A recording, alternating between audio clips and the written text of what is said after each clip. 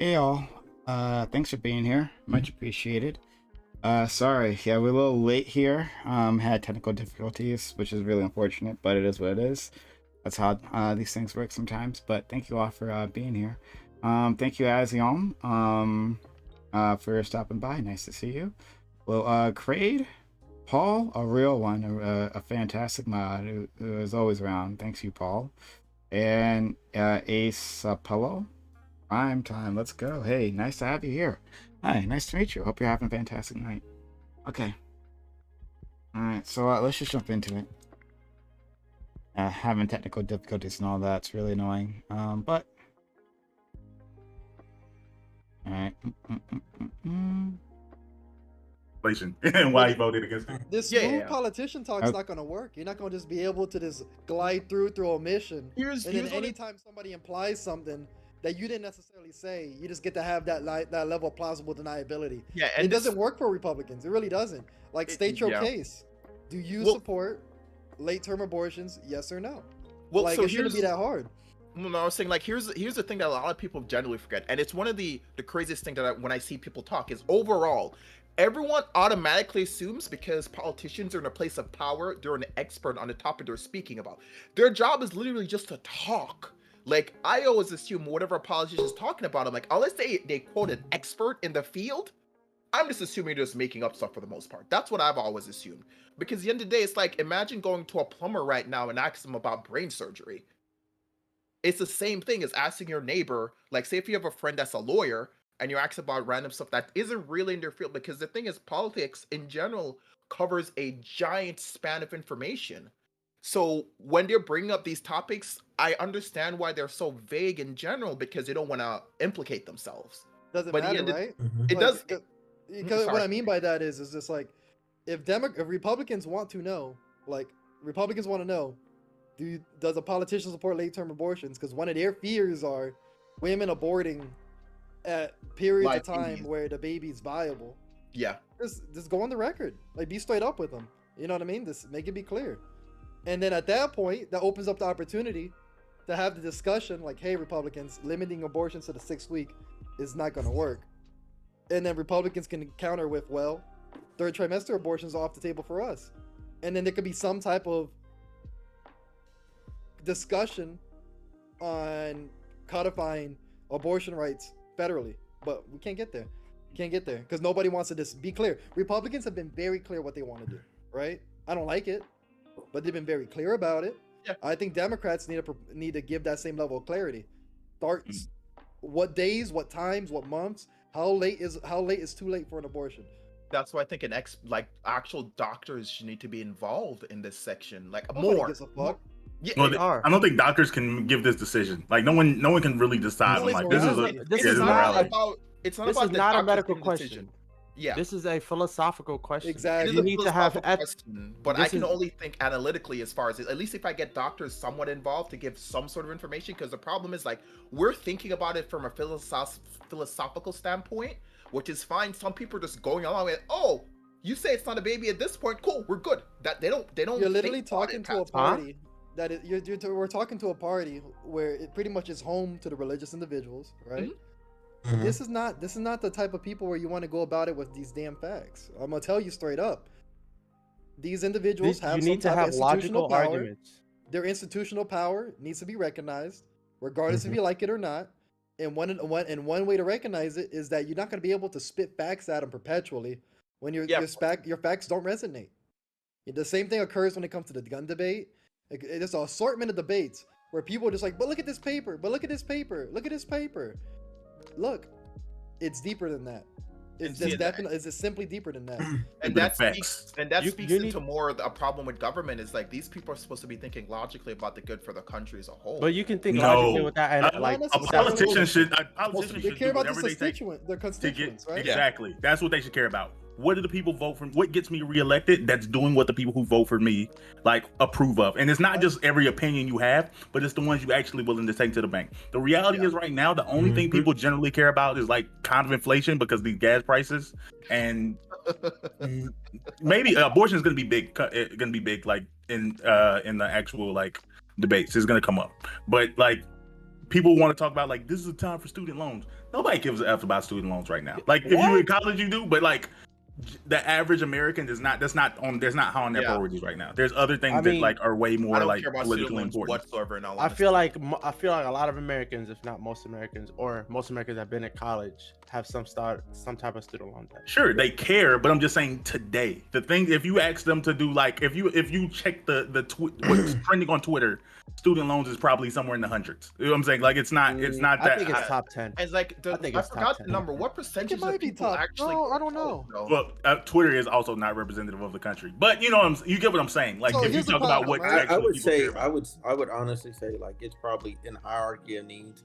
It's like gas prices, better jobs, you know what I'm saying, food prices. Yeah. Baby formula is number one right now because folks is like, I can't feed my baby. I really hope you know they what I'm actually saying? open Like up. survival stuff. Like when you go to what's that dude's hierarchy of needs? Whatever. It's like food. I know what you're talking about. Yeah. Maslow. Yeah. Maslow. Yeah. Maslow. Yeah. So you have food. You have like things Shelter. to just take care of yourself. Housing. You know what I'm saying? Like your finances and all that. And then down here you have these philosophical debates where we have gun control and we have abortion and all that. Like I put them all in the same tier. Like until we solve these other things, are we going to be able to get people to actually sit down, focus, and actually like divide off into their actual camp? But most people don't care. Like they're like, yo, the problem. I care about, you know what I'm saying, whatever it is, and it's whatever's affecting them today. Look, Gun control ain't gonna change whether or not you got food on your table. Yeah, but here's the thing with student Let's loan not debt jump into that yet. Okay. Yeah. Right. Okay. We'll jump off that. So I'm just giving a second. There might be an extra person showing up. So you Can guys. I dive into the student loan shit, or should I? Yeah. Well, I asked a quick question. So before we start, it's about the student loan. Does anybody remember the statistic about the amount of people that actually go to college in general and percentage wise that even finish? For black people, is 26%. I don't know the entire thing. Yeah, but look, it's 40%. When it comes to student loan debt, this is the funniest thing. Joe Biden should simply put it in the hands of the Republicans, and let me show you how. By executive order, go ahead and forgive X amount of federal student loan debt. Just fucking do it, right? And then people are gonna have the argument, well, it's not constitutional. You know, that he doesn't have the ability to do this through law. Who cares? Let the courts sort it out, right? And here's the beauty of it: when the Republicans band together to challenge student loan forgiveness in the courts, that's gonna leave a disgusting taste in the mouth of those who just enjoyed a little bit of freedom for that short period of time until it's overturned. The fact that Joe Biden is sitting here like, I don't know if it's legal. I'm gonna be honest with you. There's a time and place to worry about if something's legal. Sometimes what you need to do is catch the case and win in court. Because the beauty of Joe Biden's situation is you will never go to jail for this executive order. You know what I mean? He gets a signed executive order that his intern or his aide wrote for him, some rookie ass attorney, and then from there he just gets to fucking ride into the sunset of retirement. And then after that, bro, if it gets overturned, let everybody hate the motherfuckers who did it. But at least Joe Biden can say I tried. But no, even better, you know what you're gonna get instead? You're gonna get shit. You're gonna get nothing, or he's gonna wait till the last fucking minute on his stupid ass idea that I don't know if it's possible. It's possible, bro. So hold on. Honestly, Destiny Black pilled me on that issue. We're pretty much going into like the first topic. So guys, hold on. All right. New topic. We'll get started now. I was hoping someone else might be able to join us, but they just messaged me. They won't be able to. That's okay. But hello everyone. This is the All Black Everything, which we have Thursdays, 8 p.m. Eastern, or wherever I can get my fucking tech to work, one or the other, right? Whichever comes last. So thank you for being here. Thank you, audience members, for stopping by. Wherever you might be, thank you for coming through. We have a fantastic group of individuals. We've got a bunch of fucking new faces, which literally happened over the span of like 5 minutes, right? Did we make that happen? But I'm really, really pumped to talk to each and every one of these people. All right, we'll start with from most pumped to least pumped, right? We'll start with Bam. Bam. Black American made. No, man. It's only love. Hey, it is always. No, this actually, like, just before we're even on camera, seeing the energy of the conversation, meeting these people, I think this is gonna be really fun, actually. Be more back. He ain't been here in a minute. I'm excited about that. Dream, Smooth. Like I said, I haven't mentioned. Oh, Taj. We done had a conversation. Taj is really dope. Hadn't met you, Hobo or DeAndre, but like, yeah, I think this is gonna be a good conversation. Great topics, good energy. I'm here for it. All right. Thank you. All right, next we have Dream, who we haven't had here in a little bit too. But then again, we haven't had Abe every week as well. But Dream, thank you for being here, for coming through. Nice to see you, my man. Nice to see you too, man. It's always great to be here. I love talking. I need to flex my brain, or else, you need to flex your muscles, or else they're gonna have atrophy. There you go. I was looking for the word. And then, so I'm very excited to be here. I'm pretty sure if you actually flex your brain, you're dead, right? Like, in the most painful of ways. Well, thank you. I much appreciate your brain is weak. I can flex mine. Don't worry. There you go. That. Nope. Fair enough. I'll take that. Lots of flexing of the brain. I think he's gonna do the same thing also. Unfortunately, Prime, the shit was heated before you got here, man. Like you fucked it all. Like we were killing it. We're discussing all sorts of issues. I'm telling you, this needs to be a black panel where we just fucking do that shit. Fuck questions. Oh, here's the thing. Because we're charismatic enough. We're not like all those other panelists where they need you to hold their hand. Question number one. Question number two.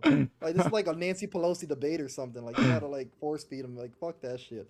Anyway, we'll see what happens in the discussion. As y'all can see, this is some interesting subjects, and I want to see what everybody's perspective is.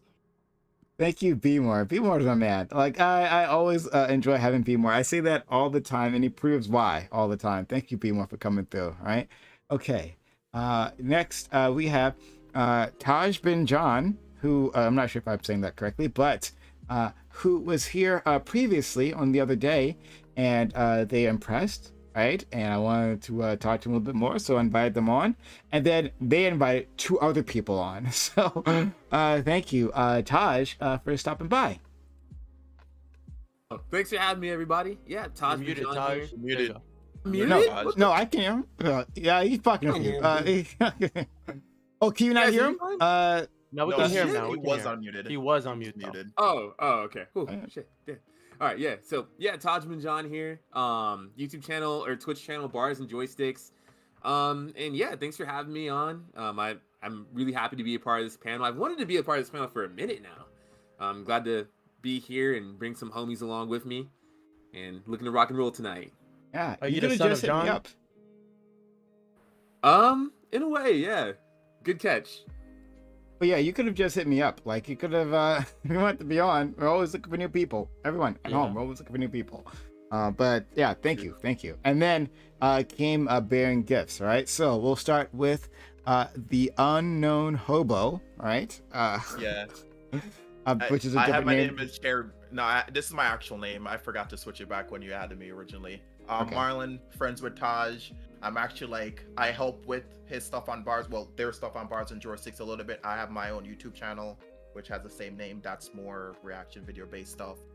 I've been actually telling him I just wanted to join a panel because I watch stuff like this all the time. I just wanted to do it because I'm like, it'd be nice to argue with people. So yeah, that's why I'm here. Hopefully. I mean, I said before you started recording, it was actually very interesting hearing how everyone talks to each other. So it's very nice to hear like everyone being extremely respectful. So I was like very happy. Oh, I'm sorry, buddy. Dave Vaughn impression.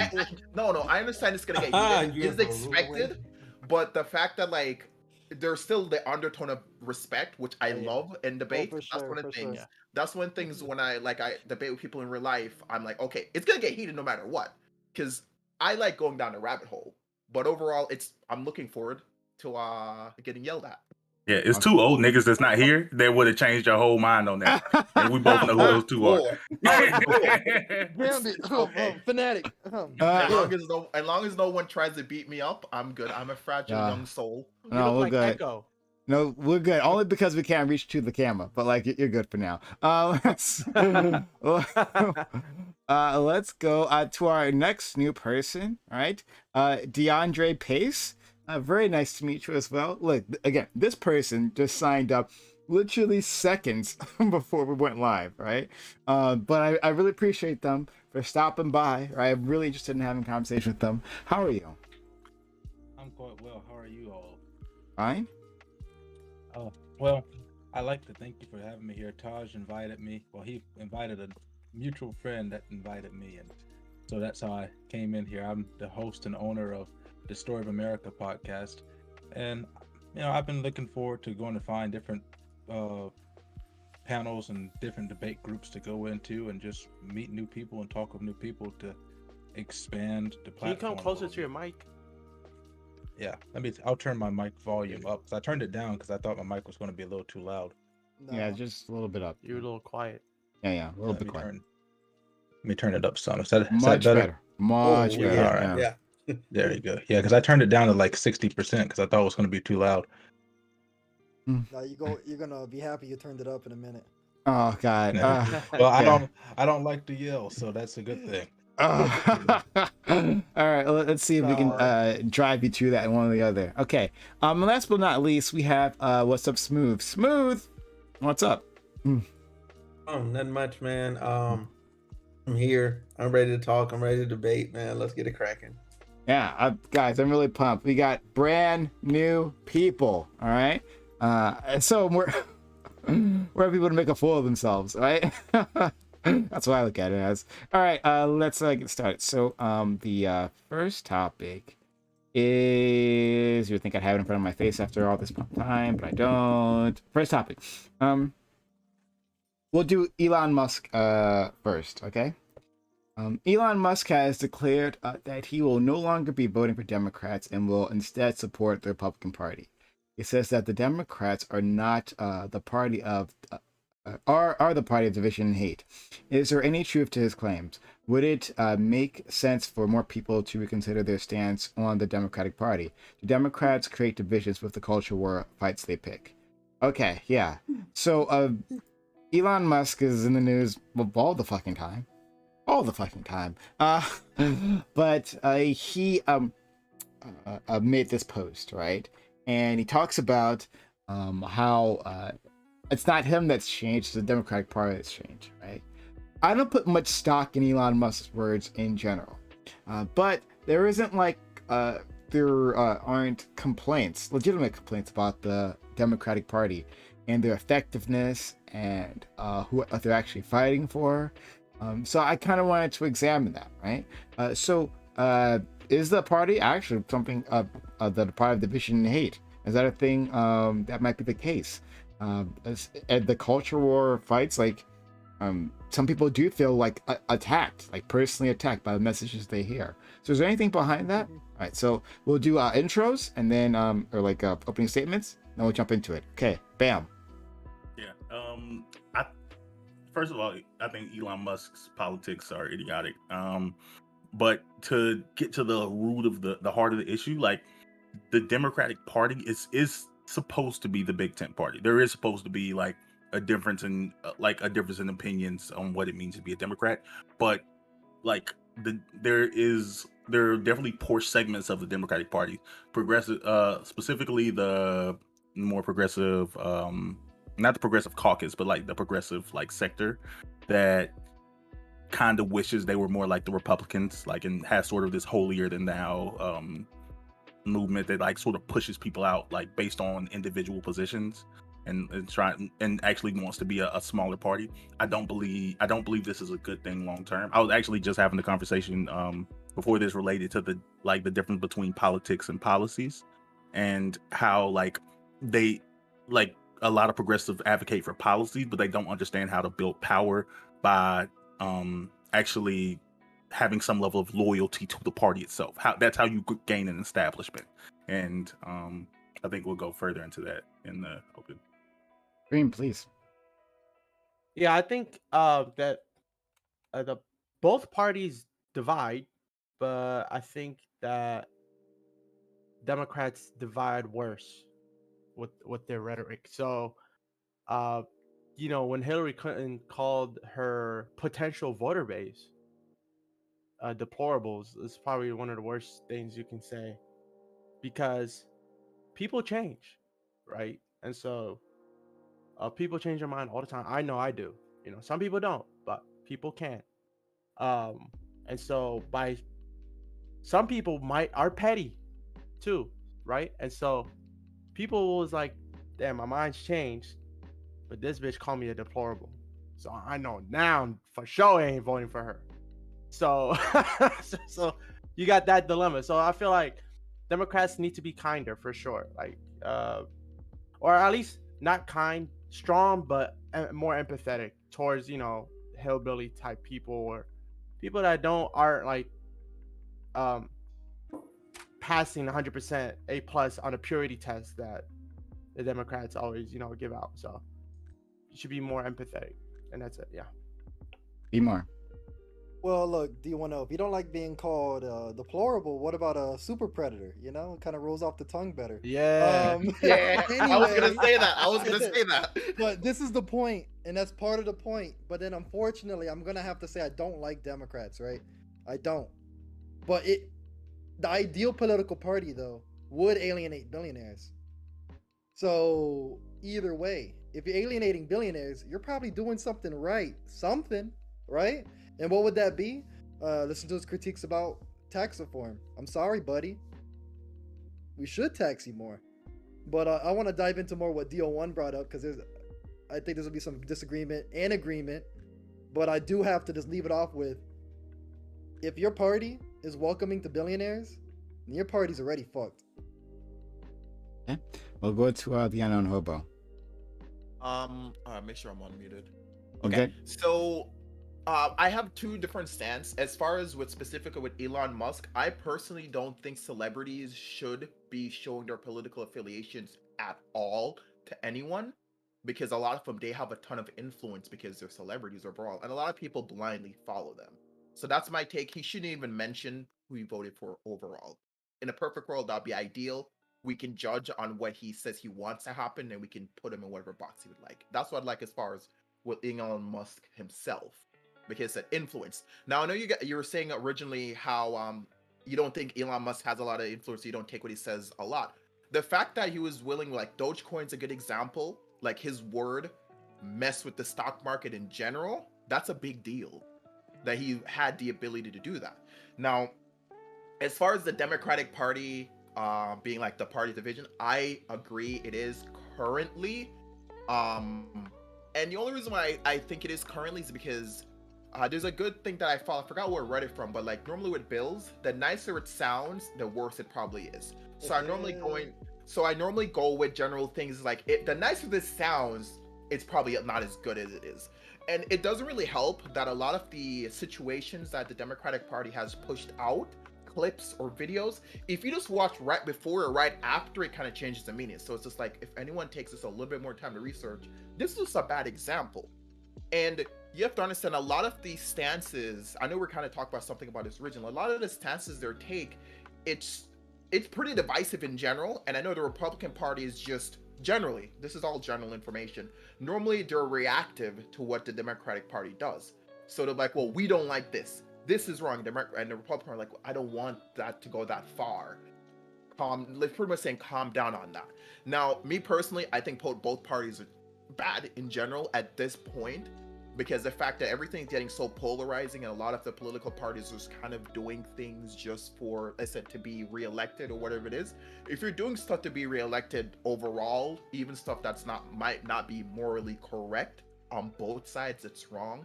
But I said, for right now, the biggest offender, I would say, is the Democratic Party as far as sowing division between everyone overall. Taj bin John, who freezes like the moment I throw to him. Okay, Taj, you still there? Damn, buddy? I froze. What? Your shit. camera You guys hear froze me? for your camera froze for a bit, but we can hear you now. It looks like you're good. Oh, okay. Oh, man, y'all are scaring me for a second. All right, yeah. So it's really interesting when Elon Musk, of all people, says that the Democratic Party is the party of division and hate. All right, I'm gonna name a few things that one party says. I'm not gonna name the party until I'm done saying these things. So one party calls trans people groomers, pedophiles, etc., and gay people too. Another party says things like protect the suburbs. What does that mean? Another party has used the term radical Islam quite a bit, or Islamic extremism. What is that, you know? Another prominent member of this party used the term Jewish space lasers. And also, when we were like looking at the mass shooting that happened earlier this week, big conservative names were saying, "Oh, his name was, what's that dude's name? Like something Ramos Rojas." Oh, and they said, "Oh, let's look at illegal immigration as a response to this mass shooting." And another prominent person of this party, not a person of this party, but rather a pundit, one of the largest pundits in America, uses the theory of great replacement and the bell curve theory. Which party is this? Which side between the Dems and Republicans? It's the Republicans. So when I'm looking at people saying the Democratic Party is a party of division and hatred, it just doesn't stack up compared. It's like light peppering, right? It's like when you like open up like a bag of potato chips and it's like lightly peppered, but they say it's spicy. Like, no, the habanero pepper is gonna be spicy. The Dems are just a light peppering of that. Yeah, sure, they use like deplorable and super predators, but super predators was used during a massive crime wave and crime spike during the early 90s. The crime bill that Joe Biden put through was a bipartisan agreement. I can't find a single Republican or Democrat that was against that during 1994. Go ahead and look at it the just House doesn't to find stack up. plenty. Look at what? Go ahead and look at the House of Representatives and see countless black people who didn't support the bill at the time. Yes, it was bipartisan. We'll get into it. We'll get into it. It was extremely popular. Guys, we're still intros. Guys, we're still intros. Okay, yeah, sorry about that. I'm almost on my intro. Sorry being long-winded, everybody. Yeah, so the Dems are a big tent, okay? When people use deplorable, like, and when people say things like drumpf and things like that, yeah, that's like, it's annoying. It is like a tad bit divisive, but compared to things like saying Jewish space lasers or radical Islam or protecting the suburbs, and I'm sure everybody here knows what that means, then that's like just like night and day in comparison. It's the light peppering versus this actually spicy habanero pepper chip. It's the Pocky chip versus like, ooh, I'm a Cool Ranch Dorito, you know? Like one of them spicier than the other. Actually, you made me hungry for Cool Ranch. This is good shit, actually. it's quality stuff. Let's go to Smooth. Okay, so I'm gonna keep this very simple and very short. So listen, I'm not voting with anyone that dislikes me wholeheartedly. So just off rip, if you just straight up hate me. So if you're neo-Nazis, if you're KKK, if you're like whatever little fringe group that doesn't like minorities, guess what? I'm not standing next to you in the voting line and voting with you. Period. Full stop. So whatever side they're on, I'm on the opposite side, and I'm gonna stay that way. Period. That's just how it's got to be. Keep it very simple. Thank you. Should I call you DeAndre or Pace? Either one is fine. Okay, I'll go You can Pace. just call me Hobo, by the way. I forgot to say, just call me Hobo. Indeed. Simple. All right, I'll try to get the fuck off my lawn is what I'll do. All right, and get a goddamn job. Let's go Pace. Well, without doubt, it's the Democrats. In the world of politics, both sides are inherently supposed to be trying to conquer and divide, or divide and conquer, to try to get the opinions going. But when you take a look at the track record between the two parties, the Democrat Party has been the party of division, and they have been the party of holding the minorities back, not just blacks, but minorities in general back, all the way since the 1830s, when they first enacted many licensure laws that prevented blacks and other immigrants at the time from being able to perform certain duties because they were causing too much competition for whites. And go far as back as in the 70s, when the inception, because you guys are going to talk about it later on, but with the inception of Planned Parenthood with Margaret Sanger, her entire plan was to purge America of black people. And the Democrats have not changed. A lot of people have always talked about there's a swap in the parties, but if you go back and you look at the polls and when the states actually switched over colors for the first time, you go back and you see that the South remained Democrat all the way up until the 90s, and some of those didn't change until Donald Trump got elected in 2016.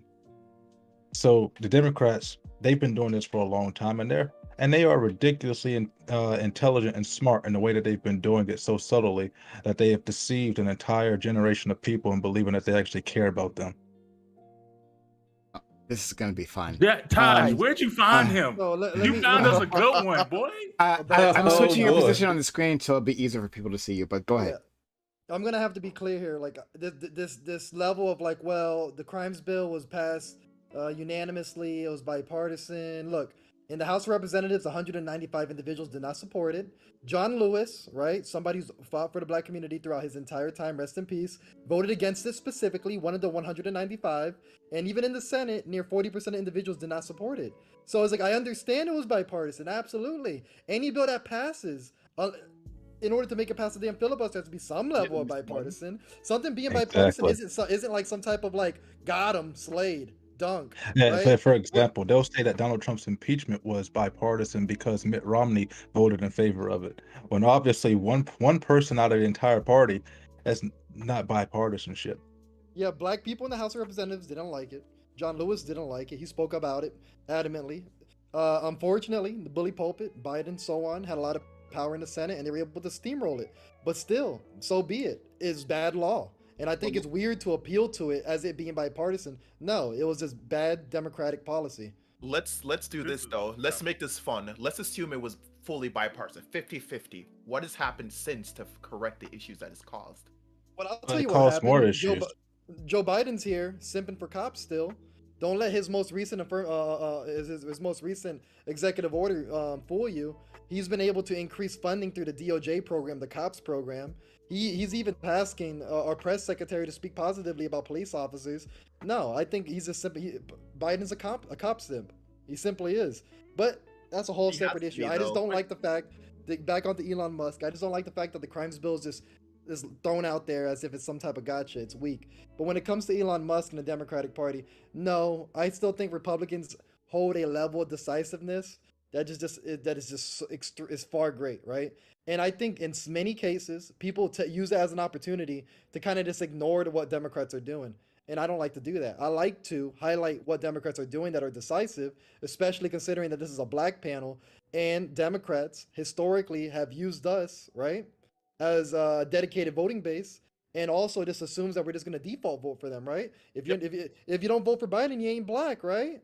Absolutely. Things like that. Oh yeah. So I I think it's easy, like to trash Republicans. It's mindless. It's mindless to trash Republicans. What's not mindless, what I think takes far more effort and far more courage, is to first off talk bad about the party that you're supposed to default vote for, or you're not black. I'm gonna let you know right now. I did not vote for Biden. I looked in the mirror and I'm definitely not white. So this shit was a lie. You're a little bit less black if you vote for Biden. Here's a fun part. Wait a second. I just want to figure this out because where the conversation is headed. Are we having this conversation from a perspective of intra-party or like nationally? Because I went intra-party, because the Democrat is like a big tent party. There's a lot of infighting, but the Republicans seem to be very lockstep. So that's what I meant, that they're not divisive. They're lazy. But the Republican party lockstep. are like the party of hate, I guess, are more split on issues to the country at large. So I just want to make sure which framing we're coming from. I don't know. Well, I would like to. Let me chime on something he said really fast. So we'll go Bam, we'll go to Pace, then I think Dream was the other one. I'm not sure. I can speak before me if he wants to say something directly to what B More said. I'll go. Yeah, I was. Okay, go ahead. Yeah. Yeah. So which is funny because we're talking about the whole premise of like Democrats being the party of like division, hate, whatever Republicans are hate. Only one party that says you're supposed to vote for me based on your race. No, you don't hear the Republicans saying vote for me because you're white. Yeah, you do. They do it by just alienating. Indirectly. That's the thing. But we have to understand that some people don't pick up on that nuance. When have you heard they say that indirectly? I mean, first that's off, the problem. It's indirect. The implied would be, right, their inability to combat great replacement theory, right? That their biggest pundits spew great replacement theory. And like what's the word they use? Historical Americans or original Americans or it's Myers. It's a Myers? No, it's a word that Tucker Carlson uses that all the time I see for white people. I can't remember it, but yeah, he says that all the time. Like, and then someone else said, like, the party of the suburbs, like we have to protect the suburb. You know, we're the suburban mom. Like We know who they talking to, and they know who they By talking the way, to. I have And such a that's the problem with implication. that. That's the implied that I'm speaking about. Right? I have such a problem with the word suburbs and what's it called, gentrification. I have a big problem when people use these because low key it's a little bit of the everyone that uses it, and if you instinctively think of like white people when it comes to gentrification and suburbs, you're technically assuming other races aren't good enough to be there. Because when I think of gentrification, I'm like, okay, cool, I was part of the gentrification of a neighborhood myself, so it's like, why are we only thinking of white Oh, like you're a white piece people? of shit, bro. No, my Piece first, of I the agree. first video on my YouTube channel was Gentrification is not inherently good. I used to live there, but they rebuilt and I Gentrification- bought a house originally. Education could be a good thing. I mean, it Yeah. has been good things in the past. Yeah, and it's just we're continues to associating. We're My girlfriend associating it. gentrified a very bad neighborhood. No, Yeah, but- gentrification leaves a lot of people behind, and that's the problem, Mhm. right? It is a We're problem. pricing people out of communities, and there is no replacement community. I mean, sometimes it does, and other times there are like vacant homes that you go into. So Yeah, but usually when we That's talk also about gentrification. gentrification, for the most part, we're talking about pricing out current individuals from those communities. Yeah, in you're general. changing the community in like a significant way. that's Like that would be have the an bad. entire- I They agree. don't That's do that's I agree. bad I agree with that. gentrification. I forget. But- I agree but, with that. what I'm saying is gentrification is basically when you go into a neighborhood and you Just it upgrades. changes upgrading sometimes. Sometimes you can downgrade while using gentrification. Yeah, you give them Basically, you just replace the or you inhabit the new place and change its culture sometimes. But what I wanted to say was to a point to what Smooth was talking about earlier in his opening statement is that let's not pretend like the Democrats aren't full of racists, okay? Because I know you're implying that, you know, the Republicans are that's where the racists are siding, but living in the most blue city in the nation, I've experienced some of the craziest racism. You feel me? So, Yeah. like, let's just not pretend like the Democrats don't have racists. And it's a different racism for sure. The racism is more like patronizing, right? It's less like, oh, you're I hate you so much. It's like, oh, it's kind of like this perceived love. It's like, oh my God, let me just take care of you, but you're treating me like an infant. You know what I'm saying? Like I'm not my own one-to-one human like you are. You don't see me as like you see me like people who somebody- say that I'd rather live next door to the Klan member than the behind the closed doors racist never live next door to the Klan member. I didn't say that. I grew up in I that didn't say community. that. Like I just like What you're I like my talking about racism is to be like out the in the thing- open. I, I'm like, I no, think you they're don't. both bad. Obviously don't. somebody that's gonna No. commit. You'll take Hold on, the hold back It's road. not Justice. even fam. Hold on. It's not even close. It's What those- did- I have what an did I say? aren't I have even an close. example. What did I One second. say? One second. Yeah. I want to hear from Pace. Pace wanted to jump in previously. Yeah. Well, what I was going to jump in on, I was going to say that first of all, when you're talking about the party of hatred, when you look back at it, first you said that the Republicans were lockstep. The reason why the Republicans were so miserably defeated in the midterms of 2018 was because they could not come together to do jack shit.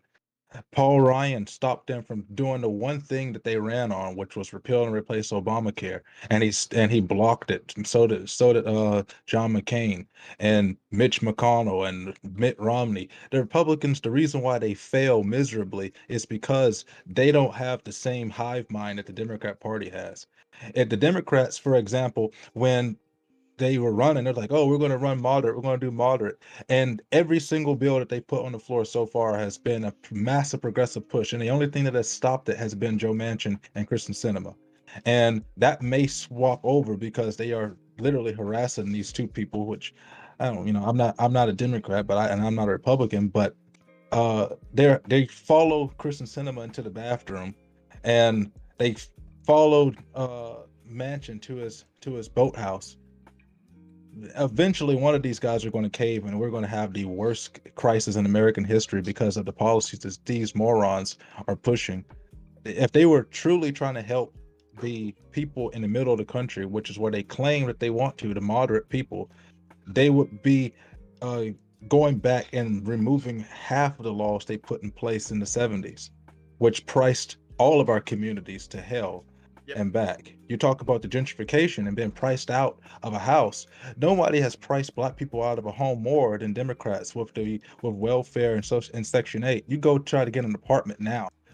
80% of the apartments are income restricted, which means that if you make over a set amount of money, you will not be able to rent there. And come the time that it's time to release, you will have to move. Down here in South Mississippi, where I live at, which I've lived here all my life and never experienced a racist in my bone. But when I went over to California for 2 weeks, oh, that was the most racist people I've ever seen, and they were all black, by the way. No. They were on the car listening to some person saying that blacks shouldn't vote because this is the white man's America and blah blah blah. Like, what the fuck? Like, what the fuck are you people talking about? If we want to change things, we need to first of all take care of our own community, because white people aren't going to fix black problems. Black people have to take care of those problems in our community, and we have to move away from this idea of Uncle Sam coming in constantly spoon feeding us so we can pull ourselves up by our own bootstrings, so to speak. Pace, Yeah, let's you're address some automatically bullshit in Pace. this real Pace, quick. you're automatically my favorite. Wow. I'm very glad you're here. So hold on. I'll let B more do it. Then I'll let Bam. Anyone else? Raise Yeah, your I hand. wanna Okay, say something. Dream. All right. Okay. Bullshit number one. No, 80% of apartments are not income restricted. No, Section 8 is not causing what's going on in this current situation. What's happening in this current situation is a mixture between super tenants, corporate buyers, record low And house funds. building since the '08 situation, right? And also the fact that landlords simply can raise prices, right? Once you put this all together, it has nothing to fucking do with Section 8. And not only that, nowhere, in no way, shape, or form will you ever be able to demonstrate that 80% of apartments are income controlled. Not only that, first off, the strong majority of apartments are not even rent controlled, right? So it makes I no didn't say damn rent sense control. for you I to. said No, income restricted. They're not. That's the problem. They're simply not. I So asked restricted the as if renters. restricted as in like if you're too broke you can't get it, because No, usually restricted as in if you make over a certain amount. For instance, absolutely and not. there's an apartment down here 80% of called apartments are Sawgrass not Apartments. restricted. You could be a 80% of millionaire the and move apartments into on their lot. 80% of apartments in America. That's the 80% lie. of the apartments on their lot are income restricted, meaning that if I Where was at? there's Not an apartment nationally. right down the road. Yeah, the It's one down called the road probably is, but you were called speaking Sawgrass. nationally. And Can I chime in on this really fast? Yeah, go ahead. What you're both saying is technically right, and here's why. Because so in my area, there's income restricted. For my specific section of Florida, around me there's probably like 5-6 income restricted apartment complexes in general. Not Now, 80%. well, no. I'm gonna finish. I think you guys are. I said you both are right to some extent. Some of these income restricted, because I looked into those because I wanted to find out like how these worked in general. Because I was like, why does this place have like a restriction on there? So some of them actually have sections in there where a majority of it is for income restricted, but they also have a section for regulars where the rent's higher. So if you get priced out, you get the regular charge for the rent. I think that's might be what he might be explaining, because That's what I'm talking about. Yeah. Because what I'm saying, I don't say rent control. When I say income restricted means that, for I'm saying example, they're not if I am one. single, if I'm a single person and I go over to try to rent there, I have to be making $24,000 or less a year, or I cannot get that apartment. That's income restricted. That's not rent control. Talking about I'm aware of this. I'm saying neither DeAndre, income where? restricted Neither in or man. rent controlled, neither of it, even put together, do not take up 80% of the market. I That's said my that they point. have. I said that they have priced us out It's of literally less than 10% out of the housing. market. They Where? priced us out of housing. DeAndre, what It's- no, demographic are you it's talking about? probably We're gonna true. Dream and then Bam. Dream. It's just simply not true. Like it's just Dream. fundamentally incorrect. Dream. And not only that, I wanted to talk about this whole Hold on, that's right. We got to let some other people. Got to let some other Dream All right, and this dude Bam. made a lot of shit points though. I could talk about my personal experience. Like living in San Francisco, like housing is a huge issue, and so like there is an issue about like I'm making like almost like a good enough to be homeless, just enough to be homeless, cause like right now I'm like I'm living with like my mom's and stuff, but like I could but the amount of money right now is like over the limit that over qualifies me for like affordable housing units, but under the limit where I can afford market rate. So there should be like an in between, or at least like increase the minimum. a little bit. Yeah, you're right. There should be some level of in between. I'm telling you, it doesn't exist. Yeah, right? it got destroyed over here. And I'm So saying I'm that's tell- the problem. yeah, Yeah, yeah, I was I'm telling saying you that was the that problem. rent control is not 80%, or rent or price restrict is not 80%. You put it together, it's not 80%. You put it together, times it by 4, still not 80%. Wait. So that's my overall point. Now let's go to this Paul Ryan situation. Why were the Republicans not in lockstep?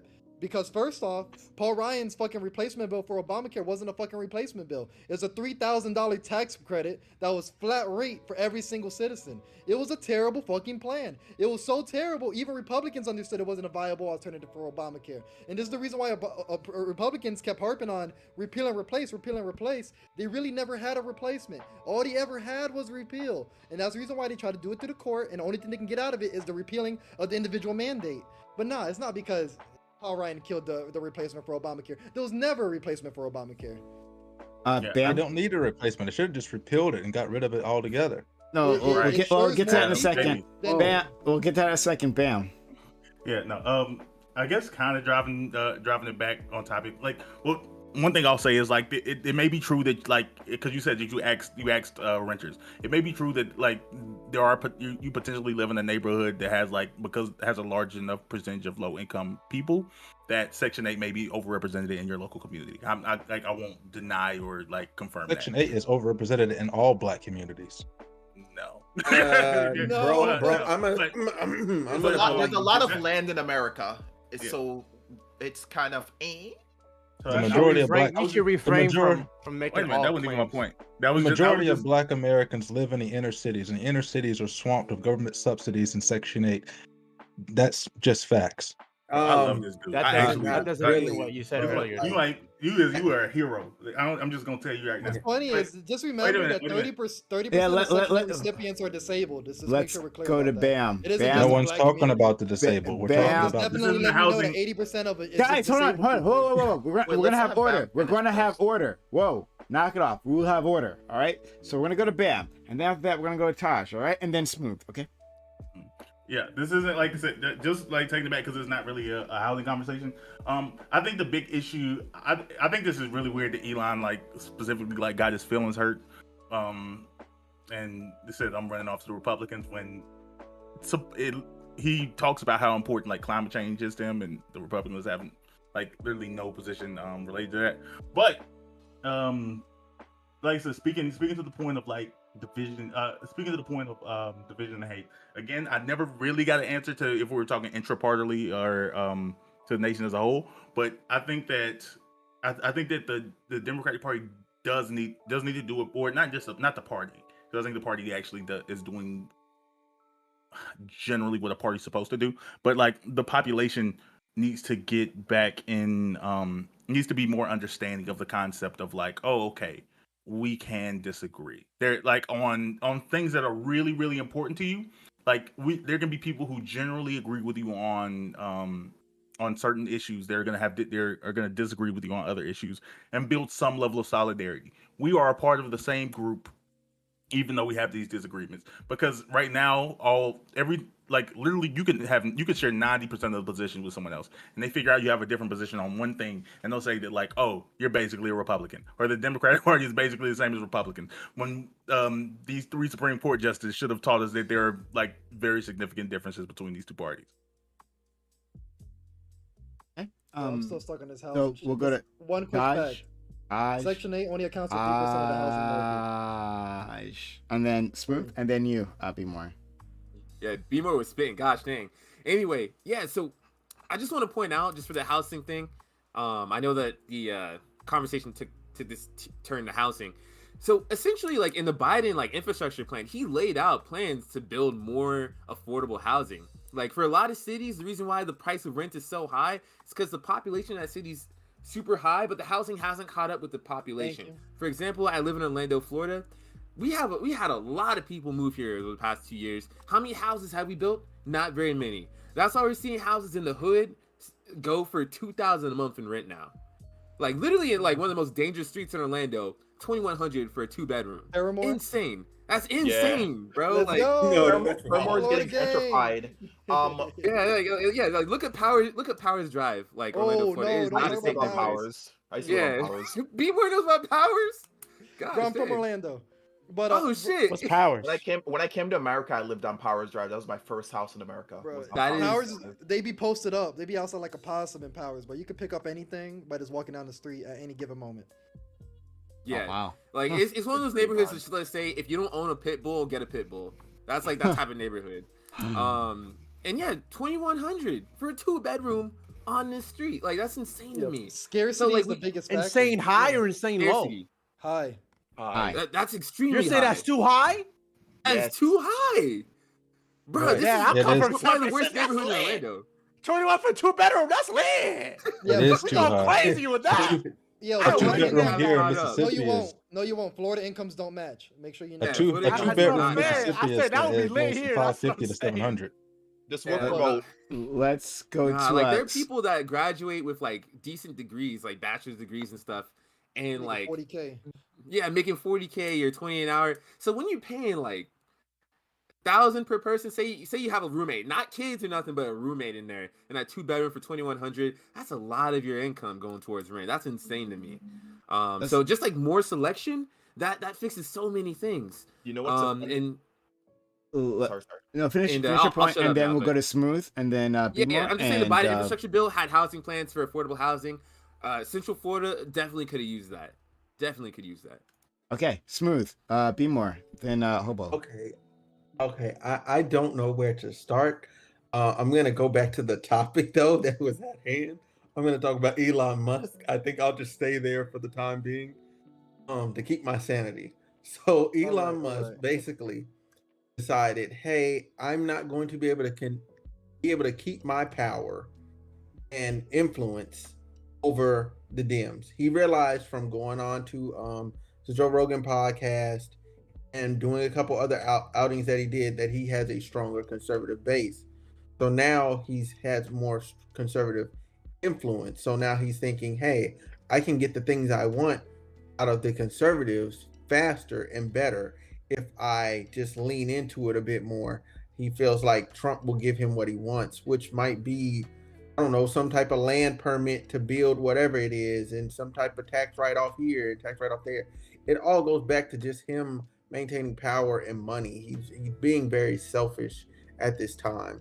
Do I blame him as a businessman? No, but as a human being, it's fucked up. There's no other way to say it. You already have a lot, my guy. You have a lot. You're building a whole city to launch. You're gonna launch rockets out of Texas. Building your whole city. Like, relax, bro. You got a lot. You're buying Twitter. I can't even tweet in peace no more. Like, Jesus. But yeah, that's all I gotta say. Okay. And then Be More, and then Hobo. Bro, Pace is hope. I'm so stuck because this dude said so much, and it's just like I have to take turns trying to address piece by piece You of want the me to say myself misinformation. and then you go? So let's here's a little bit of background information on Section 8. I'll keep it real quick. Section 8 only pays a portion of the rent. You're still on the hook for using 30% of your own income towards rent, and then on top of that, it only accounts for 2.8% of overall renters. So once you start putting these factors into it, first off, the people renting the property still have to give up some portion of their money.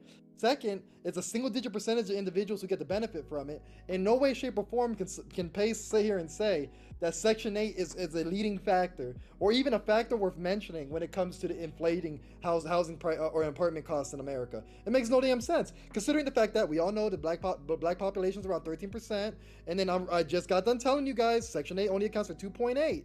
So even assuming if every single black person's on Section 8, who here's on Section 8? I sure as hell ain't. And it's like, I'm pretty sure the majority of us are not. You are? You're the only one, motherfucker. And it's the thing. Like, why are you going to cite Section 8 as fucking as inflationary? Pace, you just spewing bullshit, bro. I'm I don't projecting care. No, I'm Jason. saying my family. Prime can hand me the mic over and over again. I'm gonna want this addressed. Like, that's not how it works here. I live across the street from the projects. It's different. Yeah, I know, but guess what? There's still 2.8% of the overall market, Jason. and the people in the projects, people in the projects aren't the reason why rent's going up.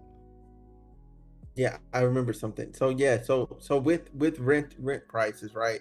Like I want to just say, like, I do agree with I believe it was Taj and B More that was saying, like, the level of population increased faster than the housing. Like, that's one hugely key factor. And then when you look at California, like, I'm sorry, the inner city they've done like an overhaul. It's literally like condo after condo after Airbnb after this and that and all the third. But the problem is all the people that own it already have their money. So therefore you're forced to rent and you're never allowed the chance to get ownership to where you can make more money.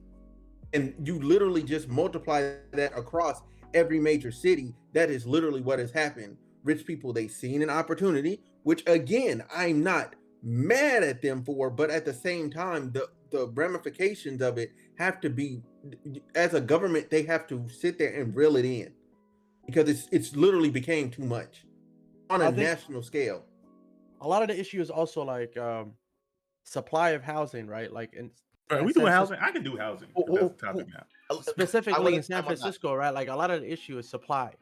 And the reason why we have an issue of supply is because of the government. The government is really, really nitpicky on like a little bit is like, oh, this apartment complex is going to cast a 11-degree shadow over 5% of a playground at an elementary school. And it's like, oh, because shadows are You're talking about zoning.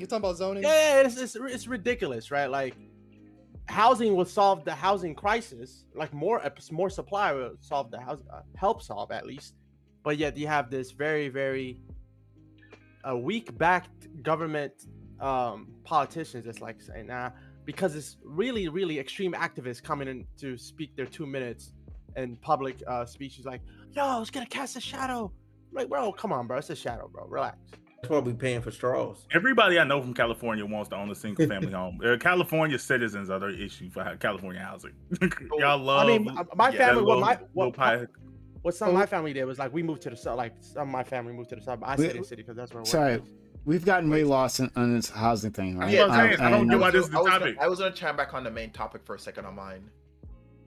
Okay, so I just want to try to refocus us, right? So the point is that we were discussing whether the economic, or not just economic, Elon but just Musk. any of the policies of the Democratic Party are actually lead to hate and division, right? Is there something to that? Is the party failing us and it's not being examined critically? Okay, so we'll start with Hobo. Be more then. Well, I was gonna chime in on the Elon Musk thing really Sure, fast. that's fine. That's it. Yeah, so here's the funny part. I see no problem with Elon Musk switching at all. And here's the reason why. The Democratic Party, from my understanding, is in very good support of his cars, what he's trying to do overall. So, if the Democratic Party is in support of this guy, and we can say, okay, he's the same person that the Democrats like, but he's shifting over to the Republican Party, how would it be a problem if he's now spreading that same influence on that side of the aisle also? Like overall. I was thinking about that. He may make Republicans more environmental. Exactly. What? Are you kidding me? Oh God, I'm sorry. That's the dumbest point. That's Just from the his funding, dumbest like point. I think that's Sorry, possible. that's the People dumbest treat him like point. he's Jesus. They Are you have to help their serious? base.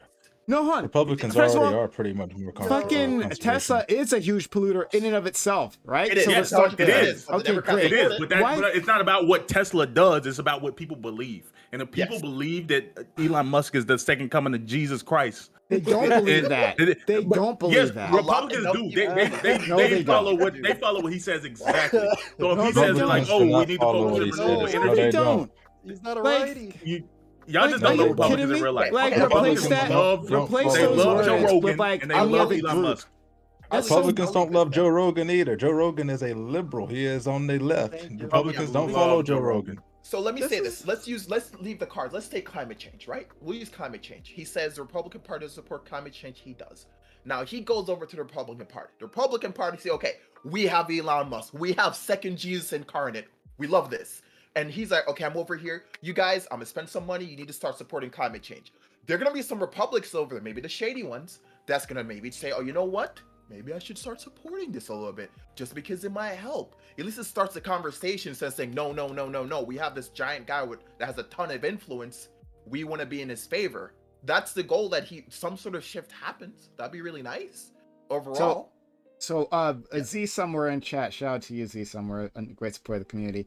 Z somewhere says Republicans think Elon Musk is Tony Stark. Yes, there you go. Yeah. That's it. right? Tony Stark. They don't think he's a second coming of Christ. They're not going to be following this guy. He's not going to shift the Republican Party. He's a motherfucking billionaire who wants lower taxes, right? And wants anti-union policies. There's nothing different about this dude, right? And to think he's going to go over there with his slightly liberal takes, right? Ever so slightly liberal takes, and then somehow cause a shift in the party. That's a dog shit take. It's a dog shit take. It doesn't have to be a lie. Just even a smidgen. The thing is, it's not about big giant. No, it's not changing anything. No, not even a smidgen. Like what? Why would he? Like we have a party that's been shifting far right for decades. Right? This is a party of MAGA right now. This is the party of the Southern Strategy.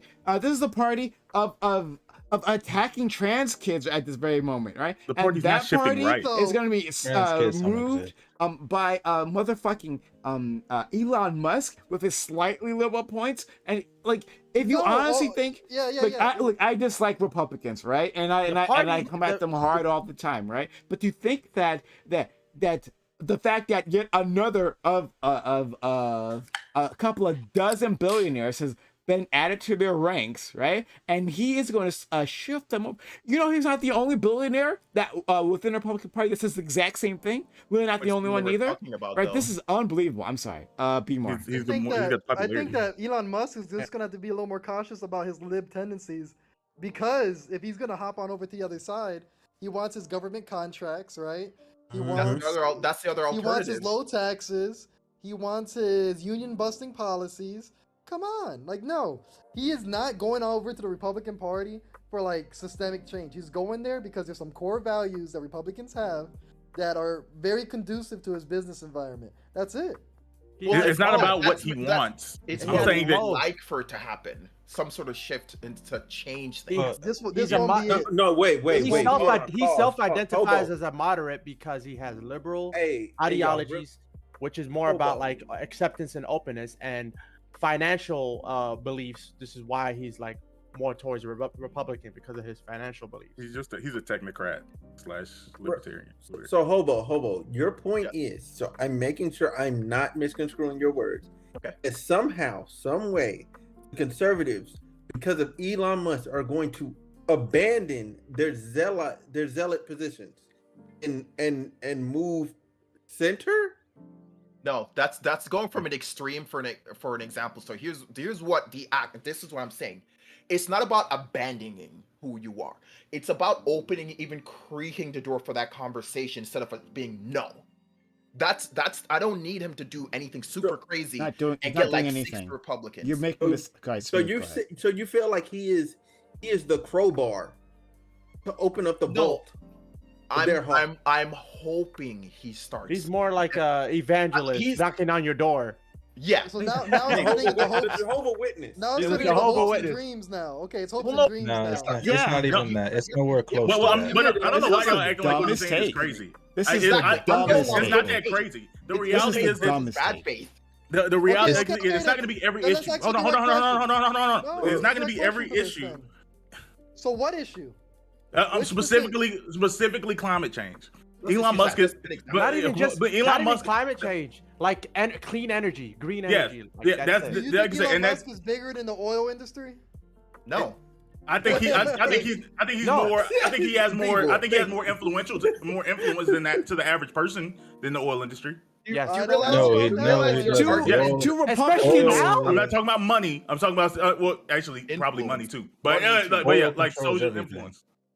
Oil controls everything. It controls the prices of our food. It controls the prices of transportation. The problem is historically, let's just put the facts on the table. Historically, Republicans have done more towards green energy and conservatism than Democrats have. They were the ones that created the Conservationist Act. That was created with under President Theodore Roosevelt, who was Republican, who also became a progressive after that as well. Not to mention that when you talk about green energy, the Republicans have been putting on the table the idea to move towards natural gas and nuclear for the longest time. The Democrats keep spitting it back out. You talk about wanting to go to solar panels and electric vehicles. That takes petroleum, and that is oil. Just like one of you mentioned, Tesla is one of the largest polluters when it comes to emissions committed, because they are constantly turning petroleum or other lithium-based metals and into batteries. That creates You're a literally significant talking amount about of smog. Republicans legit are trying to fight to give corporations the ability to buy federal lands, like national and state Yes, parks. let them buy Republicans federal are fighting lands. directly to gut the Let them like, do what that. the fuck If is the that? No, government's let if them the do government's what, not bro? going to No, do no, no, no. anything with the There's a land, reason why the you government can't just say let them do that, because the whole your government point does is not that need to do Republicans are anything. more progressive on green policy. That makes no fucking sense whatsoever. How many Democrats You can't just have always moved look towards into what nuclear energy? How many Democrats have moved towards nuclear energy, which is the cleanest, safest form of energy on the face of the planet? Pretty sure it was How even many listed how many directly in the how Green many New Deal, and I think Democrats that Green New Deal is how many still Democrats there. have moved Look, look, you the Green New it Deal doesn't work wants like to that. put How solar many panels on Democrats are every house. advocating That's the going to state- cost state- $90 trillion. Which Democrats are advocating for the selling of state and national parks? Which Democrats are advocating for The eroding government the does EPA? You look. wanna The play that government does game? not need to have state and national parks. They don't take care of the upkeep. If they Fam, can't what control are it, you- they don't need it. If they aren't going to do the Bro. upkeep, they don't need it. The reason why you have a lot of the problems and with housing and being able to produce more housing is because government owns too much land. You go to the historic district, for instance, you can't chop the fucking tree limbs down. If it comes to your yard, you'll get fined for that. You can't uproot these things and expand your property without government's permission. You can't not cut Bro, your you grass legit is- without this The government issue in word America vomit. is not Okay, land. okay, You- that wait, government- Kennedy, you need to back keep on government- my point really Let's fast. go out to let's of go the- to let's out go of to the top. place. Let's go to after Pace is done. Yeah, 'cause, we're gonna go to Smooth. We're gonna go to Taj. We're gonna go to Bam. Oh, sorry, Hobo. Excuse me. Well, yeah, I didn't even finish making my point. That was like my first statement. Okay, well, we're yeah. moving on. We'll go by. get to you. We'll go Good. by what you said. Go ahead, Sorry. Smooth. Okay. So, bro, you're talking about a micro level problem, right? Of cutting tree branches and comparing it to the microcosm of So the you're not micro, going to address the micro issue thing of nuclear energy, the macro thing. Excuse me, the macro issue of climate issues, right? of nuclear Do you energy, the think- cleanest, you think- cleanest form of Bam. energy. So you're telling me you think that corporations are going to be more responsible Yes. with land Yes. than the government is? When you allow You corporations think- to use hold on. to You use the think market, they're going to and do something. Wait, you're gonna think they they're gonna have do something. already. Stop. You think they're gonna do something for society's benefit when they have statistically already proven with their own track record they only do things for themselves. They're just gonna They build have only a new proven with factory, their track record a what they new do for the parking lot government, to not what they put do their for themselves. employees in for them to come work. Like they're only gonna do things for them. They're They- not gonna do people anything need for a place us. to park their car to work. Want them to park on the grass and pollute the fucking Bro, grass? no, they don't need- let's we don't- face they don't face need the another fact. factory. Face Who's the talking facts of about about turning it into reality. a grass right garage. now? Face the Bro, facts of we reality. need You want to talk housing. about? You Dude, want to if talk you about the sell it housing to a problem? corporate- You want to talk about If the you housing sell it to problem? the corporate interests that are going to buy it, it's going to be for profit. It's not going to allow people, It's going to be for profit if the government listen, owns it. It's not going to allow regular people to get somewhere to live. Like they're not going to be able to own land. How literally many transferring- people are you're living literally in a transferring it. house right now because of corporations? It's like you literally just told me I'm gonna take it from Satan and I'm gonna give it to the boogeyman. The home that you're living right now You is guys have a physical example you can use in the real world. Use prisons, government-funded prisons, for-profit prisons. Government-funded What's the prisons are difference? for profit. Yeah, it's just free labor. But you want to talk about corporate? We're talking about how they're handled. How they're handled. Yeah, they handle horribly. Listen, Private prisons are much listen. better. Doesn't matter who So gets look, killed. wait. So look, I'm gonna try and swing this back to again Elon where Musk? the topic is. No. So listen, because this is not where we should be. Where the topic is Elon Musk saying that he's going to push climate agenda through conservatives. It's not gonna happen. They've had opportunity. It's not gonna happen. Now, where I blame Democrats is they put too much shit in these damn bills. Thank Like you. they literally do. Thank They you. literally do. They do. 100%. I sat there and read one, and I almost had a brain aneurysm and a stroke. 856 Because pages I for said, the I'm like, HR what one does this bill. have Bro, it don't take 200 Hey, bro, pages to hold on. legalize weed, Hold on. So, okay? look, I promise be you. more. Wait. They add Take one line. Bro. Thank Listen, you. One line. One it joint was some- resolution. right, exactly. Like they'll throw things in there that have nothing to do with each other, right? So you'll have a clean. You'll say, "Oh, we have a bill to make more windmills and solar power." All right, cool. That's great. That's fine and dandy. That's dumb. That sounds good on paper. Then you throw in, "Oh, well, we're gonna do this for underprivileged communities, and we're gonna throw this in there for roads million and dollars. stuff and infrastructure." I'm like, fam. Counting the frogs. Yes, Okay. there's $60 million for cricket studies. Let's go to Taj and then Hobo. Hobo. Yeah, Hey, so Taj. I wanted to address Mr. Pace's point regarding energy and renewable energy. And that's actually surprising. It looks like conservatives or Republicans are more open to nuclear energy. Dems say it's essential. 8% of Dems say it's essential to climate policy.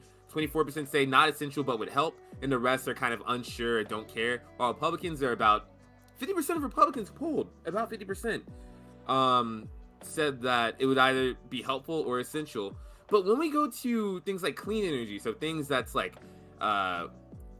clean sources such as solar and wind, Okay. Democrats Solar supported is by not 92%, while Republicans supported by about 27%. Am I muted? That's the what fuck? people don't understand. no, he Solar's can't- not clean energy. He- Windmills are not clean energy. Yeah, but are That's they the more reason why clean than are they conservatives- more clean than oil? No, because They more clean you than need coal? oil to produce them. You need oil to get the No, but, turbines I'm to asking if spin they're for the cleaner. windmills. Are they better for the environment? No, they're not. They take Don't up they- ridiculous amounts of space and field space. You have to mine for petroleum and destroy great portions of the earth to get that mineral. They are not Okay, better, This is wild. No, and they're not. But They're not. all right, so No, I'm no, no, not- no, I- the whole point of wind turbines is a total energy solution where there are locations where wind turbines are very effective, but you're not going to want to utilize them everywhere. And the whole point is the upfront resources it takes to produce these systems. Eventually, you're paid back, and they eventually turn from carbon negative to carbon neutral, then to positive through long-term usage. You keep looking at this initial investment. You have it's to absolutely replace them. mindless. It doesn't matter. They're still Yes, overall net good. you have to But replace here's them. the They're not problem, a though. net Is I am benefit. I'm not viewing wind turbines as a total solution. You need to mix it in with solar, which has been very effective in a lot of locations, and it can continue to be so, right? And then on top of that, yes, nuclear. I do support nuclear energy. What about waves? Yeah, forget waves, bro. hydrothermal energy is probably That's second. just second like to, wind turbines. It has to be specific places that it works. Yeah, that it doesn't. has to. It has Well, to be. It's Geothermal energy is also- another exactly. one. It's very region-specific yeah, location. Let me ask this question though. Let me ask a simple question. Simple question. As of right now, let's assume wind turbines off the bat, horrible for the environment. They're burning down trees left and right. The turbines are shooting fire at everyone. Let's assume that, right? Okay. Right. Can we at least agree that eventually, if these wind turbines are put in places where they're properly generating energy, can we at least agree eventually they're going to become a net positive? They're Can we already a net disagree? positive. That's the No, no, no, problem. no, no, no. Can we agree No. that we all understand? So you think that right now wind turbines are a net negative? Because at least if they're a zero, they're fine. So do you think wind turbines going forward into the worse. future will be a negative? Will be worse? No, I think that they are not. They're not currently sustainable as far as We're not talking about sustainability. We're not as talking a about good form of sustainability. energy. In the future, they still wouldn't be because wind is very specific. We're not And the talking about that turbines, either. unless you put motors on those turbines, wind does not blow every day, even in the windiest What the areas. fuck? No. Yeah, No. you know how they We're work. that's not the question. The question is, is something that is a positive or a negative? No, it would be a negative because Is there- it would destroy many areas of natural forested area.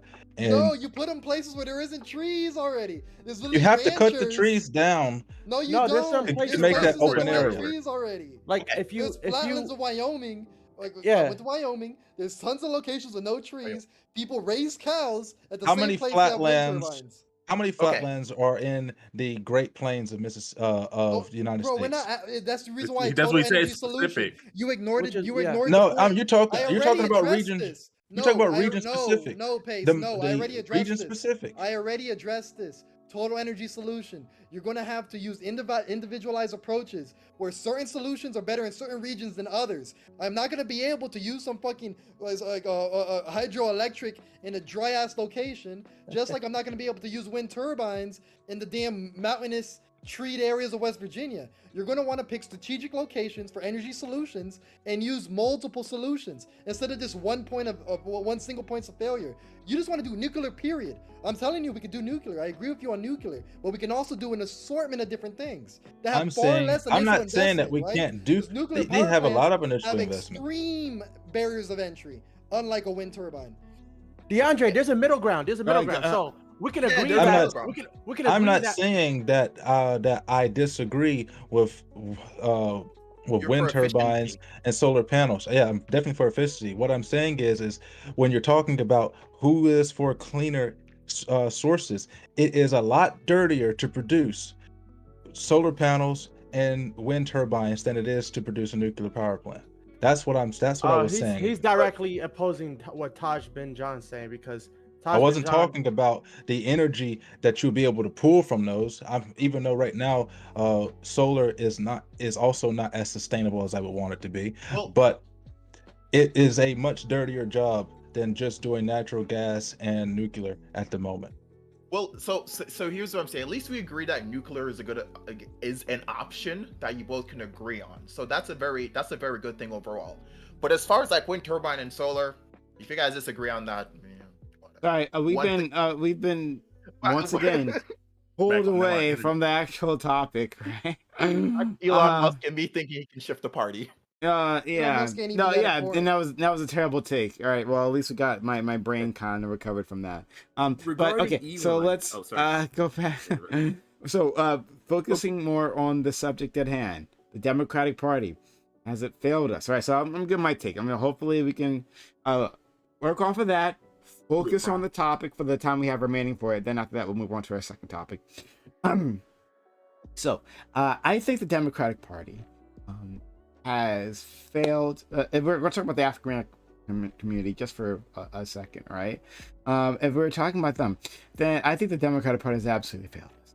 I think it's absolutely taken us for granted. I think that when it comes to election seasons, they know where to find us. Right? They go to black churches. Yeah. They come in there with their hot sauce, and they come in there with their slang, right? Because all of a sudden they speak Ebonics. Every single one of them, right? Like this is an actual thing, right? Where Hillary people Clinton, not just AOC. Not just I'm not sure if AOC has done that, but Hillary Clinton. Yeah, AOC. No, she came up AOC. Ain't nothing wrong with that. That's fine. I'm from the Bronx. She was stupid. Well, okay. Well, I'll take your word for it. But the point is that though this is a thing that politicians do, is that they'll simplify their vocabulary when they're talking to African Americans. It's something that happens across the board, right? To a group of African Americans, they'll do that. So yeah, this is a party that promises us, right, during the election seasons, that they're going to tackle the issues, right? Police brutality, we'll get right on it, right? Until they get into office and something happens, like in the news, right? And then the first thing, their first instinct is to say, well, the cops are great, the cops are right, I can't question the cops. No, I'll never actually say that directly. I'll never tackle them directly. We had a bill out there to tackle police brutality, to have police reform in this nation. They didn't really support it, right? That they just burned and died. Again, the priorities of the black community are never, ever, ever met by the Democratic Party, right? But still, they're better than Republicans. They are. It's an emotionally abusive relationship with the Democratic Party, right? But the Republican Party, it's economically abusive. The Republican Party, they are actually out to get us. The Republican Party. In what way? The party of the Southern Strategy. In what way? The party that flirts with. The part that fits with the far right, right? That party that doesn't even acknowledge that systemic racism is even a thing, right? And so, when dealing with the economic issues of African Americans that we face, right? How does that translate to economics? always on does. systemic racism. How does that not translate to economics? No, I'm saying you said the Republicans are I'm telling you right now. keeping us economically down, but how does that translate to economics? What policies have the Republicans put in place that have crippled us economically? It has to be policy. It can't be the rhetoric. It can't be the way they act. No, it has to. Policy is the only thing that policies. matters when it comes to economics. No. When it comes to economics, policy is the only thing that matters. It's just not Hey, So listen, Wait, let Prime hold answer on. that. Hold on. Because I feel Yeah, like he go can do ahead, that. Prime. Yeah. So if you're talking about the economic policy, sure, right? If you're talking about a party that has continuously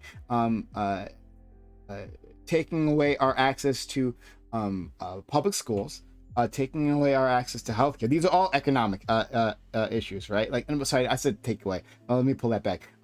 Has impeded our ability to expand healthcare access, has impeded our ability to fix our public schools, has impeded our ability to find housing, right? We're talking about housing, to get affordable housing. This is a party of the billionaires, right? Of and for. Now, the Democrats aren't so much better in a lot of cases, right? But the Republican Party is lockstep with the billionaire class, right? So yeah, I'd say that on a whole, it's anti-union, right? Another one, right? It's anti-union. The Republican Party endlessly, right, chooses the wrong policies for, I think, the majority of African Americans. And again, it doesn't even understand systemic racism, so it doesn't understand how these systems interlock, right, and keep people from accessing wealth, right? How it creates generational poverty.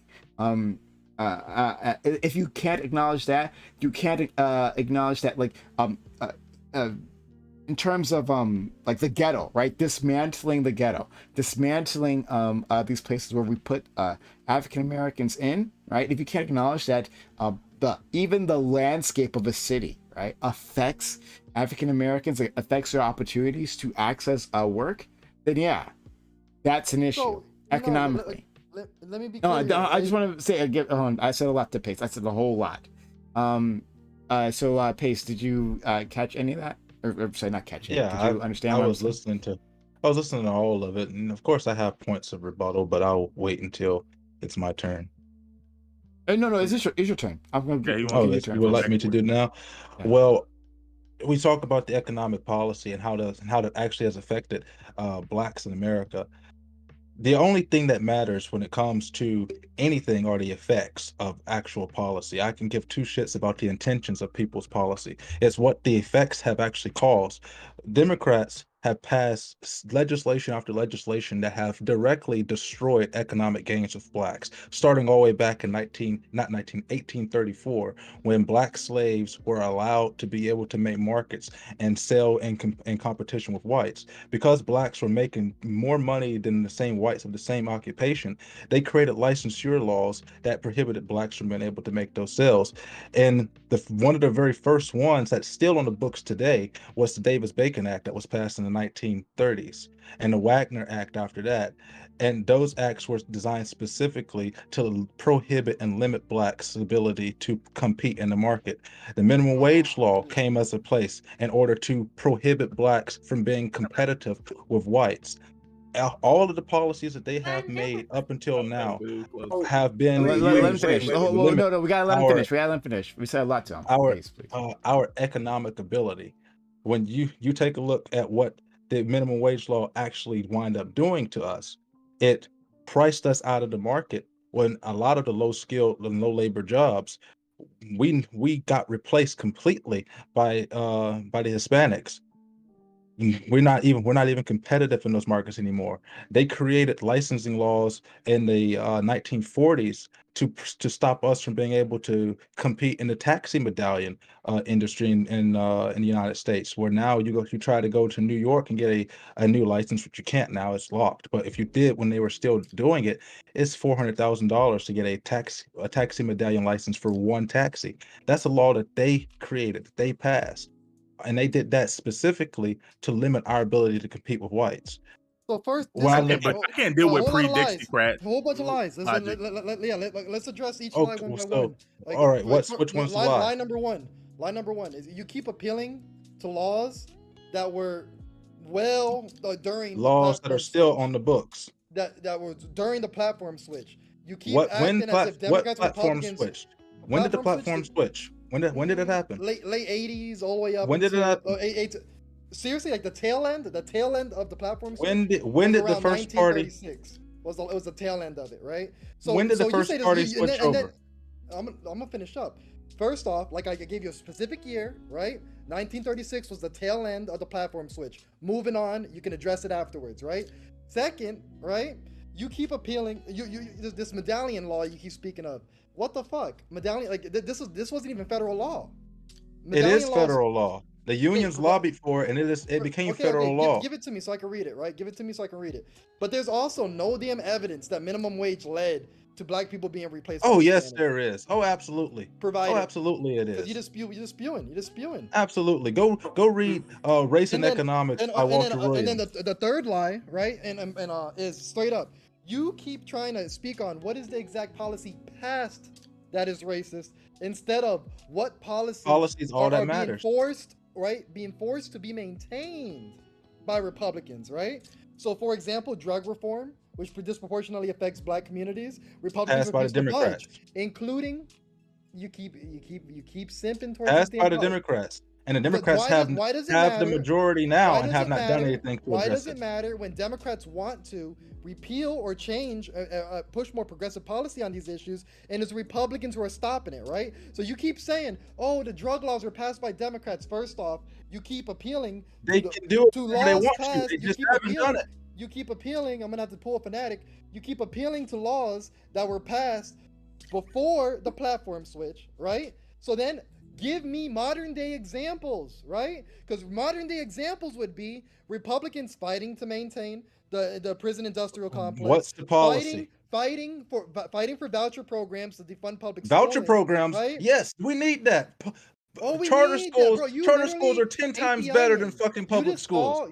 Charter schools are so much better. What is the problem with allowing blacks to have the same school choice as white people? Here's some more examples. What's the problem with that? What is the official party of white victimhood and great replacement theory? It's still the Republicans. You keep simping towards these policies that were so long ago. Democrats were Republicans. The official party of white replacement, by the way, is the Democrats. They started the entire Planned Parenthood to kill us off for white purity. Wait a minute. Wait, y'all can go back. Y'all can go back for an hour. Just let me get a quick yes or no. Wait, I just want a quick yes or no for this. Are you just like you don't have to go into detail. So, are you saying that black people would be better off in a better position if there were less worker protections, if there was no minimum wage, and if there were no social safety nets? Those are the things that are hurting the black community. Those are the problems. And kill Section 8 also. Kill Section 8. Kill welfare off completely. Benefit from it. There we go. Gotcha. I was curious. I just wanted to make sure that was your position laid out. You go take and compare blacks in the 1950s under Jim Crow economically and compare them with economically right now today. Blacks, even under Jim Crow, were better off economically than we are now. I'm sorry. Wait. Okay. But wait a minute. That wasn't my point. I just wanted to. I'm not talking about luxury. I'm talking about strictly at an economic standpoint. Money in the bank. I got you. Okay. Wow, dude. All right. Okay. All right. So listen, man. I'm getting hung up on that minimum wage point, and I'm just gonna stick right there. All right, I'm just gonna stick right there. You said a lot. I'm not trying to. I'm gonna let B more do the whole statistical breakdown of each point by point. No. I'm just smooth. No. The problem is that I can give you numbers for what I say, like I've done already. I posted in public record, for example, the 3% for Section 8 and so on. Pace here will never be able to give you evidence. He's gonna sit there chilling. And never be able to get shit. I know. So listen, wait. I get it. We're on the offense. I get it. I'm just trying to have a conversation.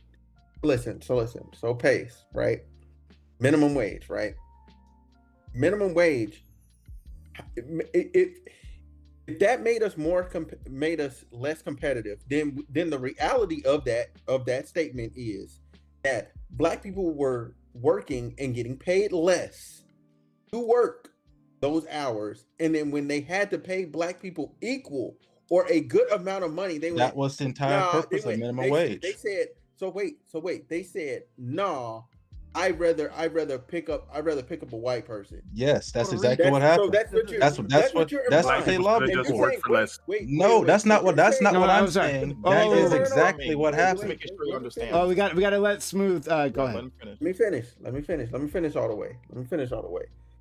So when you say that implies that now that, because a lot of things have happened to where black people aren't even in that industry anymore in general, by and large. We're not in there. In what industry? You know what I'm saying? That was the worker class of like our grandparents' generations. Like those people and after and before that, they were doing those types of jobs. Like now we've pivoted over to where our interests are different by and large, just as a community, by and large, on the jobs that we want to do. Black people don't even want to really be in that industry. So to even advocate, what industry are you talking about? I'm talking about the hospitality. I'm talking about like the actual like being a maid and all that. That was the example. No, I'm not talking about maids. That's not where the minimum wage law came into place. It wasn't for maids. As an example, you said now there are Hispanics in those areas. And no, I'm saying there are Hispanics that replaced us in the market. I'm not talking. I never mentioned maids or servitude at all. Claims eventually. So bro, we gotta see the numbers. You said the hospitality industry. That's what you said. No, I did not say anything about hospitality. Low wage jobs. I said low skilled and labor jobs, hard labor and low skilled jobs, which many of those during the particular time were jobs that included carpentry, jobs that included brick masonry, and included running food markets and things of that nature. It wasn't about hospitality. Listen. All right. So fine. Let's just say we group in all of those, right? Black people, by and large, we're not even pushing our kids to be in trades.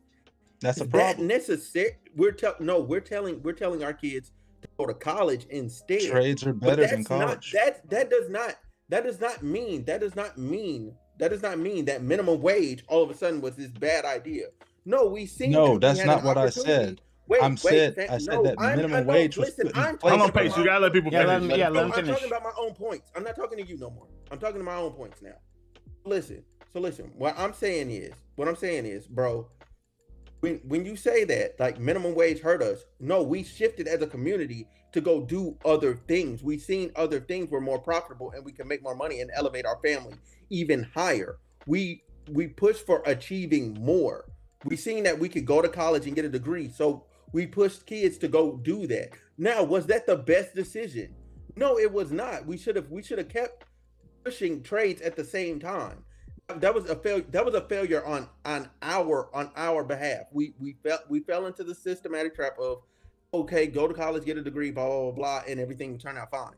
Like it didn't work out that way. It didn't work out that way for a lot of people. By and large, it didn't work out. No, straight up, Pace. You literally proved yourself wrong. Wait, be more. Relax. So the only other thing I want to say is, dang, I forgot my other point. Go ahead, bro. Look, because Pace, you just said that minimum wage increases cause black people to be pushed out of low-skilled jobs, and then you said like carpentry and masonry, which are not low-skilled jobs. At the time, they were. No, they never. And were. black people are still not in there. You make no sense. They were never low-skilled. Get over it. Yes. It's to the point where just get over it. You're wrong, right? Everybody knows you're wrong. Chat knows you're wrong. You want to know what the actual numbers are? The actual numbers. The actual fucking numbers are. Provide the numbers. The actual numbers. You want to know? Take a look at the record. Take a look at the record. Are low-skilled jobs, and then you're going to turn around and say you want people to take on trades, and backhandedly say that trades are low-skilled jobs, and then now say, because you have to pay backup. Oh no, they're not low-skilled now. They were low-skilled then. You make no sense. Yes, they were low skilled then. The labor unions lobbied the hell out of it. They lobbied because black people were coming in there and they were being able to charge for masonry jobs $18 an hour, while a white person was charging $25 an hour for that job. No, it's $25 a day, not White Rice. Carpentry and masonry have both always been considered skilled labor. let me Damn, ask this. they So- they lobbied so- for it and got laws Bro, changed. you're not gonna be able to lie your way out of it. Prove it. Smooth, finish Black your men and point. Masonry are skilled labor. Smooth. Was that You just like the you remember your bullshit, point? and you never address your bullshit. They Smooth. lobbied for Right it here. and they got law. here, this They is got bullshit. laws Wait, passed lobby. for it in 1936 Prove with the it. Davis-Bacon Act. Damn. Prove to me Damn, how hey, masonry and so carpentry listen. are low skilled jobs. Prove it. Wait. Wait, Listen. A low skill job. A low skill job is a job you can take anyone off the street and they can do. Like flipping a pad. That is like working at McDonald's. That is being a janitor because anybody can clean. Things that don't take much brain power. You're telling me to make bricks, Yes. to make carpentry at the exact angles that it needs to be, to put it and make a full structure that actually stands up correctly. You're telling me that's low skill?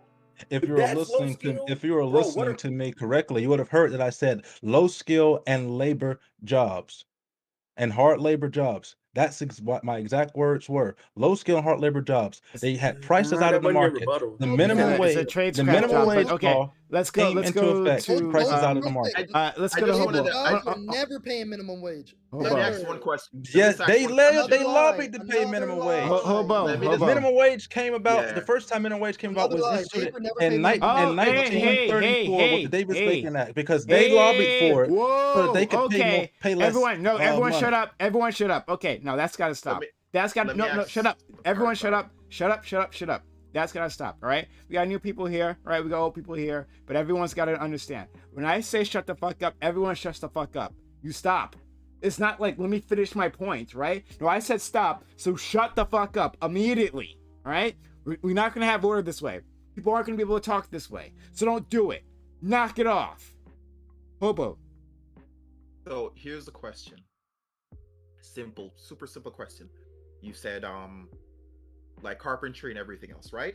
Now, if we're saying those or labor works are low skill jobs, what do you consider high skill jobs? No, those aren't considered low skill labor jobs. They're considered hard labor jobs. Okay, what do you consider the upgraded version of those? What would be just one example of what you think is a job that's a level ahead of that? A level ahead of that would probably be the blueprint guy who's sitting there at the, an architect who's writing up the blueprints for them to go do the building. He doesn't have to go get dirty and build it, put everything together. He just draws the blueprints, the schematics. Okay. And now, what would you consider a job that would be lower than that carpenter? Well, actually, lower than the carpenter. Well, that would be jobs like Smooth was talking about, flipping burgers at McDonald's. So wouldn't it be a good assumption then to assume since there's jobs that's lower than carpenters and there's jobs higher than carpenters, that would be considered the middle section. So by definition, that is not a lower job. That's the middle. No, I said that carpentry is a hard labor job. Yeah, but I'm saying And in it doesn't level get paid wise, minimum it's wage. well, no, but as I said, I'm just using this example.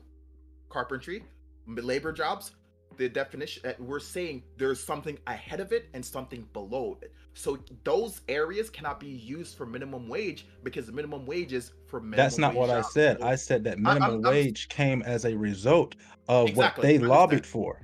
I understand, Okay. which I just I'm getting to my point. Those, as I said, those examples aren't good. I think you were setting the bar for what I never minimum even wage- got to put the example on the sorry, books. sorry. Hold on. Let Hobo yeah, finish. Sorry. I'm just using what's being talked Okay. about overall.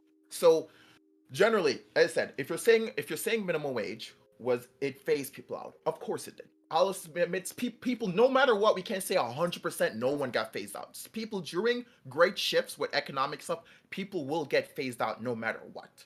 That's all fine and dandy.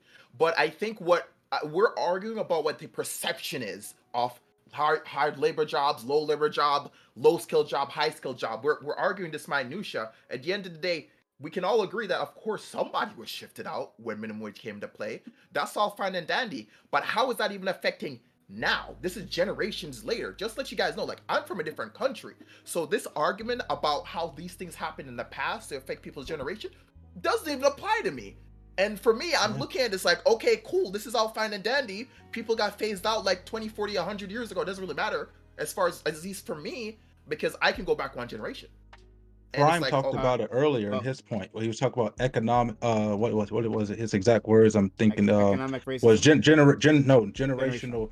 generational poverty in our community. yeah, which I understand, but That generational property is it's a very complex subject. And my personal take when it comes to generational property, it's generational lack of information. It's That's stuff that okay. which is a All right, huge we'll part have to of it. deal with Yeah. that no, later. I can, Oh, yeah, sorry, yeah, sorry. We'll have to do it later. We've already run out of time. We run out of time. yeah, We yeah. gotta. Sorry. We're gonna move on to our main topic for tonight. All right, the one I think a lot of people are here for. But before we do that, guys and gals in the audience, if you are appreciating this content, oh man, it's gone off the rails multiple times, and we're not even on the topic that I thought we'd have a lot of disagreement on. That's the funny part, right? This is gonna be the easy one. But anyway, if you've been enjoying this content, hit that follow button, make sure notifications are on so you know I'm going live. We do this 7 nights a week. We're streaming here on YouTube 7 nights a week, right? Hit that subscribe button, like, comment, all that good stuff. Support this community, support this channel. Also, hit us up on social media, right? So we got Twitter, where we tweet things, let you know what's going on with the show. We have Discord, where we do everything, heart and soul of the community. We'll have our open walk-on panel later on after this, right? So stick around for that. And that happens to the Discord. TikTok is where we're posting videos, clips of the show. And I think you'll actually like them. We got some really good clips. And maybe I'll do some original content there. I'm still thinking about it. But guys, join our TikTok. And YouTube is where you'll find the VOD. So like, comment, subscribe. How about the channel by subbing to this channel, or gifting bits, gifting subs, or super chats, all that good stuff. Huge benefit to the community. So if you're enjoying this, if you like what we're doing, right, want to see more of it, support us. All right, so we're gonna move on to our next topic. Which again, I don't even have it in front of me. It's amazing, right? I got all that time, but I didn't even bother to do that. Okay, next topic. The Buffalo Supermarket Massacre was an example of right-wing domestic terrorism. This has spurred a lot of conversations about whether our governmental leaders are failing us in protecting the Black community against this type of violence. Is this true? Have our leaders abdicated their role of protecting Black people while instead protecting others? Or is it that our perception of racial violence is skewed and that the problem isn't as big as it seems? So, this is, I guess, on a similar vein to the last one. Hopefully it doesn't go in the same direction, but we have a tragic event that happened last week with that individual who went in and slaughtered those people in the market, specifically looking for African Americans to kill. And we've seen that at least African American, like through like the protest movements, the African Americans don't feel safe in this country, right? But is that an actual fair assessment? And then of course we have the recent massacre that wasn't targeting African Americans, to be sure, but is that a failure from our leaders to protect us in general from gun violence, I guess? All right, so let's go to Bam. Yeah, it's kind of I'm kind of on the opposite position of a conversation I had a week ago. Like this is always a tragedy whenever situations like this happen. It does seem to be some like Black people don't seem to be the aggressors in the majority of these hate crimes. Yes, we can pull up examples of these happening, but it seems that we're on the opposite end more times than not. But the reality is America is a country of 330 million people, and we're also a country of 400 million guns. As far as like the measures that can be taken at this point to like prevent things like this, the sad answer is there's nothing you really can do. Like you can do whatever type of gun reform you want to do. You're not getting 400 million guns out of the country. They're here now, and most people are in favor of having them. And can we do some better level of protection at school? Like, could schools have a couple more officers on duty? Maybe, but I don't even know if that would be a good thing. And can you protect people everywhere? Like I said, like the grocery store, like the their homes. Like you can't do everything. So, but that I don't think that necessarily makes it a problem. Like I know I was in a debate the other day that referenced Mother Jones as a decent way of checking how many mass shootings we have, like that are like politically motivated or otherwise. And through their definition, there have been 3 in 2022, including the 2 we know about. So I don't think it's necessarily a systemic problem. It's like, oh my goodness, these things are happening every day, but that doesn't mean it's not like important to people. So much. Right. And you were fine, but just in case for everyone else, let's keep our intros short so we can get into it, right? But you were fine, Bam. Trina.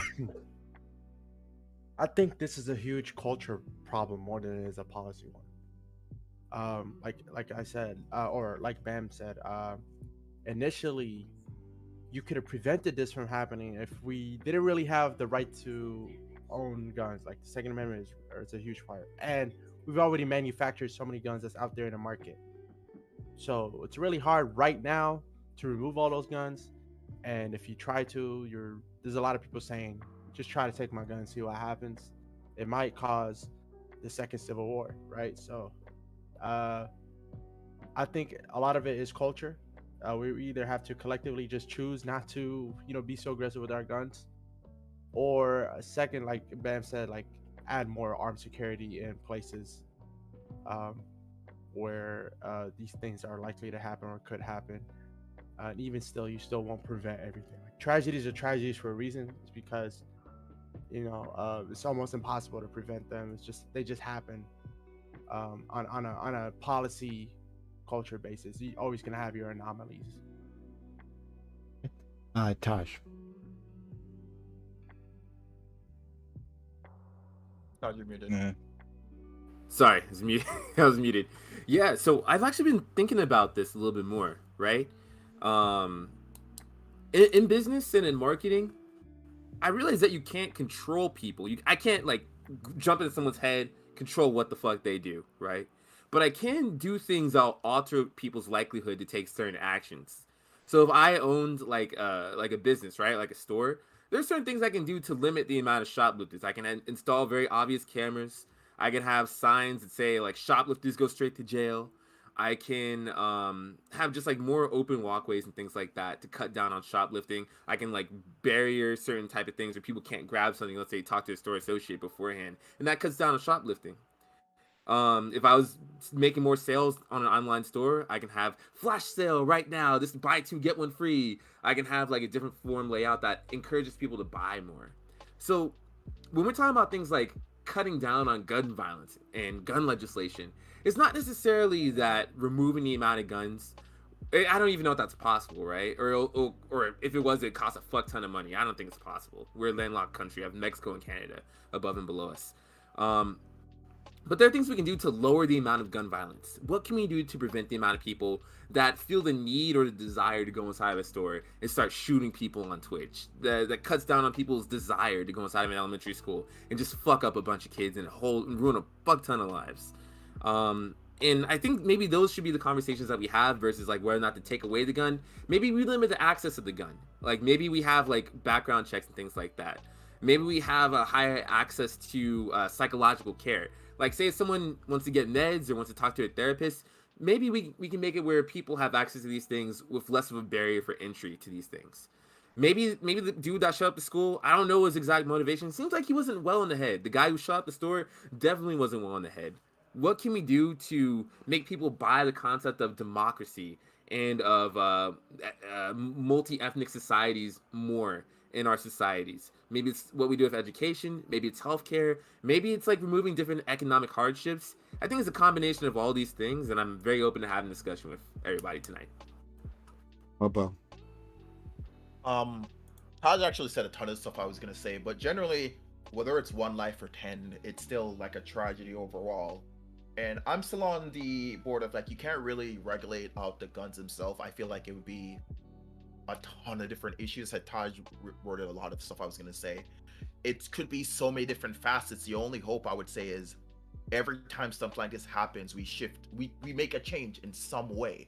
Whether he said like background checks, for example. Let's say if we make them universal in all 50 states instead of maybe only a few, for example. Or let's say we talk about as far as mental health. if we do something additional based on that. It's just as long as there's some sort of shift to affect the people in general. One thing I would definitely say is having armed guards everywhere would be nice, but unfortunately, the same thing like how we all don't have an FBI agent following all of us. There might not be enough people to do that, which I wish there was. But even on metal detectors, you could try to put metal detectors up as a solution, but no matter what, the one thing with a lot of these mass shootings or stuff like this, they always go into areas where they think they can get away with it. At least what my perception is. So we can try our best to make areas where it's safer, but they're gonna hunt out those areas where it's least safe. And that's the unfortunate part. So it's just like the only thing I can hope is we just make small shifts in ways to just make it to at least, if we stop one person from killing one other person, that makes at least make me happy. At least that's my aim. At least if we can stop one, we can go from there and build up little by little. But yeah. Okay, be more. Damn, this shit's deep. Prime knows I can literally sit here for about 3 hours straight and talk about this. But to be direct about the question, right? The manifesto, like, I don't recommend people read it, right? Because that's kind of his whole intention of writing, is he wants people to read it, right? But I still gave him that. I read it, right? And I think there are some key takeaways there. The key takeaways is we are going to have to address the level of racism that's being pushed by, guess who? If you take a look at who the manifesto cited himself, cited the Christchurch shooter, like the shooter over in New Zealand, who was also Tucker Carlson, right? And then also the New Zealand shooter cited individuals like Lauren Southern and a few other individuals, right? You can't just ignore this, right? You can't ignore the fact that these individuals are directly documented by their own word, motivated by Republicans, right? By the right. And that's to me, that's extremely important. Like, yes, we could talk about gun control, right? I believe there are things we can do, right? Unfortunately, Democrats are not interested in those things, right? And I would also argue that Republicans are not doing their due diligence to propose these things, right? Like, for example, safe laws actually provide safes to families. Safes are very expensive. They're very heavy. They're hard to lug around. They're hard to move, right? We can get into all the specifics, but that's my opening statement. Move. I just wanna touch on like the as my opening statement, the argument like good guy with a gun. They happen to have an armed security guard there, and because that guy, so I guess the argument that, and he shot the guy, but the guy, it didn't go through his body armor, so he just turned and killed him and kept it pushing. So now the argument becomes, oh, get him higher caliber and get him body armor. That guy, the security guard. I forget the older black gentleman's name, but that's what effectively happened. He was a retired police officer. He went in after the shooter. He got a shot off. It connected, but it hit him in the body armor, and so the guy just turned around and shot him. In those instances, I don't think there's no level of gun ownership that's going to prevent this, and then I'm not going to then turn around and say, oh, well, we should get rid of guns entirely, because that's not going to happen either, because criminals and those elements, they're still going to be out there and they're still going to want to do that. The only effective thing you can actually do is attack the root of the issue, which is his mindset. You have to attack the people that are promoting and pushing this mindset and narrative out there that is literally driving people to do this, because I believe, Beamer, right? The manifesto said that the white race is like dying or something like that, right? Yeah, great replacement theory, right? And Tucker Carlson has been on an absolute spree talking about it. Yeah. Literally, because he was in fear of his right. He said, I have to go out there and I have to eliminate some of them just so we can get ahead. That is an insane mindset. And then when you list out your influences, it literally, there's nothing else to argue. Let's go to Pace. Well, on these particular issues, I think that they're tragic, and I really wish people would stop talking about it being a mental health issue, because the fact is that this isn't a mental health issue. These people are evil, and they do evil acts, and we keep on trying to justify it or excuse it by saying that they were mentally unwell. They knew exactly what they were going to go do when they go do these things. And some people are just evil. We have to deal with that. And the only way to deal with evil people is with good people, but good people aren't always there. They aren't always armed. So there's nothing that you could do that would have been able to stop it, but you could have had other security measures in place that could have lessened it. But these things happen so rarely that nobody is really prepared for it to happen. The last place you expect somebody to go and kill somebody at is at a grocery store or at a school. Those are the last places that people are expecting. So they get lax. They let their guard down. In this particular case, with the Buffalo shooting, yeah, sure. Was there about some racism? Yes, it was. But I don't like to focus on just the one and then completely ignore what happened a week before that one, which was another racially motivated shooting that happened in Brooklyn of New York. And we just had another racially motivated shooting in Brooklyn just 2 days ago, in another train, another shooting that happened. But it doesn't get the media attention because it's not there to divide, because the race is the wrong color. So we have to address evil for what it is and stop using it as a method that we can use to draw people to the polls politically. I've already had this conversation. The reason why question. they don't hold on, just let me say that the reason why the subway shooting didn't get popularized because no one died. That has to be. Well, we just had another one where people died and it didn't get any coverage. What's the name? What city or so? Send me some details so I can see how it's racially motivated. Unless you want to explain to me how it's racially motivated.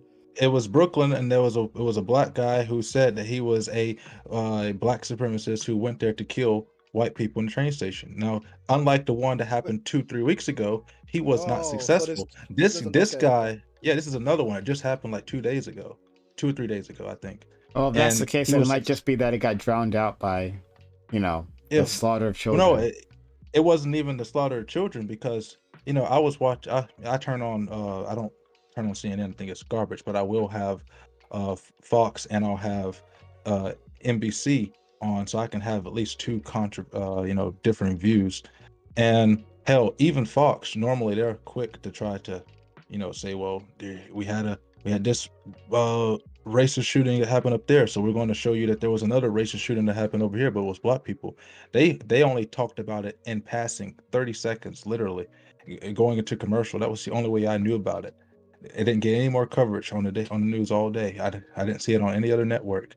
Now you go to their website and you'll see it outlined in the bulletin on their website. You'll see the breakdown, but I didn't get any news coverage of it. Yeah, I'm not finding any evidence that that this individual was racist. So if you want to provide it to me, I'll be more than happy to read it. And until then, I'm gonna focus on the ones that I can confirm are racist. And first off, severity does play a count on media coverage, right? So I'm not saying that it isn't, right? So once you can demonstrate it to me, then I'll address it as so. But till then, yeah, the Buffalo shooter, his manifestos are clear. Same thing with the New Zealand shooter, the person he cited, right? Clearly racist, right?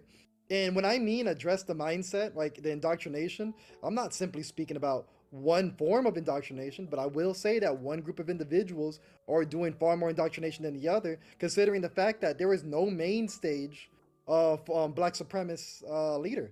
There's no individual on a major news platform speaking about the great white threat. Where is it? So you've never heard of Louis Farrakhan?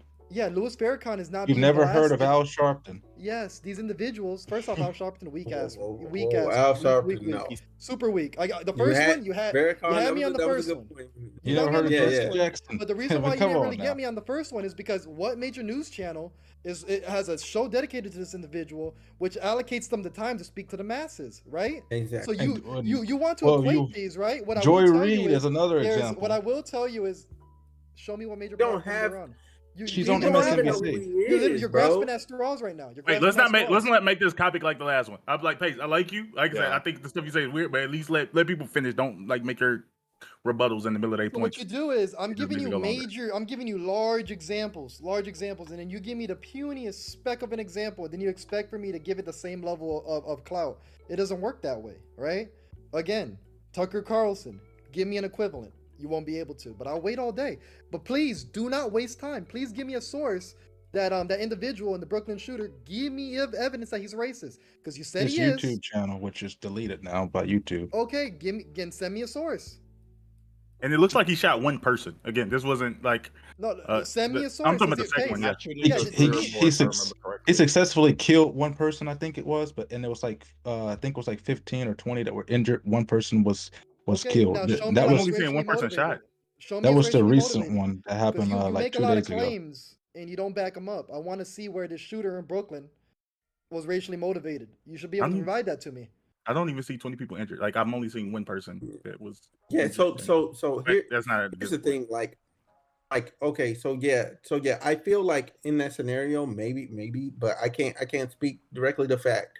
I think maybe he had more beef with a particular individual, and he did it in a mass setting.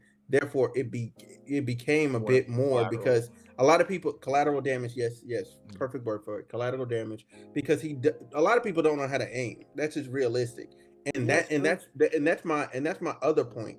Like when people say, "Oh, we're going to arm more people," are you going to train said people?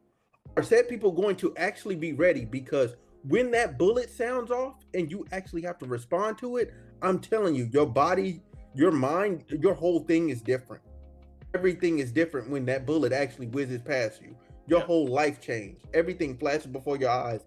And honestly, if you just want to preserve yourself, you're going to run. That's your base instinct. You're going to run. You're going to find cover. You're going to hide because you want to live. You're not going to want to fight it out because you know how powerful bullets are. That's most people. So you know what I'm saying? And I believe like when you look at the most recent shooting, like the police didn't immediately run in there. Why? Well, what happened? Because they literally already got into a shootout with this guy. They only had pistols. He had an AR. They was shook. Do I blame them for not going in there after the kids, following their training and protocol? Absolutely.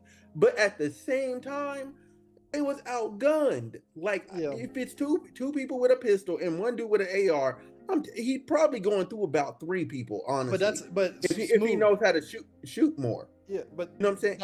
The manifesto said it themselves. Like the dude in the manifesto said it himself. They want to target soft targets, right? They want vulnerable locations, right? And that's a problem. To me, it's crazy. Like my job has full-blown security, checkpoints. If you try to run the gate, you will die. And it actually has happened in the past 2 years, unfortunately. But it just goes to show we don't have no level of security for these schools whatsoever, right? At all. Like I think we value why don't mass shootings happen inside of courthouses? Because we value judges more than children, right? Because really that simple, right? Well, a mass shooting will never occur in a school where Obama's children went to. Want to know why? It isn't because Obama's kids went there. Oh, I mean, okay. It's because security's there. It's just plain and simple. And when I'm talking about Secret Service, when we're talking about this level of security, they're just not packing little baby pistols. No, they have P90s.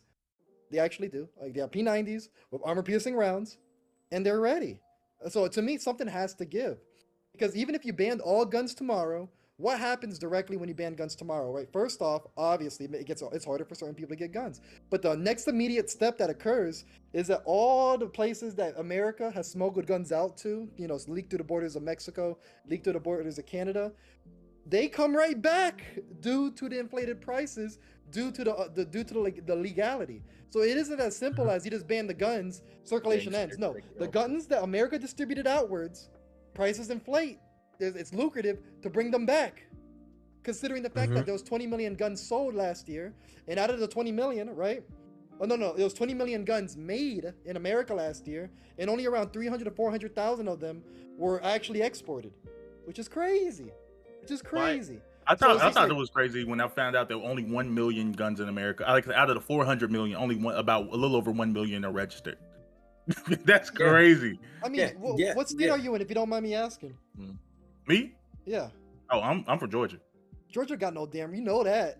Yeah, Georgia has but I'm saying, but I'm surprised that like out of like I said, out of 400 million, only one. Like I was expecting at least like 10%, something like that. You know, like 5%, 10%. But no, only 1 million guns are registered in the United States. That seems like a problem. There's a couple things going on here, right? So the NICS check system, right? It's a federal background check system that does exist for private sale of guns. People pretend it doesn't exist. It does exist. Background checks do occur, right? The But problem it's is not for everywhere though. If I remember correctly. No, it is for private. It is? Private. Yeah, it is. It is for if sold at a store. Okay. It simply is. Okay. NICS, if you want to look it up, NICS check, FBI, right? No, I'll take it for the argument. Here's a couple interesting things about the NICS check. First off, after the background check occurs, after 20 years, that record expires, right? One big fear for a lot of the gun individuals is registries lead to confiscation, right? Honestly, the only reason for a registry is so you know who to come after. What other reason is there for a registry? So you know whose guns to take in the future, or you just want the data just for the sake of data. You think people are gullible enough to believe that? I don't see like honestly, registry, it occurs. What's the purpose? Be very blunt about it, right? It's for future confiscations. Seymour, I have a question for you.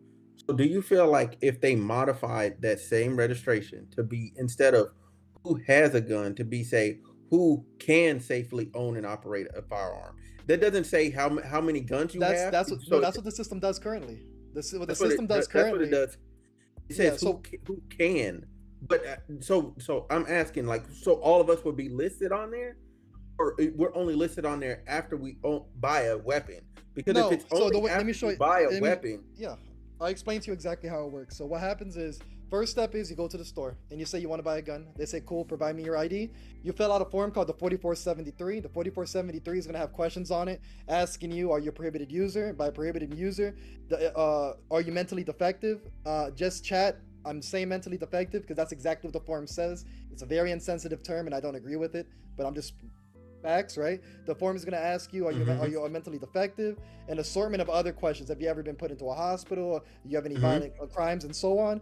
Simply lying on the document alone is a felony, right? Then after that, the form is submitted to the FBI, where the FBI will double check all the questions and ensure that you're telling the truth, right? So the issue here is, if you have a clean record, you can go kill people. You can kill someone. Like, I'm not going to beat around the bush, right? Like, if you have a clean record, if nothing's on your record, right, then you are free to buy a gun and commit a heinous act. And even if you were to create a registry, right, the registry, for example, let's say your intention is to commit a mass shooting, so you fill out the 4473, your record's clean, they sell you an AR-15, you buy some ammunition, and then you committed the heinous act, right? Well, there was nothing there before. You were never mentally defective to begin with. You were never a criminal to begin with.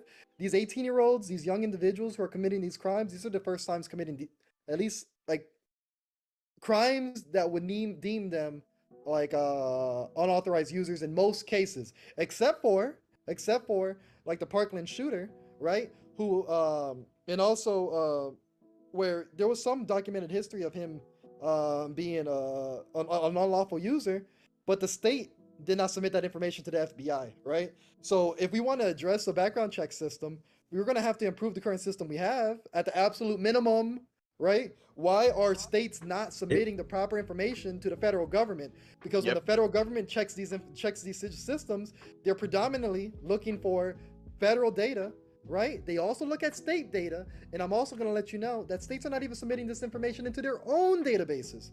Right? There's even an example of a mass shooter being let out of the Air Force, right, for being a violent criminal. Yeah, that guy. And then a federal entity, the military is a federal entity, didn't even properly notify the federal government, right? The requirements are there, right? So people say these are loopholes. These are not loopholes. The requirements are there, but they're simply not being enacted on. And the majority of individuals who are in the position to submit this information to the state or the federal government are actually police officers, right? Police officers are the first responders, the individuals who take down these reports, who are expected to notify the proper individuals after them. But guess what? The cops are not going to be held to no level of accountability, right? You know? The onus is just on us to deal with the repercussions. It's because they're their own judge. Like, if anything, I would definitely say, Taj, you're muted, by the way, if you were talking. So It's because they're judging themselves. It's like, hey, if I say I go and like slap someone in the face, right? Or I go and stab someone, and you're like, Marlon, you just stabbed someone, or Hobo, whatever. You just stabbed someone, and you're like, I'm gonna take you to jail, or I'm gonna have you you're gonna literally be put on trial.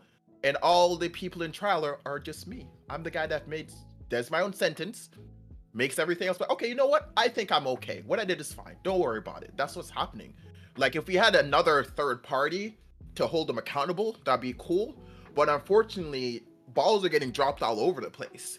And I don't think, like what you brought up, the whole fact that like stuff's not being reported correctly is a big issue. Like how I'm saying, at least if we can stop small things here and there, that's a big thing we can stop. Like the fact there should be punishment for when this happens, especially if, like a mass shooting or any sort of shooting happens, and we can link it back to information was not properly conveyed. Democrats are not interested, right? Democrats are not interested in establishing a system, right?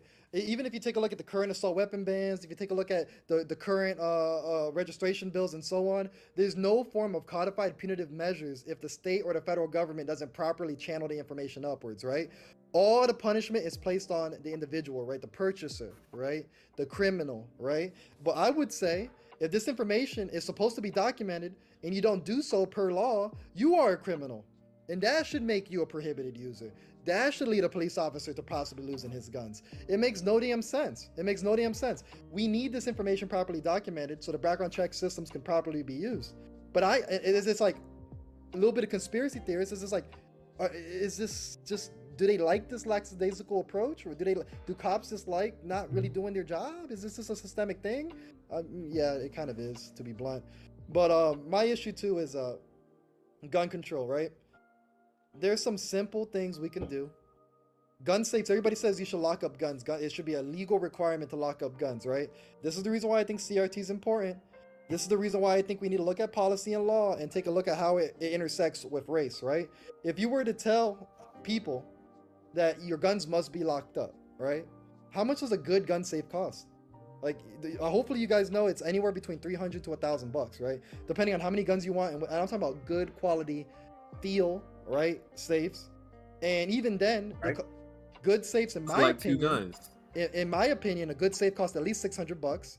It's ideal if that they're bolted down to the ground, so you can't just remove the entire safe. And if you do all this, first off, people don't even own homes to bolt down safes, right?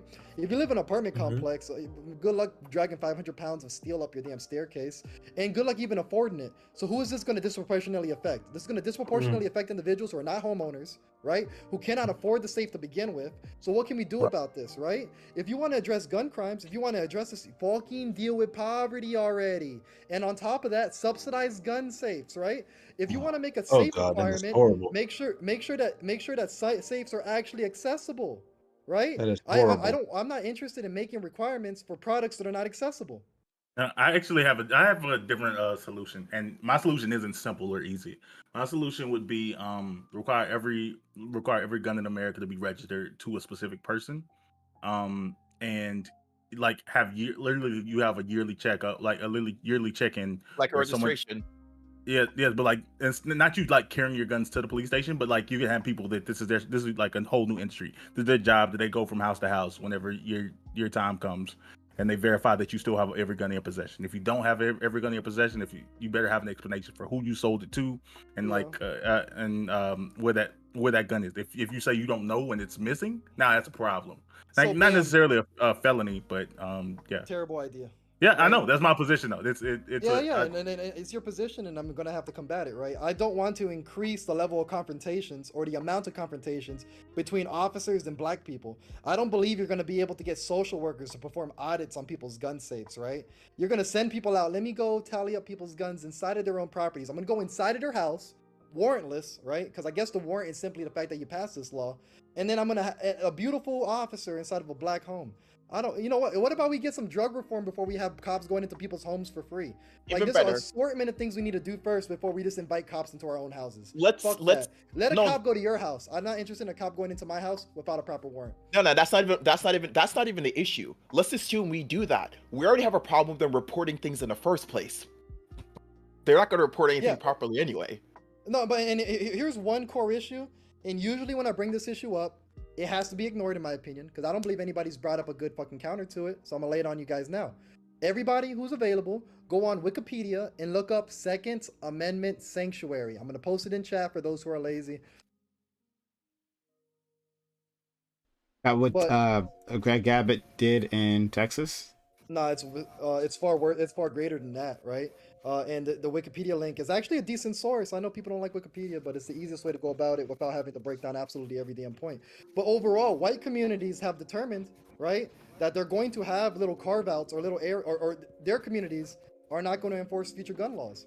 White communities, as a collective, have come up to the decision that at this point forward, these are the gun laws we're going to abide by, and all future ones or any ones that we locally deem unconstitutional, we're not going to follow. So what happens in this particular situation? You have white communities where their police officers actually represent their own communities who are not going to enforce these policies, like, for example, going into their fellow white people's homes to inspect their guns, right? They're not going to allow capacity bans or rifle bans because the officers themselves are not going to enforce it.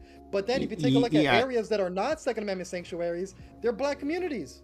They're communities. That's what Abbott did. That's exactly what the Texas governor Greg Abbott did, and he signed something like that in Texas. But mass shootings aren't the issue. Like, I don't care about mass shootings, but America does have an issue with gun violence. But like America does have a large issue with gun violence, so it takes it's gonna I don't think you can solve this issue with a couple problems to solve poverty. Like I don't think so. I don't think that's the solve solution. I think you do have to have a large a dramatic solution, and I don't think that makes me fascist. So what about? Sorry, you go smooth. So you're saying like fixing poverty wouldn't solve that.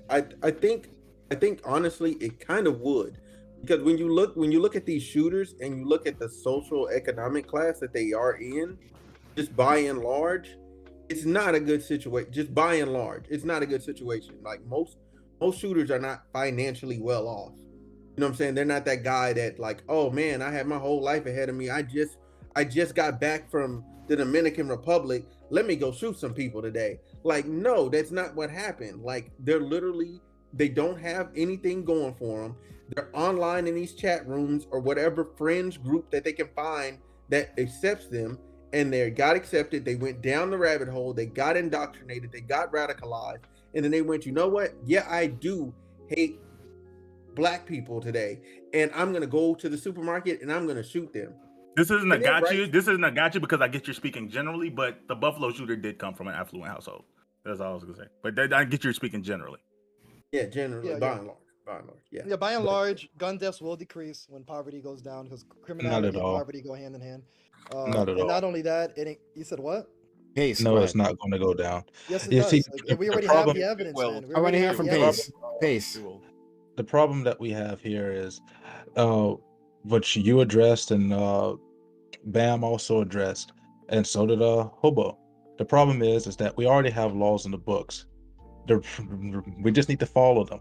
Same thing when we talk about immigration and shit. We just need to follow the laws that are on the books.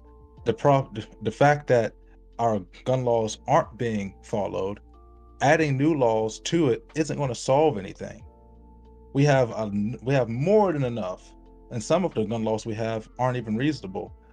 Just follow the ones that we have, and we can address this issue. Another thing to also point off to, the majority of people who commit shootings are criminals, number one, and number two, the majority of the time, the guns that they're using are illegally obtained. You can't say that. Passing those types of laws, the only person that it hurts are legal law-abiding citizens. It doesn't stop the criminal at all. Majority of people who kill people are murderers. No. Okay, Pace, you're onto something, but I think you're getting the wrong conclusion. Yeah. Yes, it is criminals that are causing this, right? How do you decrease the amount of criminals in a society, right?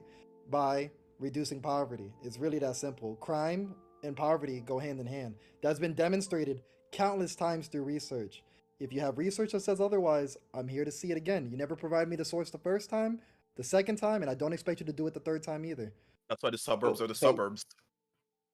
Yeah, and when you look at countries where people are living better, crime is lower. Just country by country, block by block. You know what I'm saying? You can take whatever city by city where anytime people are doing better, there's less crime.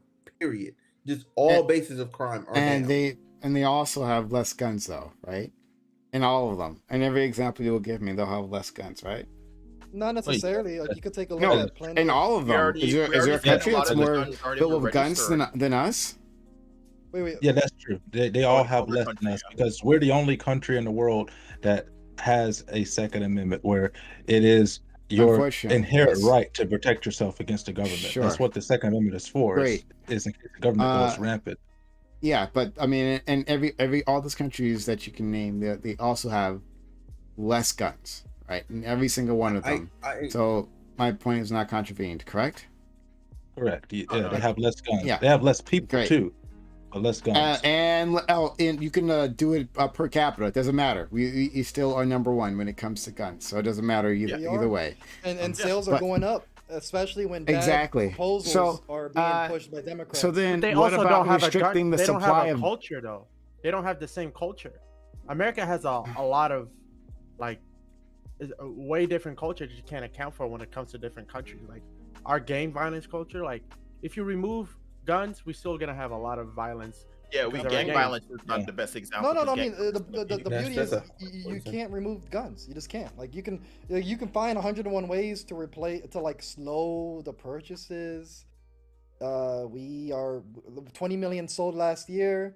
Over people say 400 million. It's looking more like 500 million.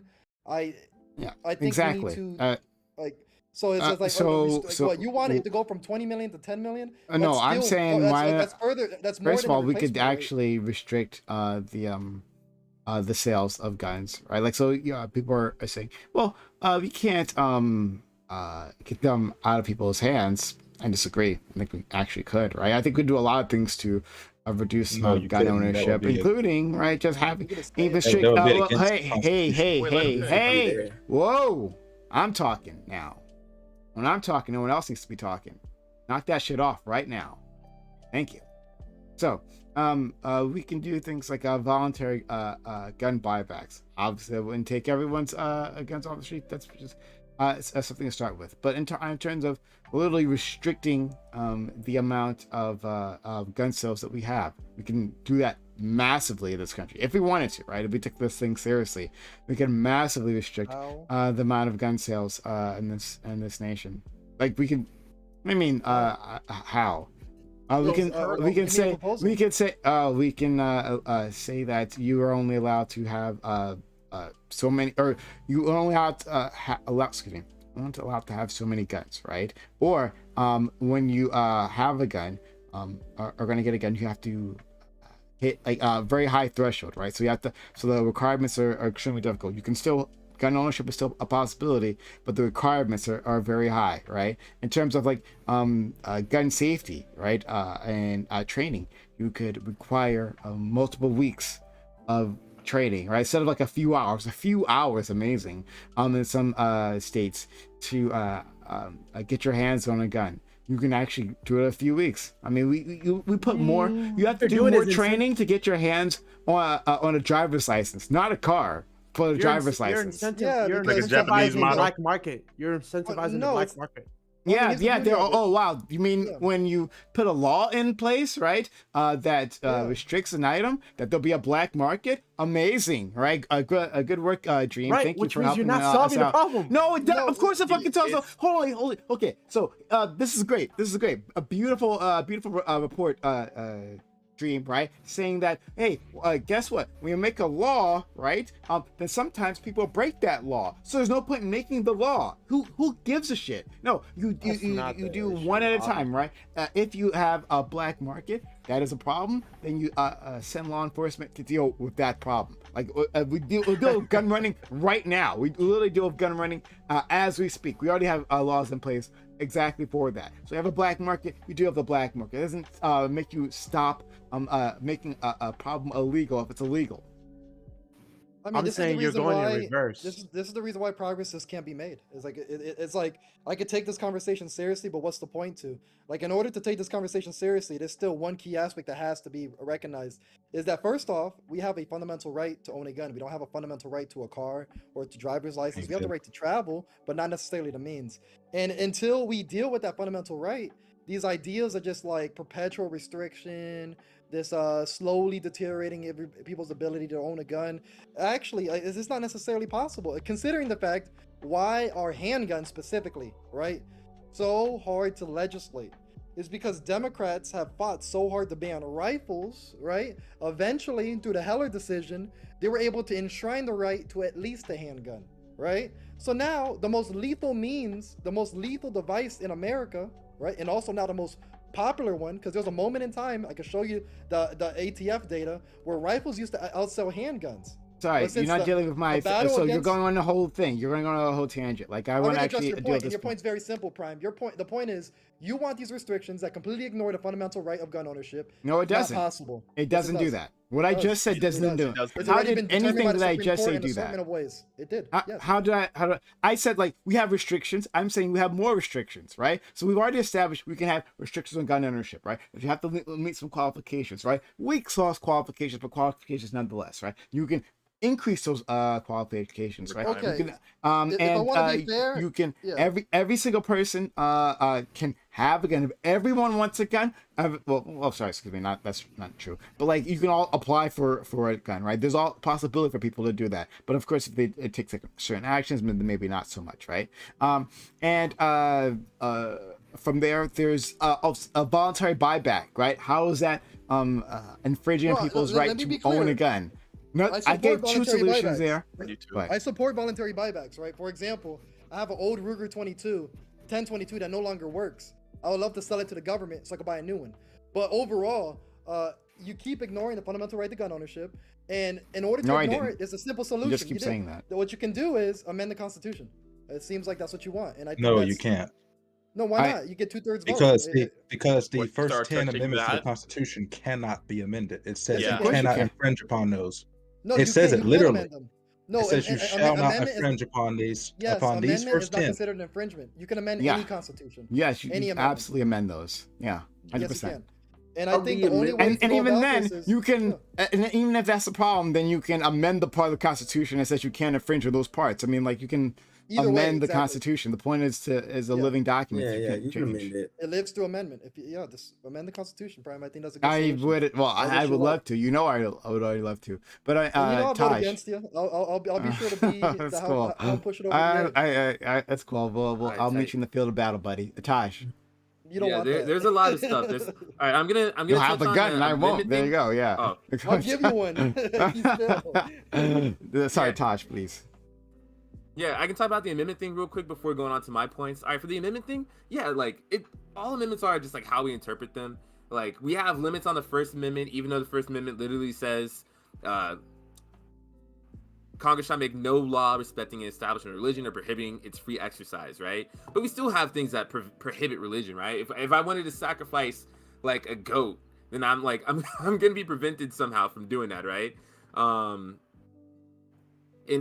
are you talking about? Like, Muslims do that all the time. What are you on? If you do it in private, no one's gonna bother well, you. if I were to sacrifice a baby, then, like, if that was part of my religion, that's murder. That's murder. That's against the if I were to yell fire in a fucking airplane, a movie theater, man, get this point off somehow, right? No, that's actually different. That's inciting a riot.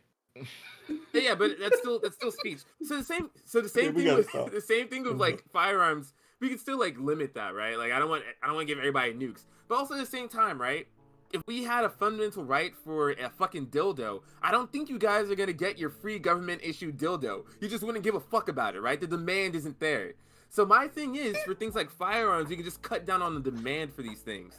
Like, the same way you don't want a government-issued dildo, then you don't get this government-issued gun, all right? You don't get a government-issued gun already. I want the dildo. I don't understand. Yeah, why wouldn't we want that? Yeah, you don't have the demand for the dildo. We can. I think we have. $10 paying for it anyway. I want it. We can find lots of things to do with the dildo. Right. But like, what I'm saying is, like, the demand for these things isn't there. So what I'm saying is that if we cut down on the demand for guns, we will see less gun violence. So how would you do that? I'd love to hear your proposal. How do you? Yeah, there's a lot. I bet it's possible. I have my own ways. Yeah, I'd like to ask you. Who is getting a government-issued gun? Right. I'm just saying, like, if there was a government-issued gun, right? Like, there's just like, we can cut down on the demand for these things, just as we would if there was a government-issued dildo.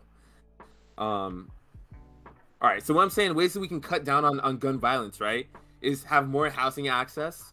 A lot of like violence between like a lot of domestic violence is caused by couples that literally can't afford to split up. Yep. Like, motherfuckers can't afford to split up. So that'll cut down on not only just domestic violence but also gun violence too. Put them outside. All right, to cut down on things like hate crimes and shit, we can like introduce like better education, that's more robust than like more encouraging for racial friendship.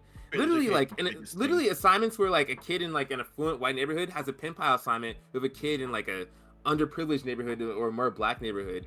And like maybe something like that will cut down on like racial animosity. How many? I wonder if the kid that shot up the school, color of friendship. Can you imagine? Hey, you got a black pen pal. He's like, things like "Hello, nigga." That's just gonna be worse. Mommy, my white friend called me.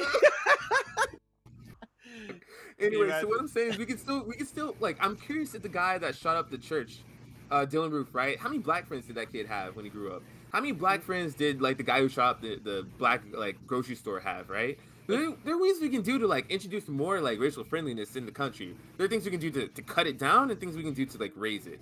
Because a lot of hatred is based out of unfamiliarity.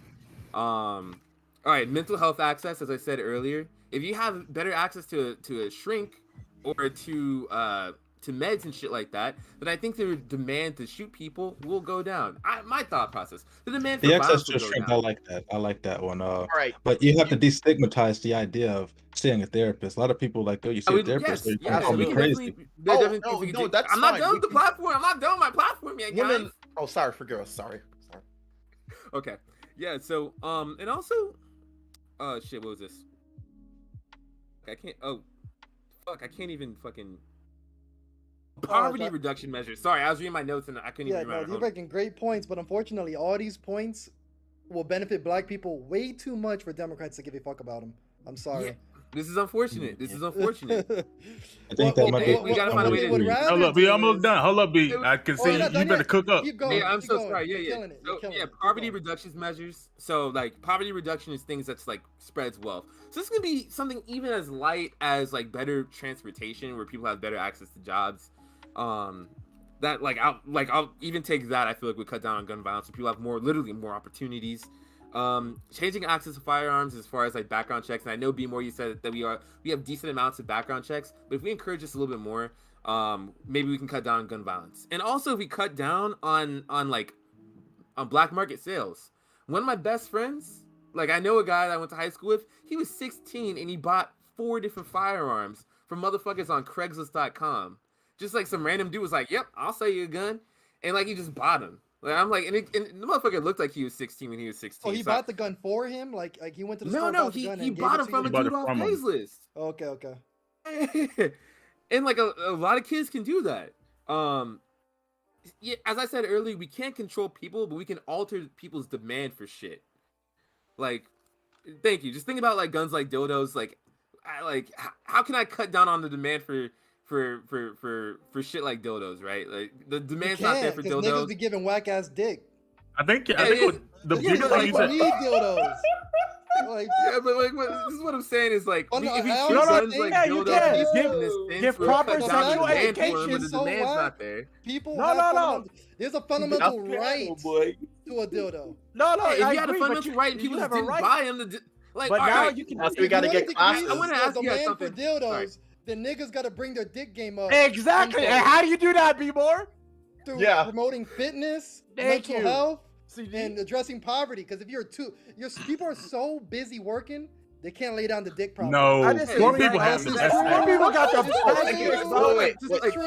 best. Not early. If all people got the best, that's how it is.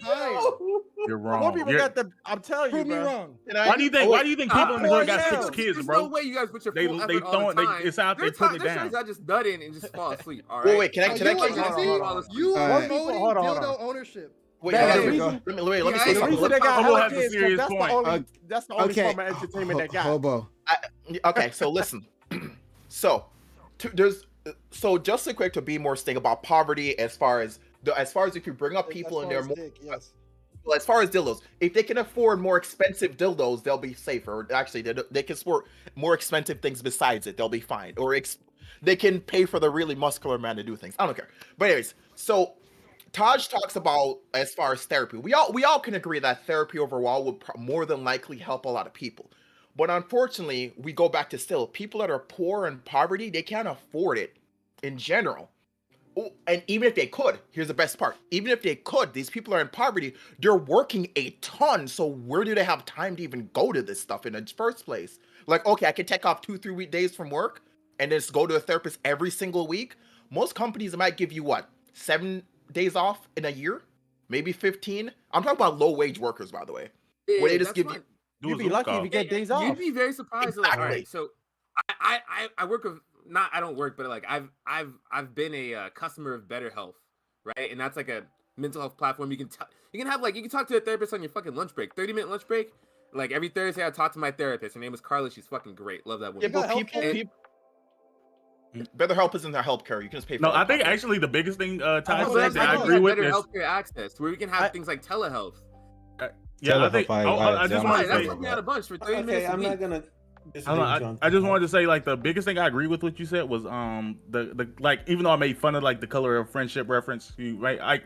Socialization is like super important. Like you spoke about Dylan Roof. Dylan Roof went to Lexington High School in South Carolina, which is like 96% white.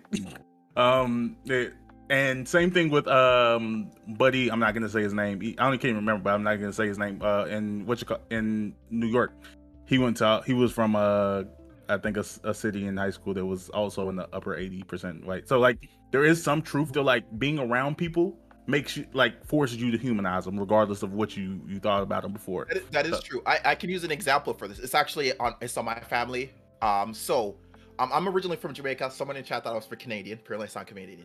So last year Thanksgiving, I actually went and had Thanksgiving with my family. We're a bunch of Jamaican people, and they were physically talking about when they came to America, that was their first time seeing that many white people in one place, and they were all shocked because it's just so weird. They literally, and that's why I use an example. But they come with curiosity. They're still like, oh no, this is weird. So I understand like, if you start integrating more people and getting more used to it, like these are just regular people, because to them, when they came here, they're like, okay, white people, we know they exist, but like they're over there, and now you have to interact with them. So they're all laughing about how they thought they were ridiculous thinking this when they first came to America. Because I said, I come from a country where it's a majority of black people. So I think it's the same way for these people, where it's instinctively as humans, we're scared of the unknown. So if we don't integrate to some extent, that's why I like the whole idea of integrating overall. If we don't, there's gonna be those people that are just scared innately because they're like, there's a black guy. I've never dealt with black guys before. I can only go off stereotypes or whatever it may be. So I'm a big fan of doing something to integrate kids a little bit better. That's it, actually. So they were scared. Yeah, I think about They were scared, and then they discovered white women. Then they were excited. So all right, I hear you. I got you. But yeah, I interact with a lot of groypers. Sorry, Prime. I'm sorry. No, that's fine. I was just being a shit. I continue on. Yeah, I've interacted with like a lot of groypers online, right? Like on a Politically Provoked, I go on their pop on drinking chat channels a lot. I genuinely believe that a lot of those motherfucking kids that like follow Nick Fuentes and all this other racist shit, I really believe those motherfuckers have never had a black friend in their fucking lives, right? Like I mean, yeah. Like, what does that do? What does that do to a motherfucker? Sure. Look, I think help you off your drip. It's painful. I think it's absolutely, I think it's certain that if you increase diversity, then increase people's exposure to others from different cultures, then hate goes down when you actually experience them, right? But like, you have to go deeper than that. If you're going to propose this, then I need you to take a step further.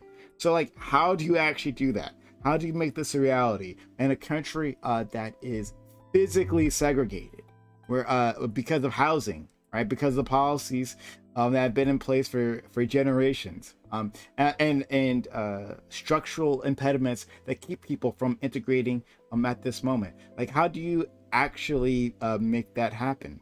Have more kids. Promote gentrification and subsidization at the same time. Replacement theory true. That's what you got to do. He gave some examples with the riding pen pals. I don't think that's a bad idea. What? That for interracial couples. Maybe even like no, I think it's cute. So my thing with the pen pal thing, like to know that you're Can we talking not- to a person of the other race, you're gonna send them a picture with your letter to say, hey, If you let me just finish, so you know, I'm black.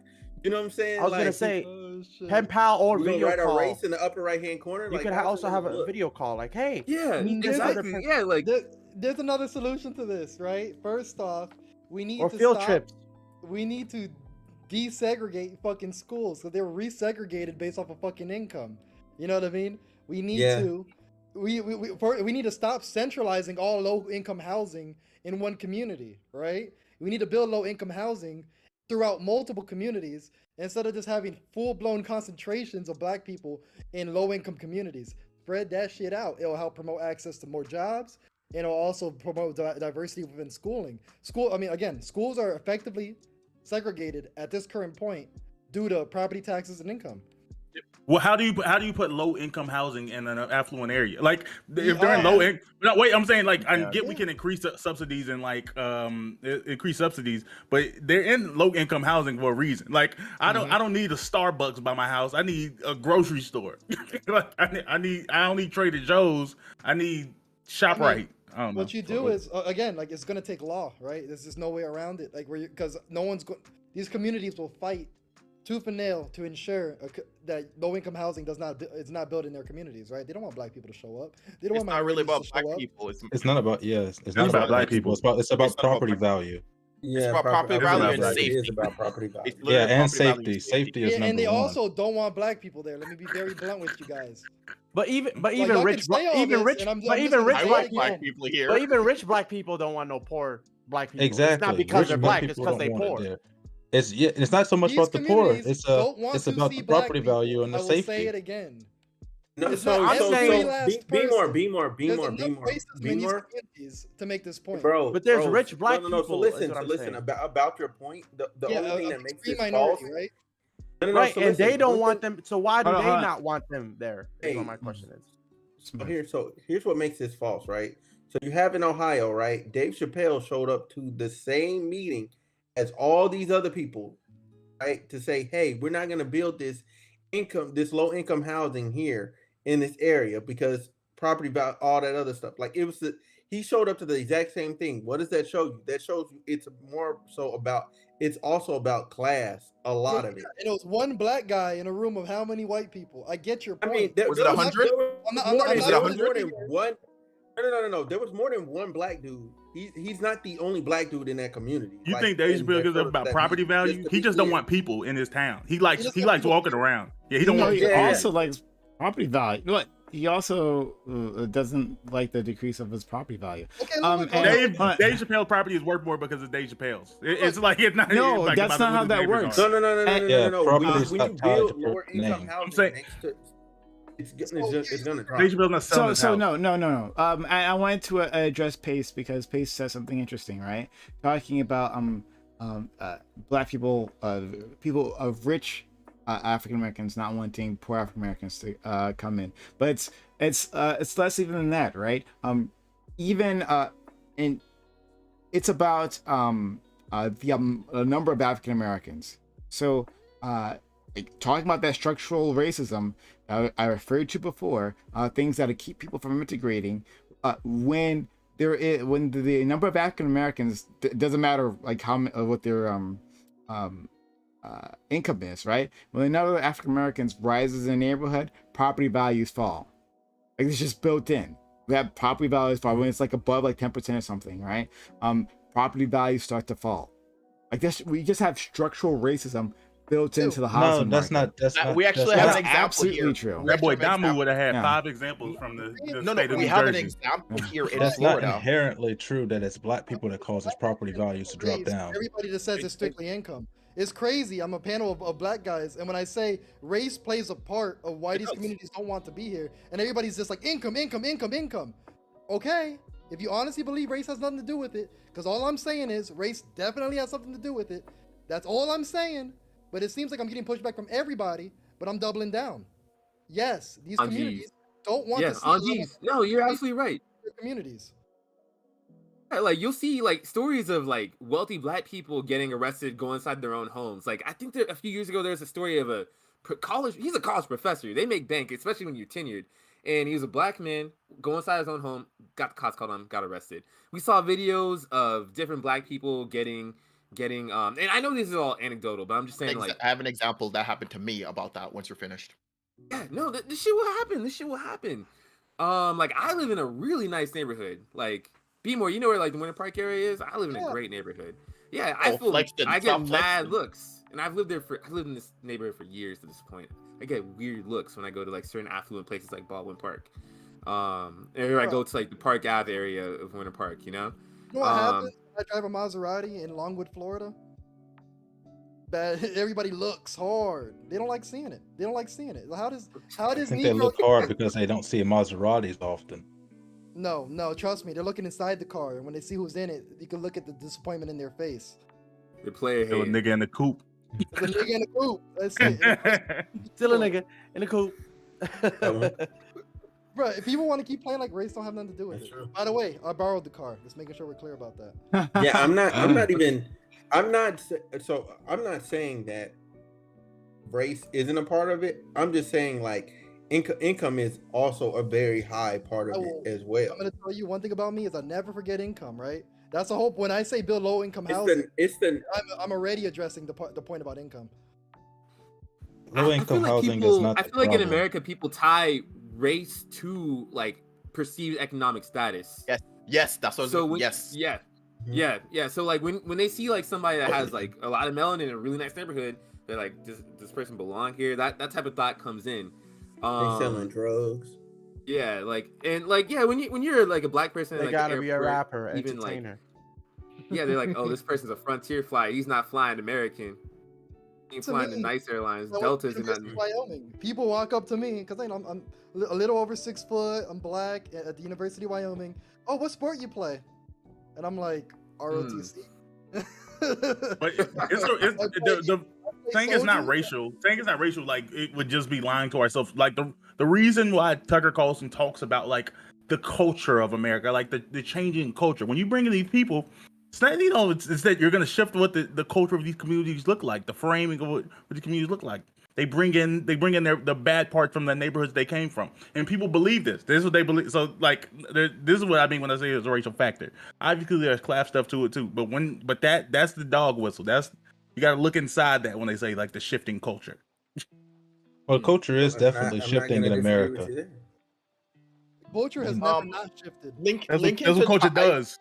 I think one of the big I think one of the big things is linking to Taj's point, though. I think one of the big things is linking to Taj's point, where we associate economic status with the pigment of your skin for the most part. Because like even using like me and Taj live fairly close to each other. I could probably get to where he lives in like 10 minutes. And for example, like me, I was working at like a law firm before. My other job, I don't dox yourself. My bad. Well, I don't need to dress now. What I do currently, I don't need to dress anything fancy.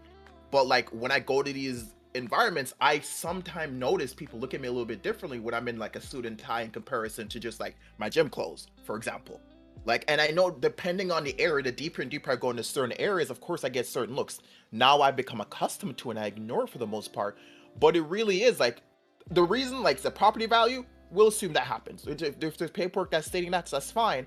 But it's going off a perception. The same way if you see a bunch of houses with really dirty lawns, you assume these houses aren't good houses because their lawn aren't being upkept properly.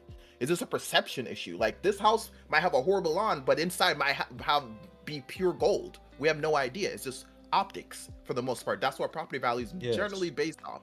And then of course violence and everything, which is still linked back to poverty. Because if you put low income housing inside these areas and then you assume, okay, these people are here, even if you assume they're here for good intent, there's that chance that they might get the one person there that want to rob someone because they're like, you have something I want. But anyways, Smooth, you want to say stuff? Yeah, so I guess my question is, so to go back is so we have an issue with guns and people using them to do bad things, right? Yeah. Issue with guns, people doing bad things, right? So my real issue with the shooter is one I also want to just address, like we have an issue where they are in a lot of conservative states going through pushing this critical race theory, and they're removing things from the history book that would actually help you not be racist.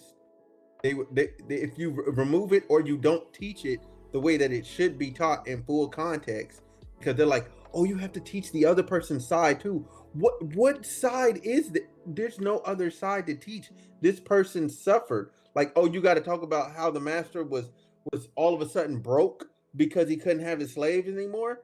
Who cares? I have You a know what I'm counter saying? I have a counter argument to that. It's What's because up? which so you kind of have to somewhat tell the other side to some extent. Like you talk about the master and how they suffered after it because they did such Sorry, wrongdoing. how did we get here? Sorry, I'm like, Whoa. now I'm wondering. We were talking He's about talking gun about gun violence. violence. He's talking about gun violence and telling the other side and the other side. No. So the- what? Sorry. So what I mean? I misunderstood. Yeah. So what I mean by that is, so what I'm saying is, with the shooter, right? And he was racist, right? And he, like, that with critical race theory, right? They're saying is critical race, but it's not even critical race theory. They're just removing things from history books that actually promote a healthy mindset when looking back on America's history. When you start omitting things that happen to Black people, when you start omitting things that happen to Native Americans, when you start omitting things that happen to Hispanic Americans, you start promoting a history that is People, very what you doing, dog? So let me make sure I understand then. So you're saying, as far as the shooter goes, one of the issues that may have caused this was because Oh shit, I'm muted. Anyway, is currently a lot of information that would have possibly swayed him to perceive Black people or whatever minority in a better light has been getting omitted. Just to make sure I understand. Omitted or not being taught in full context the way that Okay. it should. It's being, you know what I'm saying? Oh, okay. Now I have set up in this lesson plan during Black History Month, we're going to talk about these particular key Black figures, and it's the same ones all the time, and it doesn't go deeper into like real things that actually affected us in like teaching Advocate for the a abolishment broader of Black history. History Month. Huh? I said advocate for the abolishment of Black History Month. Black history is American. That does not. I do. But that's a different not topic. a That's a word. different topic. That's a different topic. That's not really a thing. Just, other just than teach it cultural. all. You know. That's just a culture thing. You can't abolish it. What are you abolishing? No, I'm not saying I'm saying there's no White History Month because it has been accepted that white history is American history. Black history is American history. So teach it the entire year, not just 1 month. Get rid of Black History Month. So here's We don't have to do both of those things. here's what I would say. Listen, Go ahead. we make Cinco de Mayo a national holiday, and we make Juneteenth a national holiday. Everybody else celebrate it. Everybody else love it. There we go. Problem, whatever. That's fine. I ain't leaving How's about white that race. federally? Because Ain't no I'm- solution. I'm just literally saying how, like, at the end of the day, it's a ridiculous thing Yeah. to say in general. I have a counter for that. The reason why we have things like, I appreciate things like Black History Month because it provides that incentive for schools that otherwise wouldn't teach Black history, and they be lackluster when they do that shit too. I actually wanted Yes. Immigrant History Month. I'll come out and I'll say it. What does that mean? I mean, I think that, like, what I don't understand the context related to the conversation, but I think that what Smooth was saying was generally like how whenever we talk about, well, at least in my schooling, when we talked about the Civil War, the majority of my high schooling was related to states' rights. And that was the context. Like, there was some slaves, like that was kind of thing, but it was mostly like, you know, freedom, state rights, and that's why we fought a war to the death. But yeah, I don't think that you have to give up Black History Month to teach Black history other months of the year. Like, I don't think that, like, that's conservatives are begging you. Like, that's that repeal and replace argument. Like, when we don't get the replacement. you never get the replacement. You never Ever. do. I just think, well, back to the topic. I was about to go off topic for a second. But back to what we're talking about. So just to make sure, I said, just reverting. Right now, schools are omitting information that would be perceived as something that can actually would affect someone that might be racist or might sway them away from going into that path. Because I'm a big believer of becoming like a full-on, like, as far as negative racist, as far as being violent, that's something you learned. So I'm always a big, like, look at the people they're surrounded by, look at their parents and everything else. Yeah. I think that's what I think. I mean, according I forgot the percentage, genetics wise, who we are, like our parents affect who we are as people genetically extremely. Like a good amount of how we act, how we perceive things, that's genetics. I forgot the exact, I think it's like 50+%. So like these people that are doing these very heinous acts in general, why are we not looking at their parents and their family in general? Like, hey, this isn't a good thing. What type of people are around them? Hey, if this son is doing this or this daughter is doing this act, let's take a look at everyone else, like their sister, their brother, or whatever it is, because they're not all just random one black sheep in a family. We already do that with black people. So Every time a black random. person goes to jail for does something violent, it's always the family of the parents. Where are the fathers? The fathers aren't in the home. Personality is You got a random. mass dude. shooter. Where the fucking You parents? can't really at? control like how you're born in terms of what your personality is. No, It's really no. random. I'm saying it's linked to the In parents. some ways, yeah, they're related. It's It's some like linkage, but like soil. you have an innate personality because you are a unique human being.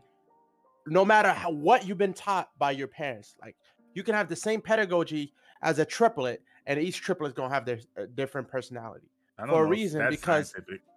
huh? I don't know if what you're saying right now is scientifically proven. No. They actually have That's proved that actually with true. twins. They already What he's did that talking already. about I with think triplets, they what proved it with Hobo was twins. saying was that it's like seed plus soil, and the family that someone comes from is like a large part of the soil, if you know what I'm saying. And I'm saying you can have the same soil, but different outcome, Yes. and exactly. even the same seed and different Sure, but outcome. this is nature and notice- nurture. We're just saying it's Yeah, it's both. nurture. Like you can I'm definitely saying impact these nature things. plus nurture, even if it's the same, you still got different outcomes. Because it's What you? Yeah, right. Yeah, Like, like me and my Right, brother, Sam, right? Sam We're Hogan's like about to choke on 13 a months hot dog. apart in age, but we're vastly different people. Like we grew up in the same household, same parents and everything. I went to a different high school than he did, and for some reason we're completely different people now. And like that's part of the soil too. It's not just your family. You're not alone with your family. That's like a large component of it, but that's like, who's in your neighborhood, who are your classmates in school. Like that shapes who you are. If I didn't have certain friends in school, I would not be interested in politics at all. Yeah, like my thing is like if they can link any, like let's say use KKK for example. Let's say this kid, we can link him back to some random KKK member, right? Or a neo-Nazi, whatever it may be. Just for example. I don't think that's. Sorry. My problem with this conversation has gone like so far off the rails because it's about the government response, right? The government response. And now we're talking about, hey, can we make buddies with mass fucking shooters? Like, sure, I guess, yeah. We've already established that if you make friends with people, that helps. Yeah, I get it. Yeah, we make friends with people, that helps. But there will be a certain number of people who, for whatever reason, right? Maybe they didn't get their, as my friend Polite Pan in chat said, their government mandated black person, right? Black friend. Yes, sure. There's gonna be people who, for whatever reason, like have that issue, right? And then they take out through violence, right? Maybe not necessarily mass shooting, but in any case, violence, maybe radicalized. What are we supposed to do about that? Punch him in the neck. I don't think there's much. You're never gonna solve for everything. See, the You're government. not solving for anything. I'm sorry, I don't know. Like You are. Like That's why. Socialization, you do solve. No, you I'm actually sorry. do Look, deep- this is terrible. This is boring. Yes, we've already established that. Great. We can hand out a black person, every white person. Oh, we've done that before, in fact. All right. So anyway, like, let's talk about like actual solutions that we can put in place. Like, how can a government respond to these issues that are happening right now? Right. So I would love gun restrictions. That's one way of doing things, right? But there are other ways of handling this situation as well. What else can we really do? politically unpopular. And- Like and something. You need to make schools hard targets. They're soft targets right now. We need to build better schools, bigger schools, better facilities, limited points of entry, and actual security. That's something that can be done. Because even if you were to ban guns tomorrow, let's say tomorrow, the cops confronted the school shooter on the other day in Texas, right? The cops were right fucking there, and then when he went inside, the cops didn't do a fucking thing. They just they sat there for an hour plus. Hold on, they sat there for about an hour waiting, I guess, for backup or some shit, when parents were literally jumping the fence, getting their kids out, and maybe Not even talking about that. some cops actually went in and got their own kids out. It was absolutely a fucking travesty of what happened cops there. suck. So saying Cops that, do suck. so what Well, would you need to security look like then? If it's not for police officers, what would you have? Controlled entry points, right? These individuals shouldn't even be able to get inside to begin with. Someone with a rifle should be stopped. The door shouldn't even open. And what door if should not they had it open. in a bag? Okay, It doesn't matter if full-blown they had it in the bag. AR-15. The school should have First been off, if they locked. had it in the Well, they bag, have handguns in the bag. if they're not a student, if they're, first off, I'm looking in this specific case, right? In the previous, they weren't students, so you need to have entry control. People who should not be going into schools if they're not currently attending that institution. Or unless you're a parent looking to pick up your kid, right? Obviously. Or a family member, right? Parents have to You go have to through be on checklists. approved But he was neither. He was neither. Wait, Yeah, pause. but I'm saying You have to be on approved there's list. all kinds of reasons why you would let an individual in into your building. Or Yes, and the they whole could goal just to wait for reduce another the person to individuals. try to come in and force the way. There's all kinds of situations, but that's not the point. I'm talking about like how do we stop these things from happening in the first place, rather than like You responding to that. I'm not what I'm saying is preventative. These individuals had no reason to be in these schools, so don't let them in. You need to make it a hard target and control the points of entry. That doesn't solve the problem of mass shootings, right? And it doesn't solve the Buffalo. Like, what do you do for a fucking supermarket? Like, Nothing not that everyone nothing is that being the privileged to get into the supermarket, right? Like, that's like simply hardening and making it difficult for people to live right in these countries. Okay, I'm talking I about love school that shootings that's right the now, so response let's talk about Buffalo rather then. than actually tackle the hard situation, like which be the guns themselves. Let's make it just harder for people to live in this nation. That's the answer, right? Let's make it harder just to live, just to Harder exist to live? here. Well, Prime, you were talking about real. Nobody was getting. Prime, wait a minute. Prime's talking about real. Let me answer this directly, right? Hold on, you've answered this directly. A stranger being able to walk into my child's school, stopping that from happening, And somehow grocery infringes on store. my fucking And grocery freedom? store. How does that make sense? And grocery store. Okay, so I'm talking about right now how to prevent and I'm reduce talking school about it mass all. shootings. Okay, do you agree We that have my to do policies will help reduce school mass shootings? Can I- And then can I we can move on to Buffalo? Sure. Okay. Yes. Yes. No, how would it not look. then? In fact, what would also help is this: every time like the kids came in, right? We built a concrete wall, a fresh concrete wall each time the Okay, kids Trump. came in, and then definitely we'd stop All right. mass shootings, right? Okay, Well, at least Trump. most of them, unless kid Can I smart use an enough example? to I bring mean, it in but himself, Prime, right? if Unless you're you're a talking kid about feasibility, yourself, and then you bring it in, student yourself, and then you bring it in, then that wouldn't help in that case. But yes, Wait. if we build a fresh concrete wall every single time, that would indeed help decrease school mass shootings. Great. So, can we talk about generalized solutions? But I'm saying if your solutions are based on feasibility, you wouldn't be dealing with anything that deals with gun control, because that's probably the least feasible option right now based on American opinion. Like they could have seen No, the it's not. kids die Not in their based on own hands. American opinion. Are you kidding me? The appetite. Americans do not want to. You're not. Absolutely, like, Americans they who own do. guns. Absolutely, they do. Don't want to control guns. Absolutely, not to the they extent do. that we I reduce mass literally shootings, just no. saw a graph talking about the majority of Americans. Absolutely, the majority of Americans. But want the devil's in the stricter gun details, Prime. control. Yeah, what do they Absolutely, mean? 100%. Yes. Nobody You're reads the wrong. proposals, DO1, You're if you wrong. wanna know. Exactly. When you anybody actually reads look the at the proposals. proposal, This- yeah. Nobody reads them. This is like unbelievable. Liberals literally so- read, and the liberals say, It's "Oh, not yes, just liberals, statism, right? expand police It's power, not I just love it." liberals. You can Read try. the You can try details, that. Prime. You can Tell try me the that, right? details. But no one wants to get shot. No one likes the horror these people that they see. I mean, unless you are literally a gun lobbyist, and you'll know that, gun manufacturer, and you know that, yeah, we're about to make some money now. When we have dead kids in the street, right? Because then people are gonna get afraid, and then they're gonna buy guns. Yeah, no. Other than that, no one likes this. No one likes this state of affairs. So to say that, But if you say we're gonna make legal gun owners' guns a little bit harder to get, like even slightly, you lose it. You're losing. No, absolutely no, not. most people aren't gun owners. Most people aren't gun owners. And then beyond that, most people only have one gun, maybe two guns. The people that you're talking about, the people who have the mass biggest collections. aversion to these things, are people who own many guns. Be more than No, exception that's the here, majority right? of people. No. the majority of the people own more than 2 guns in this nation. Is that No, the case? not own more than Say 2 that. guns, but are in Okay, well, favor then of that's what I'm are in fucking favor of talking gun about. rights. So I don't know why you bring It's that not the up. straw man. Don't argue the straw man. Argue what I said. The majority I'm not of arguing. Americans. No, you're putting up the straw man, and I'm No, you didn't. I'm knocking it down. I'm saying that the vast majority of people, first of all, either aren't gun owners or don't own many guns, and so they're fine with restrictions. Like, oh, I just can't because you build don't an own a gun arsenal, doesn't mean you're okay that'll with be restrictions. right? You're And you're making a false all I equivalence. said. And what did I say here? Right? Did I that's say self-made a restriction. mandatory mandatory buyback or mandatory confiscation? I didn't. I would love it, but I didn't say that, right? I talked about voluntary buyback. I talked about increasing restrictions, increasing the difficulty of getting a gun, right? And then massively increasing the amount of training required, all kinds of things, right? To slow down people's ability to get guns, right? And the majority of that's Americans what are I against talked this. about, right? The vast majority of people are not going to have a problem with that. They want want increase gun restrictions, and they're not trying to build an arsenal. People don't go to bed. Most people don't go to bed thinking, how can I build my next one? I can't wait to get my next gun. That's a ridiculously small amount of population. People hold these positions on principle. I'm saying people No, they who don't. have no intentions of Give me owning proof. guns You're just are fucking against saying the that. concept of making You're guns just saying more that. difficult Give to me get. proof.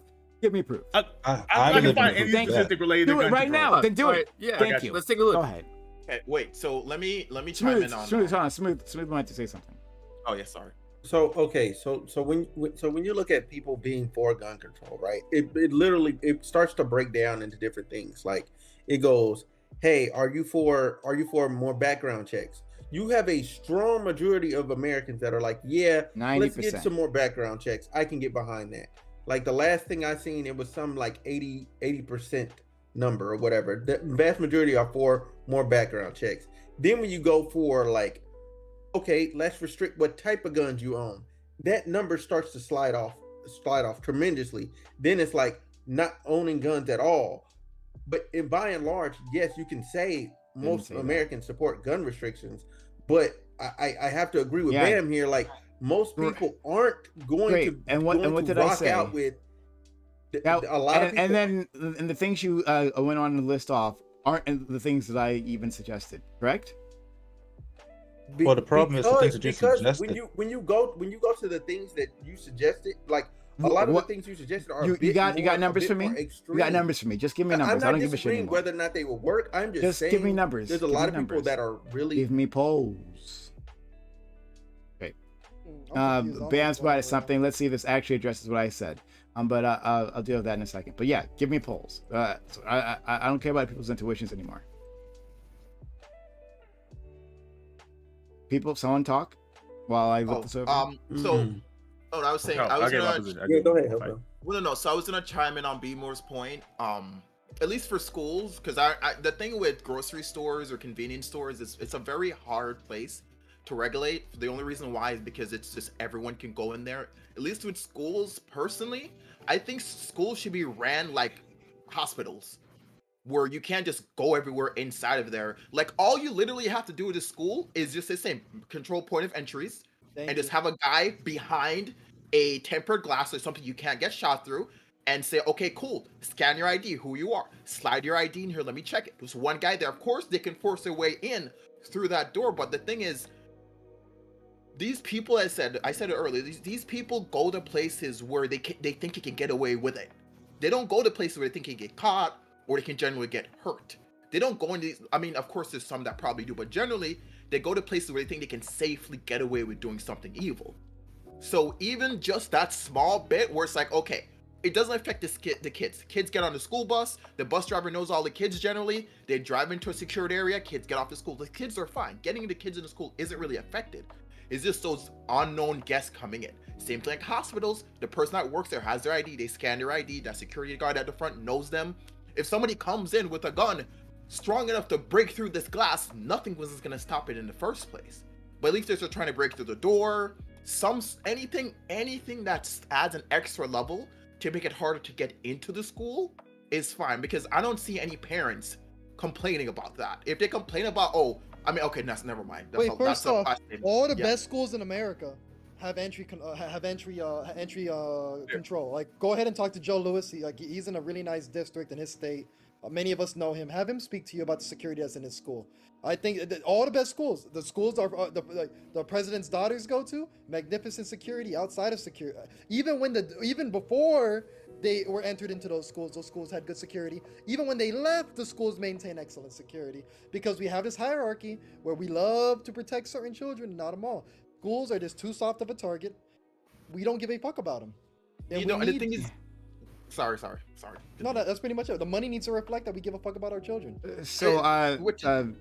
I was just saying that Bam's article doesn't actually deal with anything that I said, but they'll deal with them later. You can keep going. Well, no, so like, but that's what I'm saying. Like, we're both agreeing on the same thing. I don't even think it needs to be that drastic because it said literally, school opens, tell all the kids when they're coming to school. If you walk to school, you go through this door. Every other door from the future tense is locked or blocked. Period. You leave one door. You can have multiple points of entry. You can, but we're trying to. In my head, I'm trying to keep it as simple as possible, so it's cheap as the world. Because so let me be clear here. The reason why you never want to have only one entry, right, in the military's perspective at least. Yeah, because they know where to go. It becomes a choke point, and that becomes a target. You have multiple control points. Also a fire hazard. Control points. Yes, the fire hazard is not a big deal because there's always more exits than there are entrances. If emergency exits opened when it's not an emergency, or even if there is an emergency, both circumstances, immediate response. But still, yeah, multiple points of entry, but the points of entry are secured. People are putting visuals, making sure that individuals going in are actually students. Great.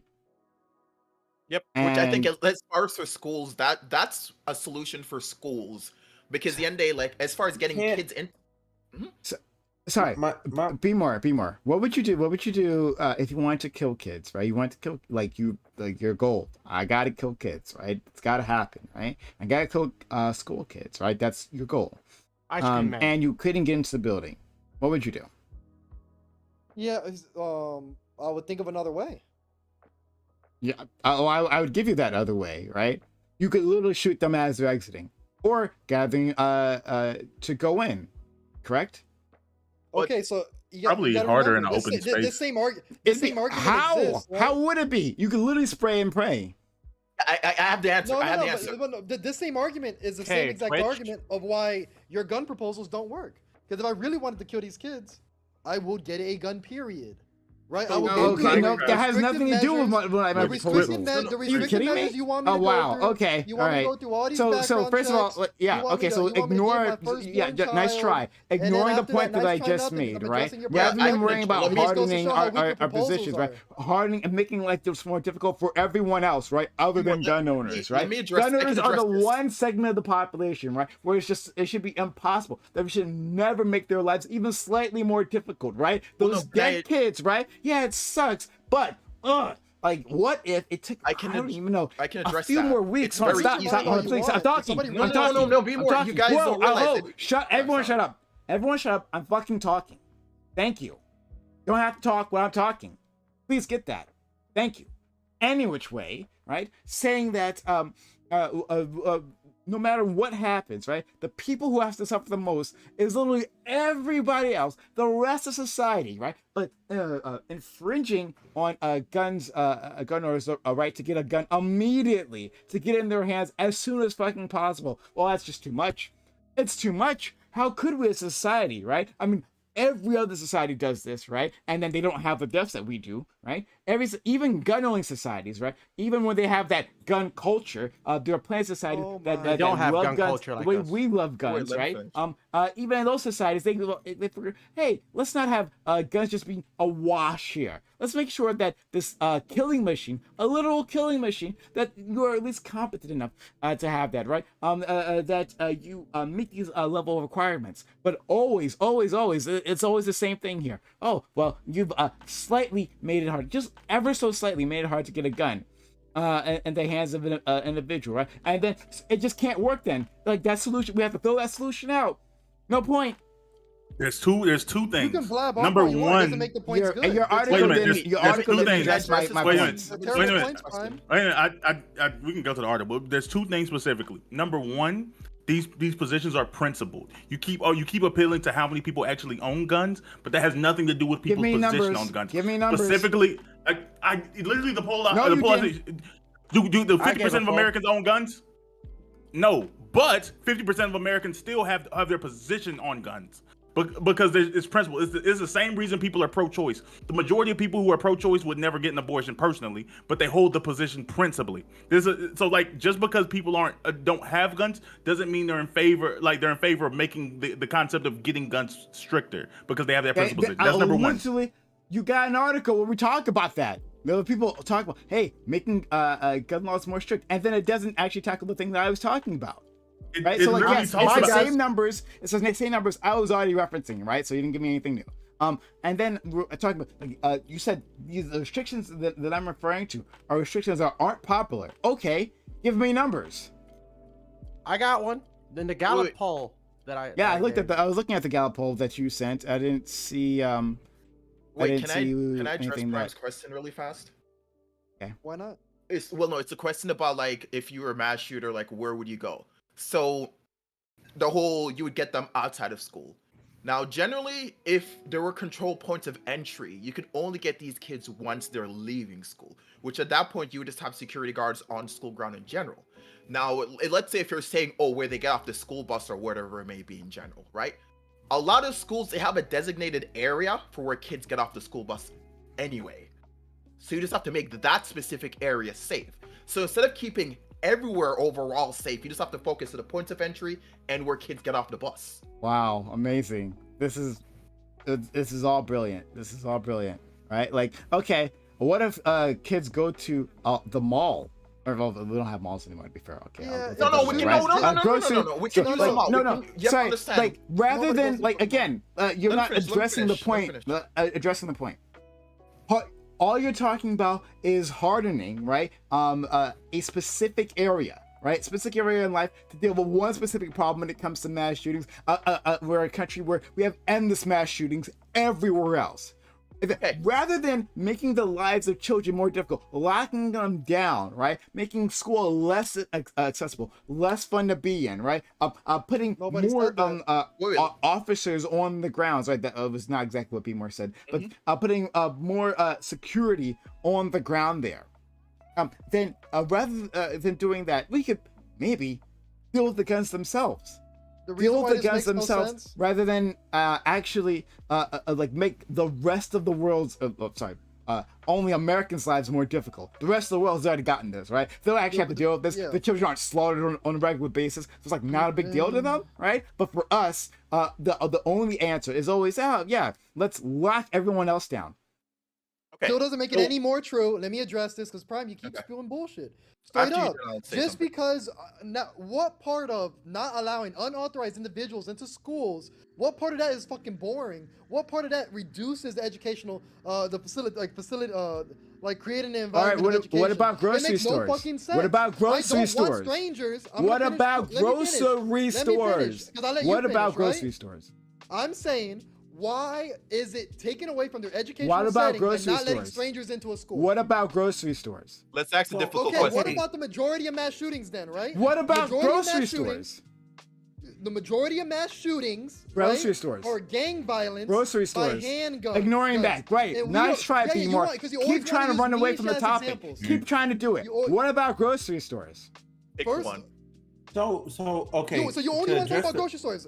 Literally No, one mass no, shooting I don't out want of to only talk about thousands. grocery stores. You only want to talk about schools, I'm right? gonna Because talk that's about the only one. majority of mass You can say, oh, we can lock down schools because, in that case, children are captive Brian, audience, you are right? And they don't go in and out a lot, right? I So want you only to want to talk talk about about the schools. majority of I'm mass talking about the mass shootings in general. Rather than saying, rather than doing this idea of like, how can we lock down all of Americans, right? Then we tackle the guns directly. That's what I'm doing. I'm tackling the problem directly. And you're like, You're not oh, doing yeah, shit. but what You're about just these paying other lip things? service. I agree with you. Build a concrete worse than wall God every of time War. they walk in and out. I agree. Do that. Do it. I'm with you. Well, I Let's have a question Provide for you. more concrete. Build You more can lose your concrete mind walls. and it I'm doesn't add to 100% the with point. you. Let's do it. I have a question for you. When you talk about these extra gun restrictions and gun measures, with all of the restrictions on guns that we have, and say for instance Chicago has the strictest gun laws in the nation, it doesn't stop any of the mass shootings that happen in Chicago. What makes you think that restricting more gun ownership would stop anything from somebody that wanted to kill Are somebody? you kidding me? Right? You're talking about okay, so you're talking about Chicago and Illinois, right? They have high gun laws, right? They have the highest gun laws in the Yeah. nation. Oh, okay, great, fantastic. And what I about wouldn't the say in states the around nation. them? I would not What say about in the the states around them? States around them have relatively lax gun laws, and So where do you think those guns come from? Yeah, but again? No. other Sorry, I'm places sorry. have Be more. I'm dealing with them. Where do you think pace, those good guns? luck. Excuse me. Where do you think those guns are coming from? majority of the guns in Chicago come from Chicago. They come from them No, they getting don't. bought and sold by these gang members No, in they Chicago. don't. No, they don't. They come from surrounding areas. Okay, so wait, we sorry. American, there's no problem. American guns flow into Mexico, right? Like they smuggle, American weaponry goes out of the states, right, into Mexico, right, and then humans and drugs come into the states, right? But we provide the guns, correct? That goes to Bmore's point that if you really wanted to kill somebody, none of these measures that you're putting in place are going to stop you from killing somebody. Yeah, exactly. Whatever. Just like how you said how limiting a point of access to a school is not going to stop somebody for who really wants to kill somebody. If you really want to kill somebody and you have a limited access to guns, you're still going to find a gun. You're going to wait that time to get the gun. You're going to wait and do whatever necessary means. If you're talking about the most extreme person that wants to really kill somebody. Yeah, they're still gonna find a way to kill. Don't make murder illegal either. Don't make murder illegal. You look at the manifesto. No. Wait, We shouldn't have any. We shouldn't have any weapon restrictions, right? No. If you really want to kill someone, then what's the point, right? Correct. But why have any restrictions? Why have restrictions on sexual? Hold on. Sorry, hold on. I'm dealing with someone else. Let me get. Excuse me. I'm dealing with someone else. Murder's not the same, why have restrictions on sexual assault? If you really want to rape someone, you can rape them, correct? Right, Yes, how is it you want to, but there are Check this out. No, sorry, no, not you, Bmore. I'm sorry, I'm talking to Dream. This is Dream. such an easy answer, bro. Well, then, like this is a kindergarten answer. Then do it. And I'm about to. Murder, sexual assault is inherently bad. Thank you. Versus Bingo. a gun is Thank a tool. You. Murder and sexual assault is not a inherently tool. bad. This is an embarrassing argument. That's fucking embarrassing. It's not a tool. It's embarrassing argument, right? Yeah, it's fucking embarrassing. So hold on. Sexual assault is a tool now. So we can't limit anything. So that means we can't prescribe anything, right? So that also, right? Then we also can't limit access to military grade weaponry. Right? We can't do that, right? Because it's a tool, right? We can't do that. No. We can't limit access to RPGs on it. Oh my God, sorry. Bmore, I'm dealing with them. I can deal with you later. I'm talking to I'm talking to Dream. I'm getting. I'll leave the panel because you're making horrible points. Leave the fucking panel. Go ahead. I don't give a shit. I'm talking to fucking Dream. Bye. Any which way. Thank you. So, Dream, then we literally cannot restrict any material, correct? Huh? It's impossible. It's a tool. Any material is a tool, so we can't restrict any material, correct? You could restrict. I didn't say you couldn't restrict guns. I'm not against the restriction of guns. Okay, so we're talking about the use of them. Let me say something. I'm saying that you were against. I'm saying that just how you said I was using your argument against you against the restriction or the places. The things put in place to help school shootings decrease. I was saying how you were against those easily could be said against what you were saying. That's all I'm saying. I was using your logic against you. You weren't, right? I literally was. But you said if you really want to shoot some kids, you'll just wait till they're outside of school. And I'm saying if you really want to get a gun, you'll wait. You'll do whatever necessary to get a gun. You'll get it illegally, right? That's all I'm saying. So you were talking about whatever means necessary. If an extremist person wants to do something, they'll do it. I was just saying that decreasing the amount of in the pudding on that one, even in countries with heavy restrictions, every so often they have a shooting, right? New Zealand has had tougher laws than we did, and then they had a huge mass shooting, correct? Right? Yeah. So it's not that we're eliminating the problem, right? That's true. But good work, 100%. But we are lowering that, right? And I'm tackling the not against problem that, bro. directly. Let's Oh, keep everyone great! Then I don't know what you're arguing about. Fantastic. I literally, I told Did you it. what. I told you Great. what it Then was. why? You were- Then there was no great. There was no reason to You want me to comment. give I literally told you what the reason was, bro. You're not listening. No, to me, you bro. didn't. No, you didn't. No, you didn't. Okay. No, okay. you didn't. Now, Whatever. I just want you to Whatever. open your ears, bro. Oh, I know. Because Oh my you God, need to no, do you something and didn't. clean it out. No, you Listen, didn't. bro. I just said it. I said it 3 times now. Listen, for the 4th time, Prime. That I stated an argument used against you. That you didn't. were using Yeah, against I know. me. You think you think you did some jujitsu here. No. You didn't, right? You fell flat on your fucking face. That's what happened. Yeah, I saw it. I saw it. We all did. We all saw what happened. Right? You got gravel coming. I'm sorry. Clean yourself up. All right? You got a busted lip. I apologize. Right? Do better in the future.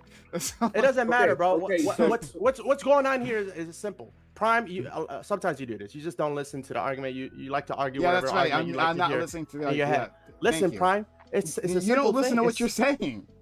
Huh? You don't listen to what you're saying or what I'm saying. I am. From the start. Okay, whatever. Prime. Okay. I'm not against what you said. Okay, great. Then I win. I love it. Then apparently Can I finish? No, in terms of what you're advocating for, which is restrictions, in its principle, it's not a bad idea. Fantastic. What I'm arguing against my idea, is your position against what B. Moore was talking about in terms of making schools safer. That was what I was talking about because your argument. And then what was, about the rest of fucking society? Okay, can I? What? Hold on, no, 1 second. second. Dream. What about the rest of fucking society? we can get to the rest of the society. No. Hold on. So is your plan to harden everything? We gotta have like armed security guards. We have to have metal detectors. We have to have man traps at every store, right? At parks, right? We can't have parks out in the open. We have to build a dome around the park, right? To make sure that we control entry, control who gets in, right? And then again, security and maybe we should have gun towers, right? Maybe we should have prison towers, right? Just in case there's a mass shooting that breaks out out in the street, right? So the simple answer is no, because we're gonna make this the dark. The prescription to a school is not going to be the same prescription to a grocery I just said store. that. I know. Right, Yeah, right. great. So if you just let B. Moore finish what he was saying, he would have told you B. Moore wasn't doing that. B. Moore was just he talking about literally schools. was, bro. You know he was. Okay, Hold on, I hold don't on. give a shit. B. Moore is not even here, right? Whatever. Okay, I'm here and I'm telling you that obviously there's going to be different. Thanks. Can I make Great. a point? Oh, hey, excuse I me. like that one. Thanks. Too much way. We're like way over time. We're literally like 15 minutes over time. And there's like 2 people. So we'll continue on this talk. We can continue on in the open walk on panel, right? So you guys want to make a point, if you get a chance to make a point, and you want to do so later on, then we'll have open walk on panel right after this. So we'd love to have you there. You can come in and make your point. We'll have plenty of time to do so. All right, but I got to respect everyone's schedule, and I said till 11:30. We're way over there. All right, so let's let's continue on. So thanks all for being here. Really appreciate it. Everyone for coming through, for being a part of this, right? Everyone here, even the people who ran away from me. I really do appreciate you guys coming through, right? So support this channel, right? Support the channel by hitting that follow button if you're enjoying this content. If you came through, like the content that you're seeing, or it infuriates you one way or another, right? Follow the channel, subscribe to the channel, do all that good stuff. Hit us up on our social media. Got plenty of that. We got plenty of social media. We got Twitter, where we let people know what's happening, right? So check out our Twitter. Discord, everything happens, including our open walk on panel. Want to be a part of that, which is coming right up? Hit up our Discord and just be a part of the community. TikTok, we're posting great clips, funny clips, past clips from individuals. Some of them who are part of All Black Everything, right? So hit up our TikTok, follow that TikTok, like the videos. That would be a big help if you did that. And YouTube is where you'll find the VODs. Like, comment, subscribe, super chats help, all that good stuff if you're appreciating what we are building. Okay. I'm going to give an exit to all these individuals, but the content does not end. We have more content for you, so stick around. The content does not end here. All right. We'll start with our newest individuals, right? Because we got to give thanks to them for coming through, right? So we'll go to, and let me rearrange this. Arrange this space. So we'll start with our friend Hobo. Hobo, thank you for coming through. Thanks for being a part of this. Yeah. Yeah, thanks. This is my first panel, so it's actually very funny listening And to we were everyone respectful, overall. and we were we were No, you kind. actually, no, you actually were extremely, and you are for what I'm used to, extremely respectful. Of course, I wish I could go into more details, but I mean, there was like what 8 of us here. I forgot how to count. But it was nice. I definitely enjoyed myself. I like hearing other people's perspective. I like listening to people argue and yell at each other. That's always great. But yeah, I had fun. I might stay off after a little bit, if anything. But yeah, that's it. Thanks for having me. Hi everyone. The rip-off Michael B. Jordan, according to the chat. Thanks so much. All right.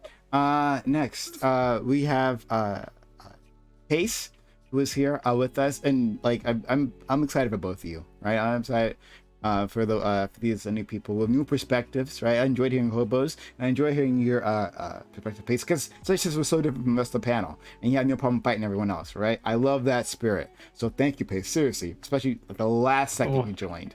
Well, it seemed like I was like kind of against everybody here, but you know, I thank you for having me come on. I've been trying to expand my platform a little bit, so being able to come on and help other blacks, I don't have anything against white people. People always talk about, you talk so harshly about black people. I talk harshly about black people because I care about our community. I want our community to do better, and that's the reason why I love going on all black shows, because I want to, help grow our community, expose more ideas where it's just not the only way to get out of the ghetto is basketball, the military, and rap. So I thank you for giving me the opportunity to come on, and I hope to come on some other time. I would absolutely love to have you both, you and Hobo as well, right? And of course, Taj, who introduced me to the two of you. Thank you, Taj. You've been a huge help, just like amazingly, like a huge help. We've been looking for new individuals, right? And you found two fantastic people, so thank you. And of course yourself, you came in and you engaged, and you were just a great addition. So I'm very, very thankful that you said yes. Yeah, happy to be here. Happy to introduce these people here as well. Did my camera just freeze? What the fuck? Yeah, again, it did freeze. Anyway, but I don't know. Keep going. Yeah, my name's Tajman John of the YouTube channel Bars and Joysticks. Thanks for having me. I'm actually gonna dip. It's about like 12 a.m. Eastern Standard Time in Florida. So I'm gonna go grab myself a milkshake and then go pass out. Maybe watch some anime. Thank you so much. Give me a milkshake too? Yeah. I'm gonna get a milk. I'm gonna go to a certain gas station that sells milkshakes. You know what I'm saying? Starts with a W. Let's go to thank you so much, Taj. Let's go to my man Smooth, who also came through. Thank you, Smooth, for being a part, for jumping in.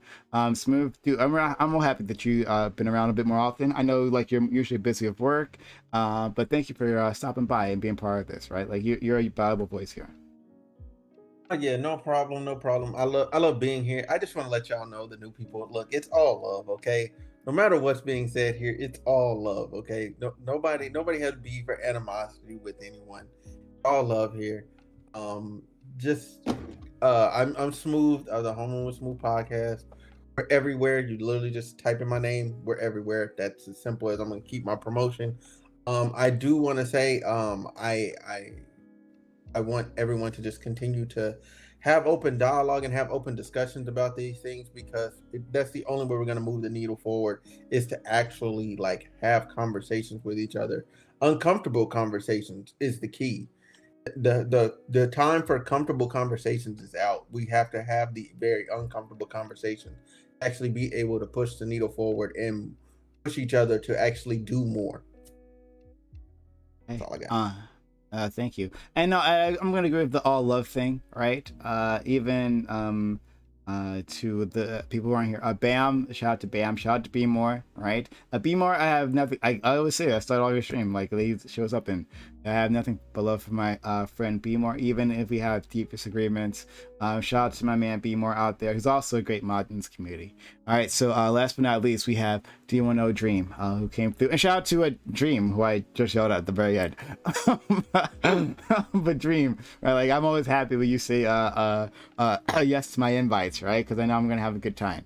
So Dream, thank you so much.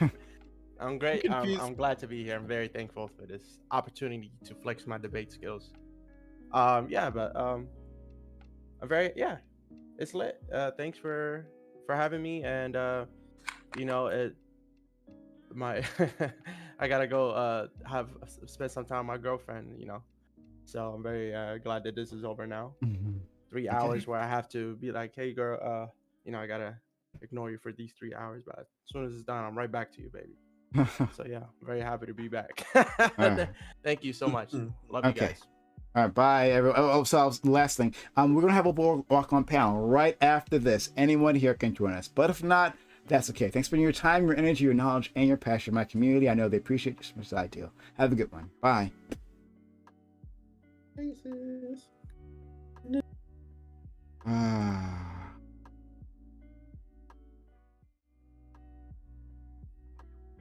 Well, that got intense. I got a little bit tense at the end. Just like a little bit, just a little bit, guys. Yeah. So this is why I love the Blah Black Everything, especially, right? Is because we got great people who come through, great people, right? And great people who help out, like Aziom, who is resubbing for 14 months. Shout out to Aziom, yo.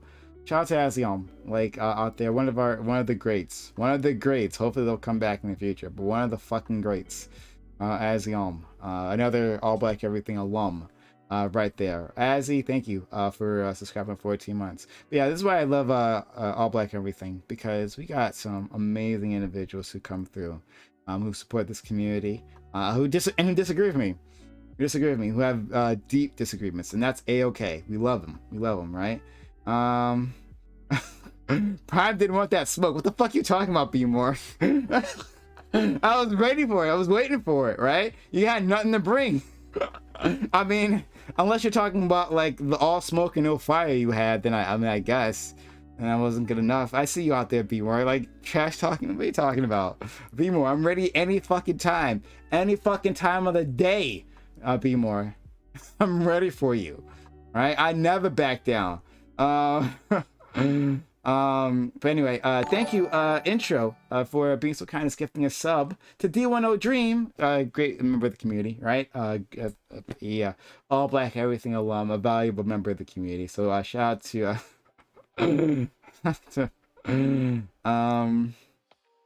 but anyway, thank you, and thank you Desperado Sensei for also gifting a sub, 120 subs in total.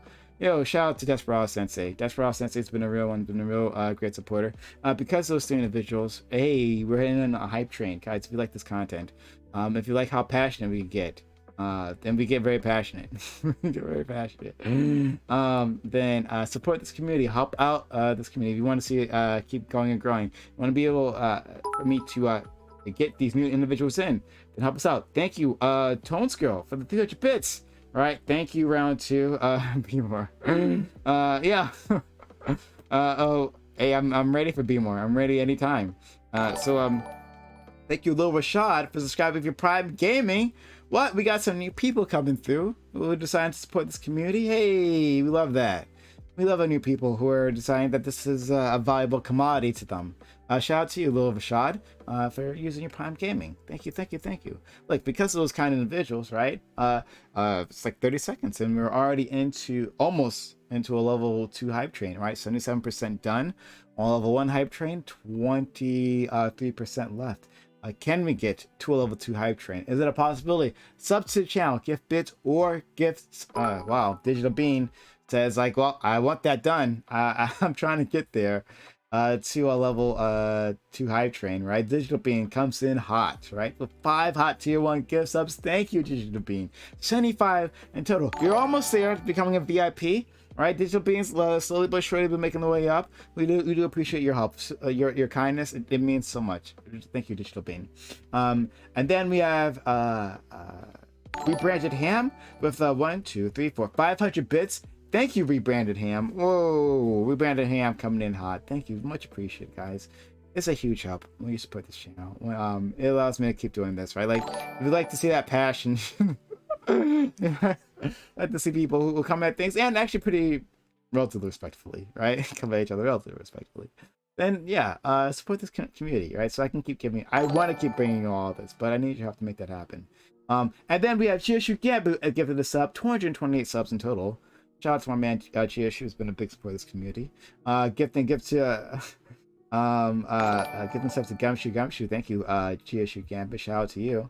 And then Dusk G 1222 sub if Prime is a hoe. I am a hoe. No, I'm a hoe. I'm a hoe for good debates, right? So again, all love to my man B More, right? You when we get into it sometimes. I love to my man B More. And as out there too, I love to all these all black everything people. Individuals who come through and share their opinions. Still Team Raz, a fantastic mod, another great mod, gifting a sub. Thank you, 34 subs in total. Thank you. Still Team Raz. Be More, a real one, with 93 subs total to the channel. Giving it to Talon the Silverhawk, who was always here. Thank you, Be More. Thank you for that kindness. Really, it's a big help. Yeah, 7 away from well, I guess you're already a mod, so there's that. But still, I appreciate the kind support. We'll leave it at that.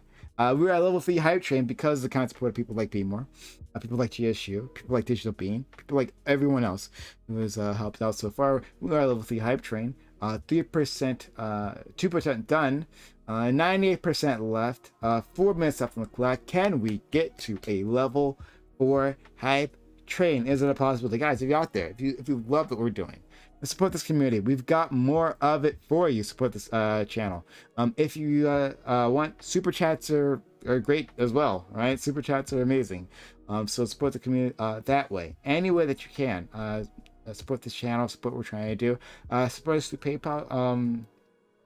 But I want to be giving you this content long into the future. I need your help to make that happen, though. All right. So we are level 3 hype train, 2% down, 90% left. 3.5 minutes on the clock. Right. Do we have any more heroes? Any more heroes in chat? Who can help move along this hype train? Anyone else who decides they're going to buy this community? I remember, of course, if you have Amazon Prime game, you can use your one free sub per month on this community, right? What was it? Little Rashad? Little Rashad used their Prime Gaming, right? Let one free sub. It's there. It's just sitting there. I'll take it off your hands. No problem. Okay? Right? So, and I'll put it to good use. You can see that. And we'll have a fucking lively panel. I will have great individuals come through. We'll have memorable moments. Sub that Paul is a hoe. Exactly, right? Sub that Paul is a hoe. But yeah, if you appreciate what we're doing, right, then I need you to continue. So yes, sub to the channel with it's just $5, just $5 to do so. It's a steal. When you do so, you'll get our ad-free viewing, and you'll get access to our emotes, right? You'll get access to our fantastic emotes. So expert emotes to chat for the emotes you get, and ad-free viewing, and be supporting this community. If you have a resub ready to pop, use a resub and move along the hype train when you do that, right? So shout out to our resubbers out there. You guys do so much, right? Like if you're the people out there who will continuously come back and keep this channel for B More as a resubber. B More is a actual resubber here. Thank you for 20. He's been out there for 20 months subbing to this channel. Thank you, B More. And for all the others out there, we had people coming out here with 14 months resubs, 4-month resubs. Shout out to those who've been keeping the resubs going for this amount of time. We need your help to make this happen, right? That power helps us out. So look, we have 90 seconds left. Do we have any more heroes in chat? Dusk, is Dusk leaving? Gotta get back to studying, learning. Oh, well, Dusk, thank you for supporting the channel previously. Thank you. Shout out to Dusk. Thank you for coming through. So yeah, we have 90 seconds left. 90 seconds. Keep that blood pressure down. People make good points, then I won't have to raise my blood pressure. Right? I won't have to do that. But we have a minute left. A minute left on the clock. Can we move this hype train along? Anybody out there, save this hype train. Now's the time, guys. If you appreciate this content, if you like having these spots open, right? If you love that you can come to our YouTube and get content literally 7 days a week. 7 days a week we got content for you. If you like the fact that we are on so many social media platforms and trying to provide there to support this community, sub to the channel, give bits or give subs to keep this community up and running, right? Less than 30 seconds left on the clock. Any more heroes in chat? Any more resubbers? Anyone who appreciates what we're doing and would like us to continue? Subs to the channel, get bits or give subs, super chats, about a ton, all that good stuff, right? If you are appreciating this community, well, thank you for following the Swagger Jones for following the channel, and thank you thing that is for resubbing for 12 months. Yo, 1 year, let's go thing that is, right? For that free sub, that 1 year free sub. Means a lot that you've been here for a full year. Yo, shout out to thing that is. Shout out to you for sticking around with this community for a full year, right? Shout out to people who are continuously hitting that reset button, right? Like, it means a lot. It means a lot. Thank you for those who stick with this channel, right? You guys are the ones, right, that make it happen. This all would be gone without people like that. So thank you for the 1 year resub, right? Love to see it. Love to see it. So I will thank our top 5 gifters for it now, and then we'll continue on with the content. So at the top, number 1, Desperado Sensei, 43 subs. Thank you, Desperado Sensei, for the kind support of this community. It means a lot, does a lot, helps a lot. Boji, 26 subs. Thank you, Boji. NJ Palms with 21 subs. Aziz Somewhere with 13 subs. Revolt Rise with 12 subs. And then in terms of big gifters, we have Revolt Rise at the top with 6,000 bits. Naritas with 5,302 bits. Tones Girl with 3,580 bits. Little Bits, which is really confusing, with 3,000 bits. That's her name. Be Danger with 2,500 bits. Thank you to our top 5 gifters. Gotta let them know. Gotta let them know how much we appreciate them. Have a great night, Dusk. Much appreciated. Okay. We also have a PayPal button, right? We have a PayPal button below. Whether if you check out the description, and you'll find our PayPal button. More of your money gets to us if you use PayPal. So consider helping out the channel that way. Expect for mail and chat, and Twitch chat. For our mailing address, if you want to send us something, right? You have the possibility right there. Send us stuff through Twitch chat. Sorry, not through Twitch. I send it through the mail. You don't send it through Twitch. You send it through the mail. But yeah, if you want to send us stuff, we have an address, a business address where you can do that. But okay. What else? I guess that's it. Yeah, support this community. Exclamation for opening chat. Lets you know that this is an open walk-on panel. All members like you, yes, you at home may participate. Join Discord server and go into the robot waiting rooms to be let in. There's a link for your convenience. We'd love to have you. So yeah, come on in. Let's have this conversation. Oh, my man B-More is already in the waiting room, upping us out. So B-More, I'm not sure if you're listening, B-More, but if you could, can you bring in people who want to join in? I'm not sure if you're hearing me. I'll just DM them and make sure. Could you please?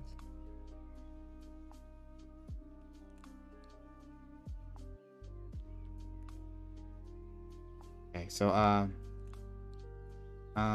we got a mod in the waiting room, so he'll be letting people in soon. But yeah, so we got a new one already. Hey, Abolition, thank you for stopping by. How are you? Doing good. My internet disconnected me about a couple nights ago. Sorry about that. Oh, okay. Yeah, we were wondering why you left. Okay, well, we're glad that you're back. We were enjoying talking to you previously, and we have a hoaxy biologist who I believe is a new person. Hello, hi. Hi, can you hear me? Yeah, we can hear you. Thank you for being here. Much appreciated. Sorry, my computer half froze in the transition to the room. That's never happened before. I can't even use my mouse to do anything. Yeah. If you need to leave and come back, we'll let you do that. Let me try something real quick. I'm only here because Abolition's a dumbass. Yeah, Okay. I'm dumb. I'm really All right. stupid. That's all. Aha, my mouse is working again. His mouse is working. You fixed it, guy. I'm bringing him back. Okay. Let's see what. Oh. Oh. Okay. Okay. I'll wait for him. I'll wait a second. Let me message him. Okay. All right. So we're beginning an open walk-on panel. Everyone, guys, if you want to be a part of this, the links to the show, head up to the Discord. You'll find it in the description, right? Jump into there, jump into the robot waiting room. So we'd love to have you part of this, right? So this is open panel, right? That we allow people all to join in. So we'd love to see you. I see. That's what happened. Okay, great. Let's cross our fingers. All right. Can you guys hear me? Yeah, we can hear you. Yes, I can Yeah, hear we can you. hear All you. right. Sorry about that craziness. Yeah. I'll also Discord sucks just sometimes. letting you know, super chats are right on stream. So like if you have anything you want to say, right? Like Racial slurs, so on. indeed, that won't stop me. So the more N-words, the better, honestly, right? N-words cost $50. N-words cost $50. Extract from the racist. So yeah, super chats are read directly on stream, as you can see down there in the thing, right? So support this channel that way. That's a huge help. Okay. So yeah, let's jump into it. We got some individuals. We have Abolition, who's back with us. Thank you so much for being here, Abolition. How are you? I'm doing good. I heard guns, and that's my time to shine, because I remember you called out specifically somebody that was just like on principle pro-gun but didn't currently own one. And I fit that bill, so I was like, all right, well, sure, I'll come up. Absolutely, love to have you here. All right, great. Next we have so is it Hoxie? Hoxie? Yeah, Hoxie. Hoxie, excuse me, Hoxie. Yes, Hoxie. Thank you for stopping by. Nice to meet you. Nice to meet you too. Yo, Okay. let's see if he wants in. And then last but not least, well, or maybe I don't know if someone's popping in. But Seven last but crumbs not ahead. least, we have my main man, B More. Look, I'm just here because I'm fundamentally against gun ownership, right? I believe that this level of power should only be in the hands of police officers. I think police officers historically have demonstrated that they're great for minority groups. They help prevent crime. And honestly, if something happens, you don't need to be your first responder, right? Just call for help. Even if the robbers is 30 minutes, it doesn't matter. Just deal with it, comply, and everything will be okay, right? And that's All what I right. advocate for. See, my galaxy brain takes have already affected him. Love to see it, right? And we also have my man Zin, who is here. We haven't seen you Zin in a while. Like, Yes, another fellow gun grabber. Let's take these guns together.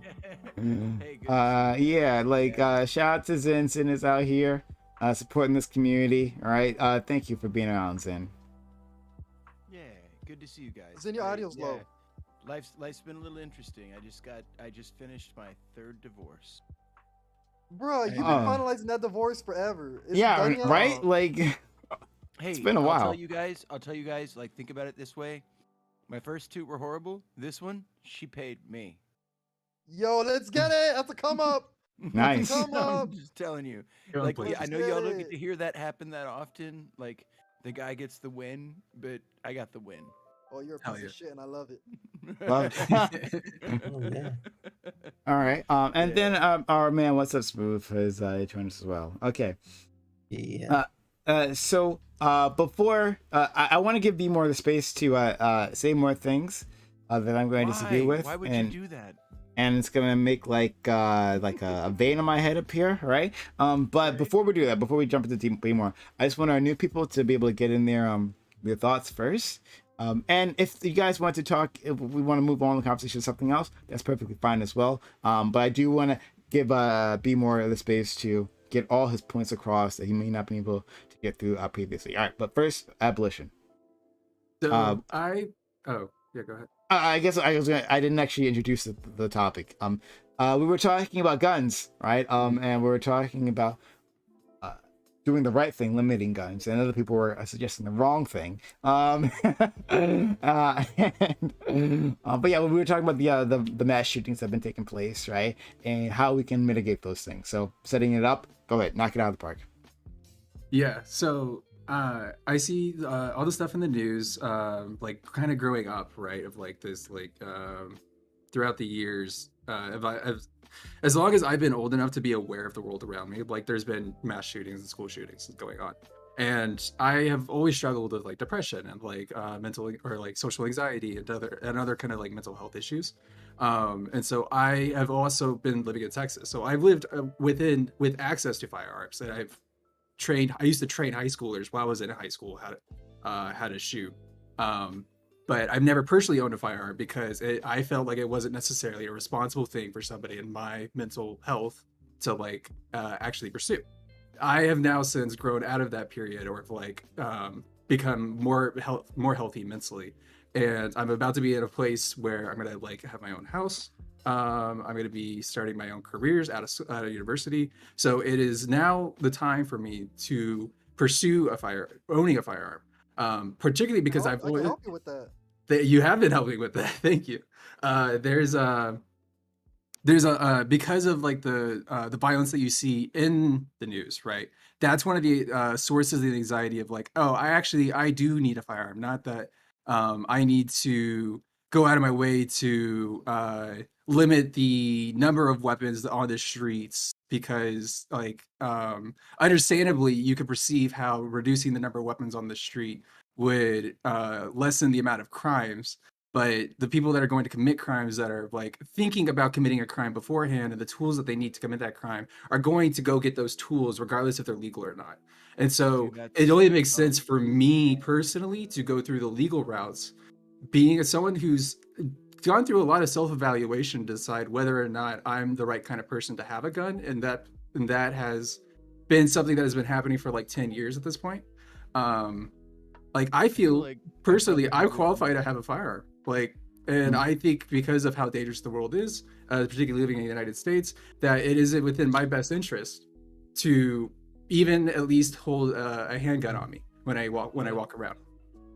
And then the cherry on top of all that would be like, I think I have a fundamental right to own a firearm. This is more like a philosophical stance.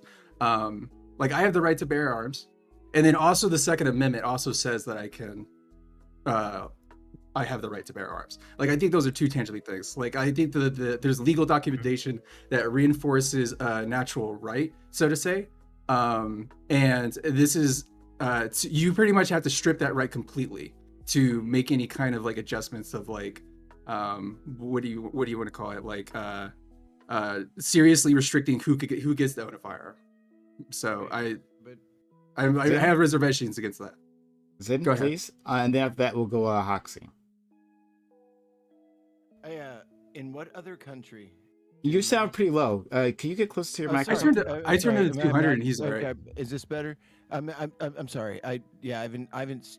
It's been almost a year. You know. Yeah. It's been. Yeah. I'm trying to tweak equipment. But yeah, in what other country does this happen? I'm gonna tell you straight up that this question, Zin, did you give up your gun?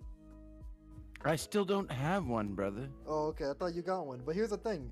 I still want that 6 hour 365 you talked to me about. I still want it. I want it. But why is the 6 hour like twice the cost of a Glock?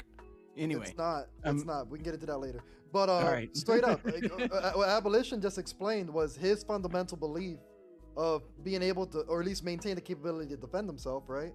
And then on top of that, right. But the only reason be able to do so with an effective tool, right? Let's stop right there. Defend yourself. Go ahead. Defend yourself from what?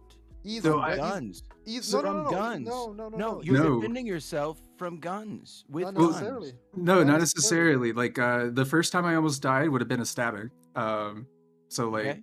the range of violence is like more than just like, oh, there's other guns on the street, so that's what I'm afraid of. Is there's bad people out there. They're using tools of violence. I get it. There were fucking bears and mountain lions in my yard in Colorado, right? I mean, I wanted a fucking 45 just so I could back one of those fuckers off if they got ugly. I mean, I get it, but that's like it. So you answered your own question. That's against animal. right? And so we have to accept what we're trying to say here is humans are so animal that we need to be ready to splatter a human tomorrow. No, that's not the point. The point is if someone's trying to do that to me, right? Similar to that bear or that animal that you are scared of, right? Why would they not be worthy of the same response? And now why would they not be worthy of the same now you're response? equating the aggressive humans to that, right? I mean, how can you Why? I thought we were in a different place, right? I thought why should I treat life either one mattered. dangerous? I mean, we're gonna overturn Roe v. Wade, right? So doesn't human life matter? Not when they are actively trying to take my life, right? Plain and simple. Of course, and that's what right? I've always loved. Like about I you, do Vmar. value life. I don't want to see that bear dead, Brother, right? I you would have rather try to have run taught away, me. but running away from a bear isn't necessarily the best idea. Now, But running you away have from taught me, a Vmar. human, right? I do work out. I do run regularly. I will try to leave, right? What if I trip? Right. What if I can't? What if like in the future, let's say I have a kid and I have Then a you might stroller. die, What and if it's you know okay. I'm hanging out with a chick and she's wearing heels? Like, oh, this little lass, she can fend for herself. Fuck it all. Okay, No, cool, I will cool. So stand what my if you're a ground in kid these in particular school? situations. So what if you're a kid in school hiding So under a desk? if I was a kid in school, right? I always felt this even when I was in school. I didn't like the fact that mass shootings would never occur in a courthouse, right? I didn't like the fact that a mass shooting would never occur in the schools of the prominent, right? Yep. It made me very mad to see private schools, right? To see actual institutions, courthouses, and so on actually make the decision that those inside of those buildings are important, but those inside of this building are not. That's what pissed me off as a kid. What I mean by a kid in high school, because I wasn't thinking about this in middle school, right? Let's be clear about that. You right? taught me a lot, brother. You taught me a So lot. it's just like, if my life is just as precious as the Obama's daughters, if my life is just as precious as that judge, why don't we get the same level of protection? Because clearly, the thing is, clearly, protection? Democrats have their Everyone sights. with guns. They have their Everyone with sights guns? aligned on What the is- wrong is issue. it everyone with guns, though? Is it everyone? Does everybody in a Everyone? courthouse have a gun? Does everybody in the White House have a gun? Does everybody inside That's the of thing. the The schools of NRA, the millionaires the- have a gun? The big No, old they have fucking controlled points of entry convention and that's about to national happen, security. right? And why don't schools? Oh, say the last part again. And why don't schools Have this level of that security? same level of security? Because There I are mean, in fucking prime, this is children. and So this if is we're where my gonna allow fundamental disagreement with you allow kicked in, people right? to carry Oh, okay. those kinds of Before we do that, and I want to give you the space, Bmar. I promise I'll give you the space to lay it out on me. But I want to get Hoxie in here, and then Zigmover if he has something he wants to add. But I will absolutely give you the space, Bmar. Hoxie. Yeah, my experiences as a biomed research scientist, and all during my undergrad and all during my graduate school experience currently, the thing that's always bothered me is just how far people extrapolate from bad science. And social sciences in general are the epitome of bad science research in general. It's just god awful on both sides of the fence. So many people make it seem black and white when it just simply is not. So the stance I've always took is more practical. I worry about the practicalities of changes made in law to make changes to societal differences that we are looking for. I think some more gun laws make sense. A lot of the problem with mental illness in the country is that there isn't a lot of teeth with the laws. The state and a lot of institutions don't have a lot of power to intervene when they need to. You hear this a lot with homelessness in California, but it's true with just about everything. I think if we started making law changes according to that might help a lot. I think there are certain things we can do with gun laws regarding like banning automatic rifles before just that date cutoff that is the exception to that rule. I think there's an interesting argument that could be made about semi-autos, but so many things are semi-auto, especially in hunting, that it doesn't make as much sense, and you're going to be losing a lot more than the things that we're worried about if you ban stuff like that. So to make my point, basically, it's the practicality that I worry the most about, and it's the practicality that I almost never hear anybody actually like think about in depth. So Nobody thinks about repercussions. There is no documented case of a mass shooting with a pre-banned full auto. Just making sure you know that. Why is Of that? Do you course, think? they're all simmies. They're all simmies. No, because Come on now. they're very scarce, Yeah. right? Like they're very scarce in general. They're pre-bans, right? So Okay. they're loopholed guns, and they're so highly collectible, right? That the individuals who want them don't let them out often, right? But So- you don't need So a here's an full auto. interesting caveat to But that. it's What about semi-auto, bump it's just that- stocks?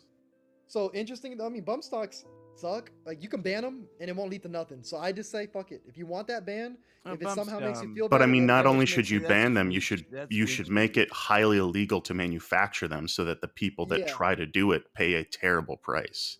bump stocks are really not that effective. They're like the meme in the gun community. People They're buy also it. dangerous, though. Not necessarily. You could It bump makes out it a there. lot Dangerous easier to to lose start a control of the gun. spray, But you can't have accuracy with a bump stock. If you maintain can't all have 3 points of accuracy with it. contact, debatably 4, cheek weld, Mm. stock, hand, and then foregrip, right? No, not necessarily. Bump stocks they're similar to the boogeyman effect of ghost guns. Right. If you want bump stocks, you can have them. Like I'm a Second Amendment absolutist, and I can even tell you, bump stocks are so dumb. You want to ban them? I'll give it to you. Congrats, you have it. All right. Yeah, I mean, you've already convinced me on Beamer. Already convinced me on that. Like, that's pretty useless. Zig Mover. Oh, sorry. Were you done, Hots? Before you Zig Mover, were you done? Yeah, I'm good. Yeah. Zig Mover. Okay. And then we'll go to Beamer. Assuming Smooth doesn't have anything to say. Okay.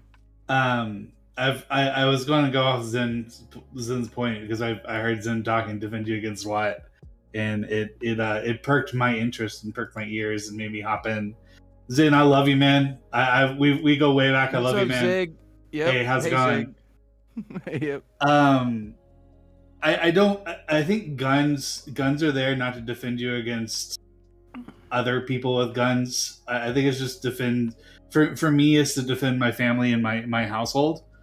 Okay. I'm pretty much sure you're probably in the same boat that I would die to protect my fiance, my parents, my sister, Absolutely. my dogs, my cat. I'd die to protect my children. Right. I'd die to protect my ex-wives. But when I'm not in the not house, kidding, yeah.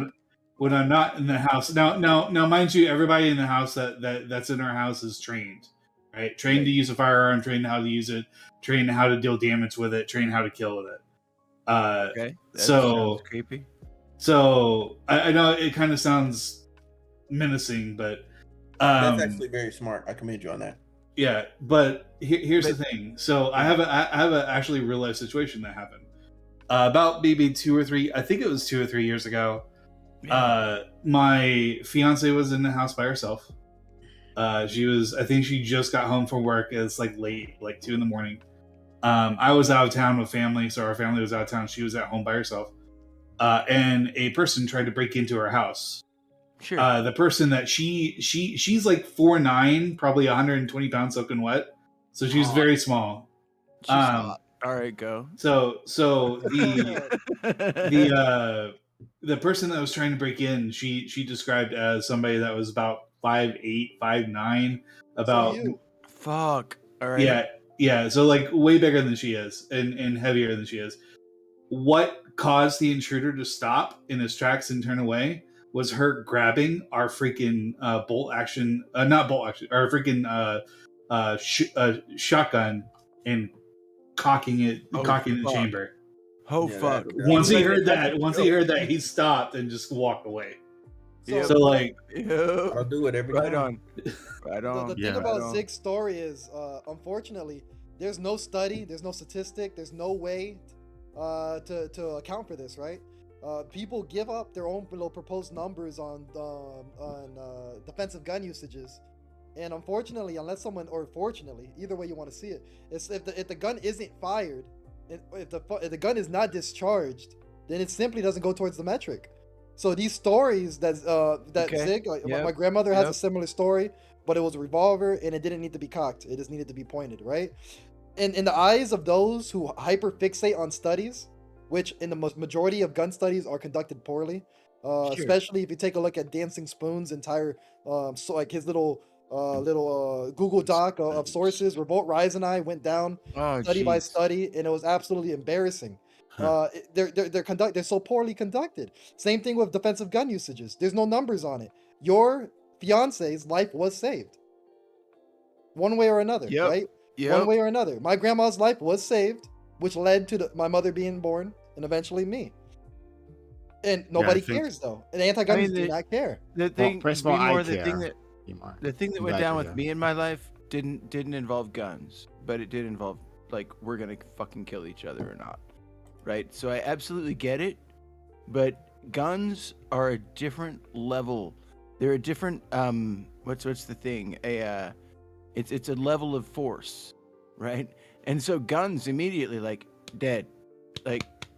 But as far as punching somebody in the mouth, that doesn't mean they're dead, right? Yes. And so why do we have to operate on the gun level? Why can't we operate? Go back and operate on the.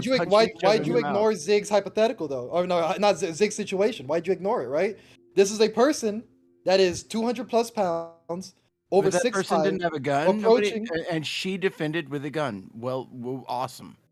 Yeah, but the whole you point replace is that gun with any other weapon, and it would She have been didn't know that the successful. guy had a gun or not. Like, But that was her first instinct. An aluminum bat does that. No, it does not. No, it I don't. will. No, Not in some people's hands. Zin, believe it or not, I've caught baseball bats in my bare hands before, and you know how you do Yeah. it? You charge in quick and fast. You don't give them a chance to wind up. I wouldn't Okay, expect you're someone trained. elderly or a woman to most be able people to are. wield a bat against me effectively anyway. So wouldn't so think- while a gun Okay, is okay. extra force, that's why it is the best equalizer. Because here's it the doesn't thing, matter if yeah. you're elderly, disabled, or a No, woman. that's the A problem. gun will make Assault you at the rifles- top instantly. Exactly, an assault rifle or even a fucking fat pistol. I mean, a nice 357. Fuck, you're gonna blow right through somebody. It's done. And but it's like nobody's But here's the advocating thing. for a big Can I bore ass ask you? 357. Wait. Relax. Let me ask him a question real quick. So look, when it comes to the preservation of your life and your family's life, you want to give that person an opportunity or a chance to take yours in their life. The gun. I want to give literally- the person that's coming at the me gun- a chance to live. So look. can. Here's the thing. In an ideal world, that sounds really good on paper. But when this Okay. person is dead You're set, right. I'm a candy ass. You're when- right. when I'm this kind of a person- when this candy ass person is that way. dead set on killing y'all, like whatever their reason is, and they're dead set on killing you. No, Well, then I'll fucking have kill to- him. that's Well, not then the I'll point. fucking kill him. You need the option viable to completely neutralize. If And the problem is necessary. you don't know if bat they're is dead not set Yeah. on killing you. completely You make a neutralized, friend. and that You person make a is- friend. You make a friend. You walk up behind. You spin their fucking neck, and they're dead. No, What the that's fuck? not Like- how that works, bro. Bro, You think listen. it's John That's also Wick? not a thing. Listen. Okay. You're what? 5'9", 5'8", what? 5'10". Are you 6 foot? You're 5'9"? I'm 5'10". I'm 5'10". But you're also 5'10", like okay, 77 years 5'10", old. 5'10". Look, I'm so look, you're 77. 5'10". Listen to you. Bro, so Joe listen. Biden. So listen, if you're that size, right? Uh-huh. Do you think you could confidently take someone that's of, I don't know, like Mike Tyson stature? You know what I'm saying? Or Well, I mean, NFL built player like stature. that, I'd start a fight, right? But No, you just got I'm some saying guy they're that's coming. heavier, They're coming. that's They're breaking heavier, into your and they're house. coming at me. I'm picking up a stool and hitting them with it. I Won't work. I Do don't you, play It won't fair. work. honestly right? think that would stop them? I've seen it happen in a bar. The dude won't hit him work. with a stool, and he still beat him and threw him out Oh the club. shit! Yeah, Right? so Smooth. I think the important point to make is that just because someone wields a gun against their aggressor, that does not mean they want to kill the person, right? What is it? Zig lives in a state that has stand your ground laws, right? All right. And his fiance had the ability to shoot that intruder, right? But she did not, right? Because her goal was not to kill someone. Her goal was I said having the her goal option was to stop the threat, right? When I own guns, my goal isn't to kill anyone. I hope to never kill anyone. I hope to never. That's why I love being more. Mentality goes away. But That's why if I I'm can being stop the threat, cause a break in contact by literally being in possession of something. Be more would Even if literally it's a blow knife. somebody's foot off before he would I'm ever agreeing kill him. with you. No, I would not. If someone breaks into my house right now, and I tell them to leave and they do, fine, beautiful. I see them reaching in their pockets, reaching behind them, story changes, unfortunately. Yeah, it But gets I will tricky give right them the then. opportunity to simply walk away. Because my goal isn't to okay. kill someone. Okay, when you have so that so adrenaline so Like sometimes you're I just like, wanted hey, maybe you to- should back off. I want to Anyway. engage you, be more a bit here, and then Dr. K, we're gonna go to you afterwards. And thank you for being here. It's Oh, nice to hi, have you Dr. K. around. Yeah, it's great. It's I always fantastic. dig Dr. K. So, look, Vmore, he doesn't think he's succeeded at all with me, right? He thinks I'm completely failed, but I'm not, right? The greatest argument he's ever given me is black people protecting themselves against white violence, right? And not being able to rely on the state. So I'm with you. So why the solutions I proposed were not, hey, let's ban all guns, right? It wasn't, let's confiscate them all. It wasn't anything like that. He was talking about simply putting in restrictions, putting and raising the bar for which we have to do to get a gun. We already have those. I'm saying let's raise them. There are other countries we can copy in how they've done that, right? And amount of trading that it takes, right? And we've already talked about other solutions that that you've suggested that like I'm on board for. So like gun safes, right? You said like gun safes are expensive, right? We should everyone should lock up their guns, but that's super expensive, so we should subsidize that. I'd be willing to do that, right? Like absolutely, like or was it? There's a term for it, but I don't remember what it is. But like a gun daycare center, basically when you're going out of town, and you want it needs to be more than that. Yeah. So there is a charity called Hold My Guns. Yeah. But like there needs to be a way if you believe that your son's suicidal or you don't feel like you're in the proper state of being to hold a gun, you should be able to give it up. And then if you never want it back, you should be able to and give it we've up. already agreed on that. Those things that we've agreed on, right? So I feel like the way I'm coming at you is with solutions that aren't completely beyond the pale. Like I think there are workable things here to do, right? My problem is first off, I've seen states that increase their criteria for gun ownership, right? And you might like the fact that their gun deaths are less. What I don't like is the level of subjectivity that law enforcement's allowed to have. For example, Santa Clara Police Department, they got caught, and look it up, accepting over 80 iPads in exchange for concealed carry permits. Abolition's laughing because this shit happened.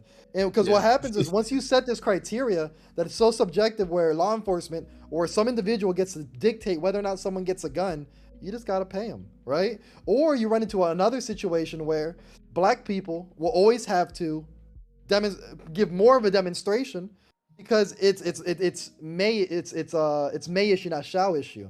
So I'm conducting interviews to determine whether or not someone should get a gun, right? I am whatever approval agency that anti-gunners approve of, right? Black person, I'm gonna put him through the ringer. White person, handsome, beautiful man, here, savior. Thank you. Fight the good cause. Guns galore. We're seeing this happen in California. We're seeing this happen. Someone FOIA requested. We do have less deaths here in California. Like, we have some of the lowest in the country, and I don't care. I don't care if it accidentally leads to some discrimination. That's a separate issue. Well, I do care, right? And not only that, we fundamentally disagree. Like, gun ownership is a fundamental right. It is a constitutional right. It's at the level where I would hope militia. Well-regulated means under proper working order, and militia means between the organized and unorganized militia, where the organized militia is the state and the unorganized militia is everyday people who are able-bodied. These words don't mean what you think they mean. These words have definitions already provided to us. And people blasting each other in the fucking brains all the time isn't fucking regulated. Yes. Here's the problem, though, because you're using the words incorrectly. This is not how the founding fathers wanted to use these words, and you just want to rule. I know you don't care. I know you don't care. I don't care. I know you don't care. Honestly, either about this. That's the beauty of it. Whoa, Dr. K. And be tired of it all you want, because this conversation is still going to occur. Let's be more finished. I do want to let you have the space, Dr. K, because you have a different opinion on this. No. Give Dr. K the floor immediately, so we can get all these emotional takes out the way. Dr. K, go ahead. All these emotional takes. Hurry up, scream. What? You're not gonna listen to me. Why should I fucking Dr. K, I'm listening to you. I'm listening to you, Dr. K. No one's gonna fucking listen. There's gonna be more people fucking dying, and nothing's ever gonna get fucking done because we have to be all semantical about it, and we have to argue and not do fucking anything about it. And don't reference the Constitution if you don't want to use words. The Constitution. You want to use a passage, and then say, I don't want to use semantics. You want to say well regulated, but you don't want to use semantics. All right, what is law? Law is semantics. What other law changes should we not argue about? We need to think these things over and think about the repercussions before we actually make actions on them. Yes, of course. But like, is nobody else fucking tired of this shit? Is nobody else? I am.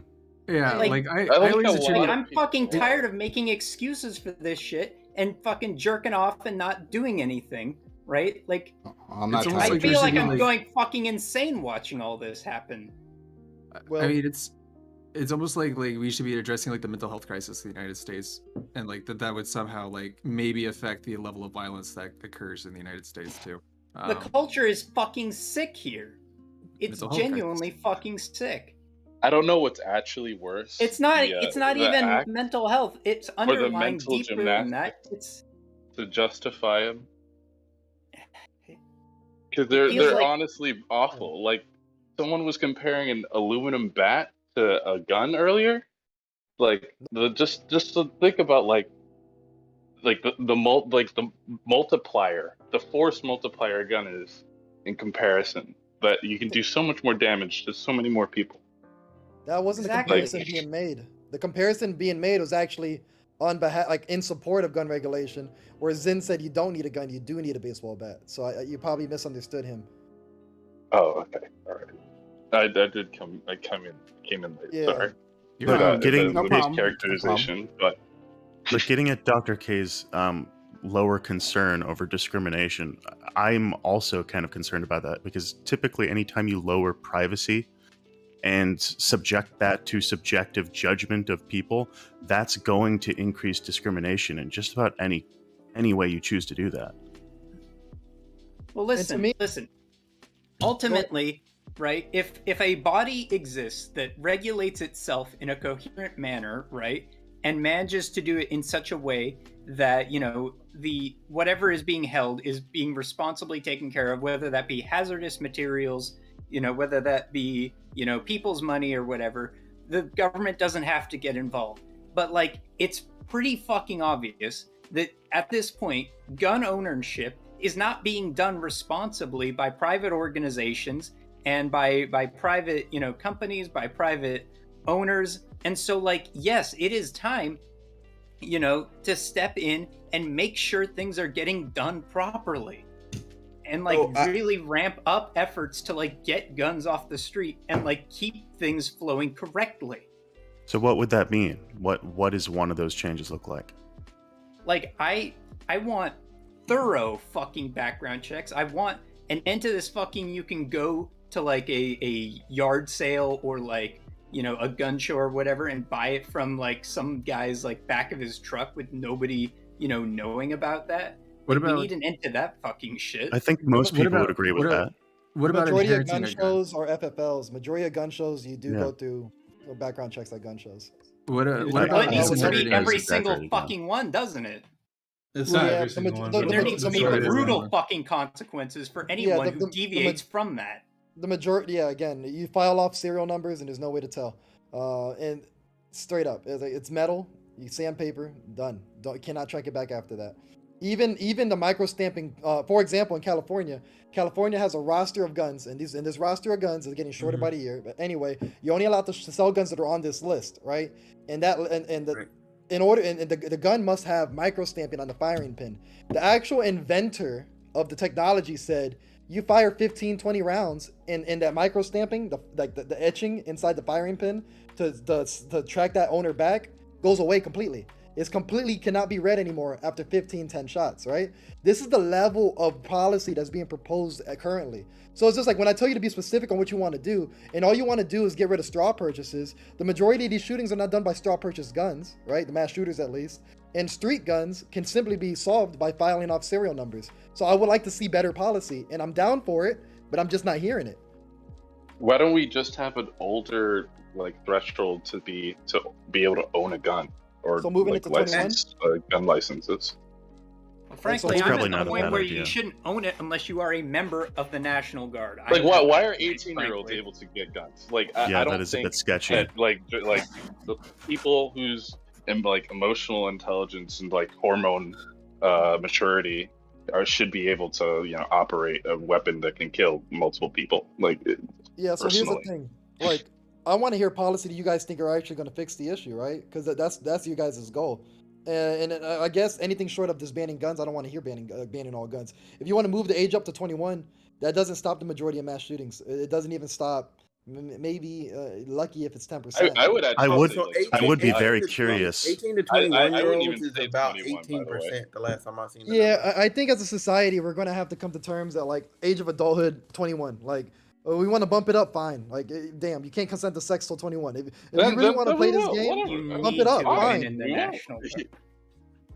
I would be very curious what the majority of the ages of people who are committing gun violence in America are, though. Because if that is largely weighted towards one end of the age spectrum, then that might actually be something that could legitimately make an impact on gun crime. I mean, it won't be impossible to pretty obtain, sure the obviously, majority of but a it could lot of- impact it. Yeah. But Yeah, I'm not gonna completely just X out the idea of raising it to 21. I think it's minuscule, and that's the crazy thing about it. It's like Don't bump get you stocks, to 20, minuscule. Go ahead and do it. 18%. Over 21, minuscule. Go ahead and do it. What The was problem this is that you guys are gonna have to keep proposing things, and eventually, I do believe that fundamentally, y'all just want to ban guns because none of these efforts are gonna give you the results you want to see. So you're gonna keep pushing for more. Well, then what will give it if you're so wise on this shit? Well, the majority of mass shootings are not school shootings and they're not grocery store shootings, right? The majority of mass shootings are gang violence, right? Are happening in disenfranchised communities. How old are people involved in gangs typically? All ages, but being involved in a All gang ages, actually, but what about the majority of the gang they population? tend to be adults. They tend to be yeah, well actually, into adulthood. It's grown adults. It's grown, but it's not like a 70-30. It's pretty close to something like a 60-40. Whoa, let's... No, If we're no, taking no, it no. to juveniles, yes. Literally, it's you would safely assume, oh, it's the younger population that's doing it. Like, no, these are actual adults that have nothing better to do with their lives. They've already been prior convicted, so they're already illegally carrying a firearm in general, and then they're doing this stuff, and then they're getting locked up even further. You know what I'm saying? These are adults that are committing these crimes. I don't have the actual numbers in front of me, but again, the number by and large for the United States, I believe last time I seen it was 18%. From 18 to 21, it's 18%. That's the number. Damn. Okay. I'm seeing All right. The issue with this though is I see different numbers. I believe. Oh, you see different numbers? I believe you. Yeah. But I'm gonna look this up. For mass, I thought I that see- for mass I shootings, see- for mass shootings, it was 18. I see for gang membership. Sorry. we're talking about That's shootings though, because just because Yeah. you're in a gang don't mean you're shooting people. No, that's So we're true. talking about shooting people, and Right, then not yeah, only okay. that, even again, you raise the age, gangs are going to get these guns illegally. Like it's literally regardless of It is- limitation. So go ahead and make the law, fine, right? But the whole point is you're not getting the results you want to see. What you're going to want to do is somehow bring down crime overall and recidivism. How do you reduce recidivism? A lot of shootings are done by individuals who have already committed previous crimes, right? And I don't necessarily mean other shootings, it's other crimes in general. Is we're going to have to completely rebuild the way we rehabilitate people, right? This punitive system that we go by, where we throw you in jail and then make you a better criminal, then throw you out, then you can't find any level of employability. You're no longer employable. Then you might just take up the gun, right? The war on drugs. Shout out to CTV. He likes to throw around the war on drugs, but it's a true point. The fact that a lot of gang violence does revolve around dispute between you told me you were going to give me 50 G's and you gave me 20. What's going on? You know what I mean? Or running up on someone trying to sell drugs, hitting a lick. If we made this business more legitimate and took it out of the hands of gangs, that's another way to deal with the gun issue. The majority of mass shootings, again, are not grocery stores or not schools. And there's still a way to address the school situation, which I brought up earlier, right? But dealing with the strong majority outside of that, yeah, you're going to have to bring down recidivism and bring down crime rates through dealing with Isn't it, poverty. isn't it still defined of any shooting with like 4 or more people is considered a mass shooting? So like at Yes, least like yes. 4 people, yeah.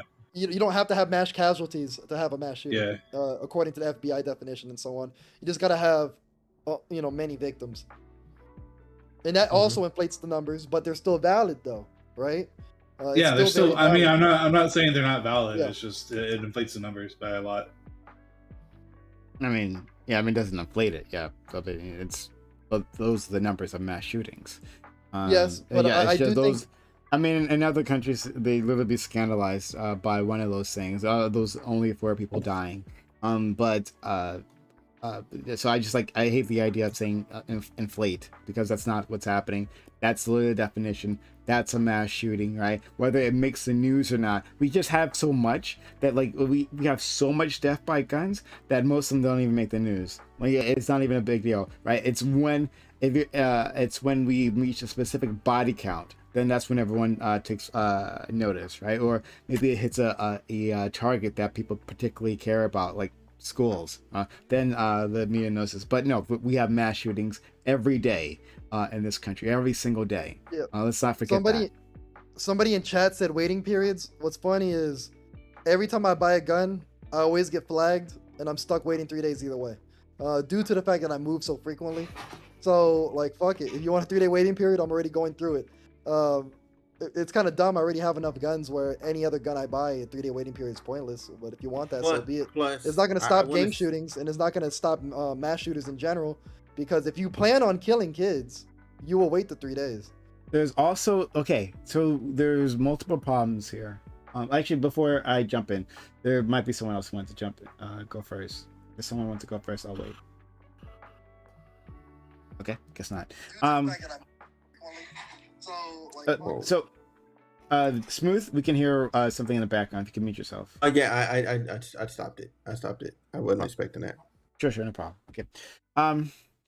So there are multiple different problems here. All right.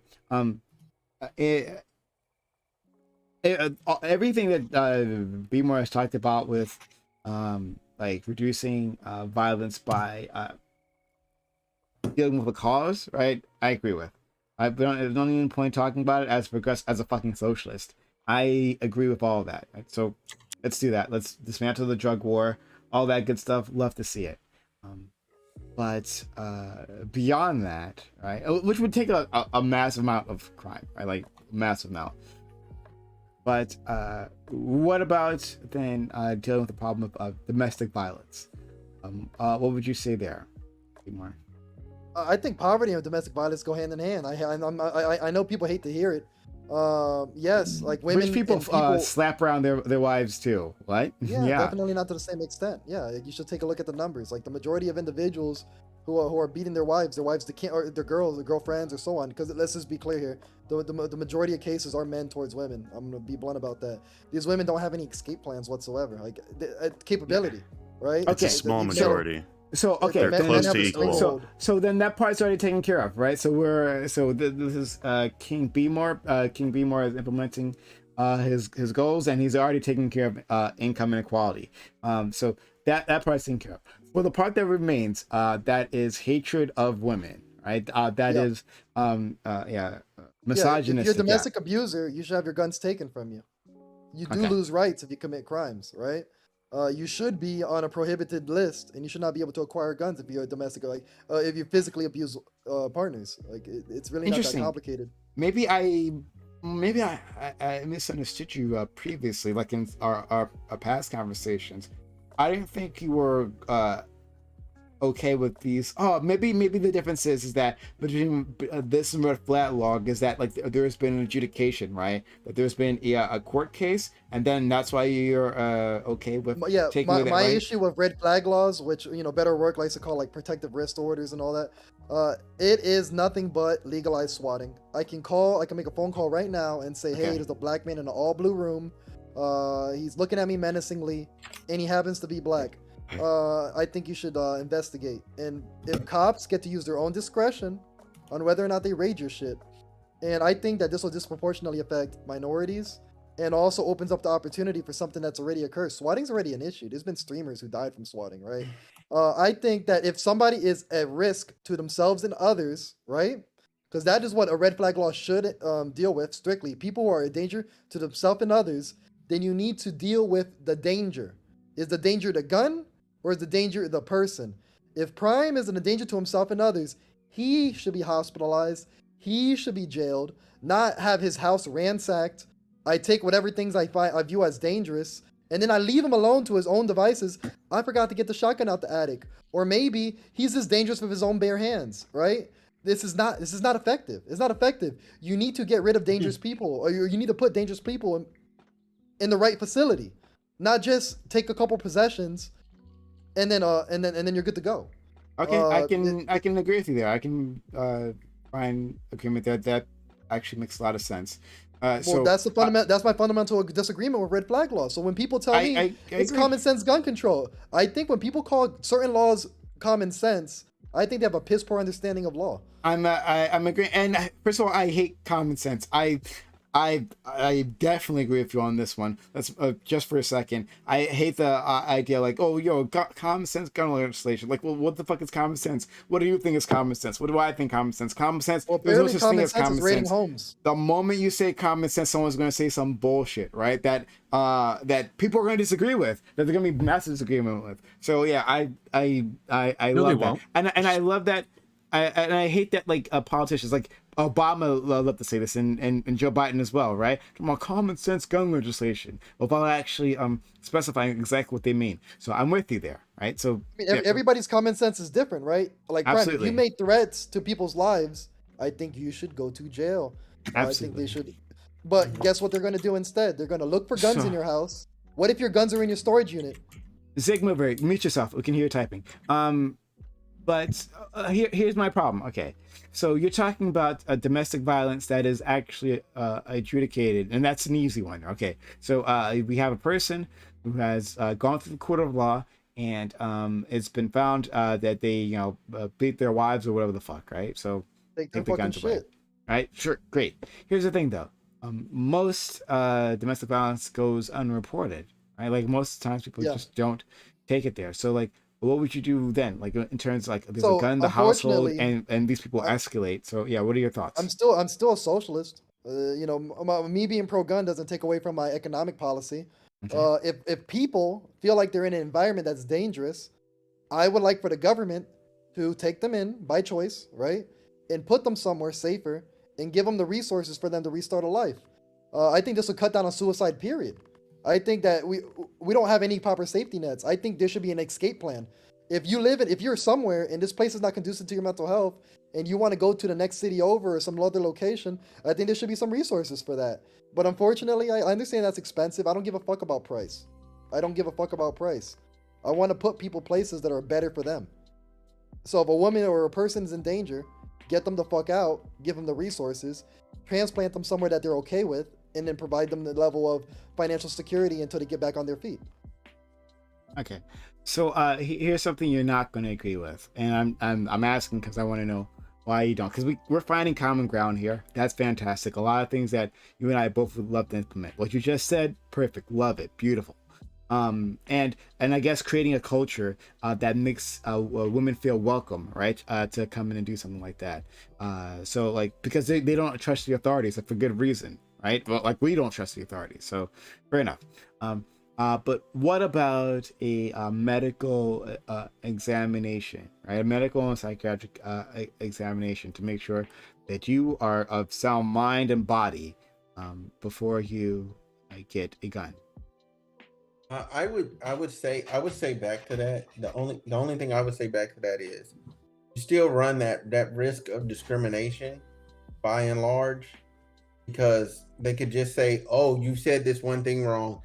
Stamp your paper unfit," and you don't have any control over that. You can have a second opinion.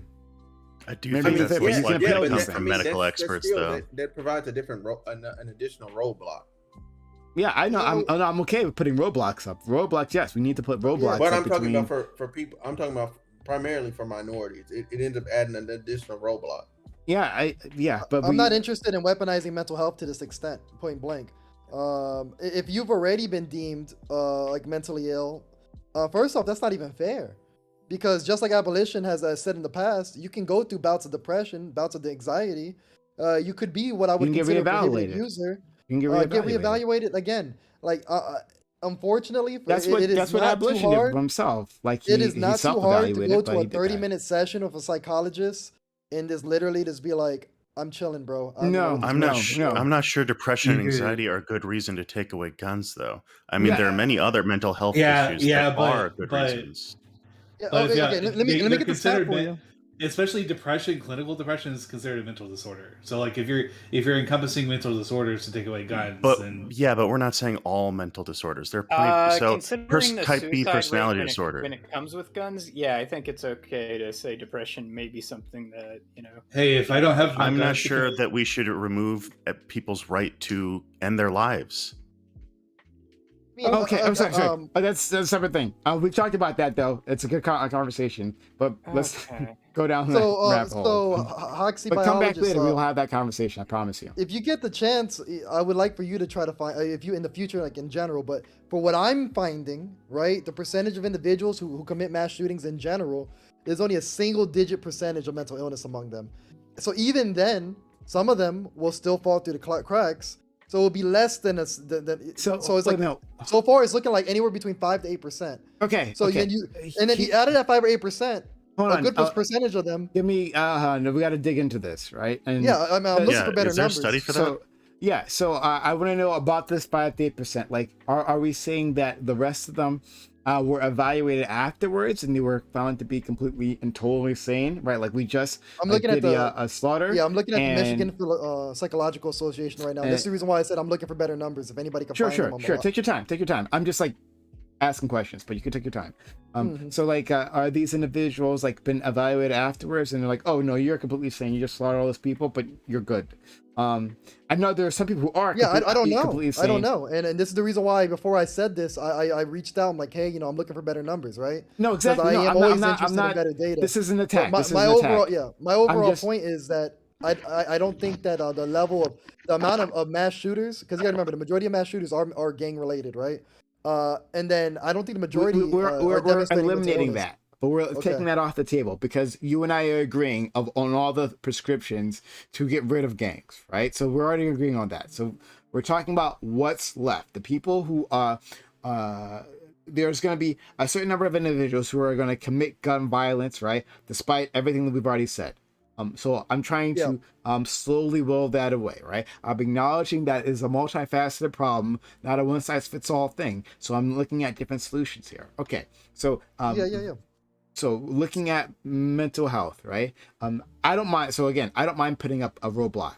That's fine because what we're giving you, what we're giving a person access to, is a machine that kills humans. So I have no problem saying that yes, there are going to be barriers here. You need to clear those barriers before you get that. We do the same thing for fucking driving, getting a fucking driver's license, not a car. Driver's license. So I'll do the same thing. I'll do more than that. Evaluations for driving. I think we probably should. But anyway, maybe. But what I will say. I'll pose it and I want to hear from you. Okay. So in that case, the things that you guys have already talked about. You said, well, there could be medical racism, right?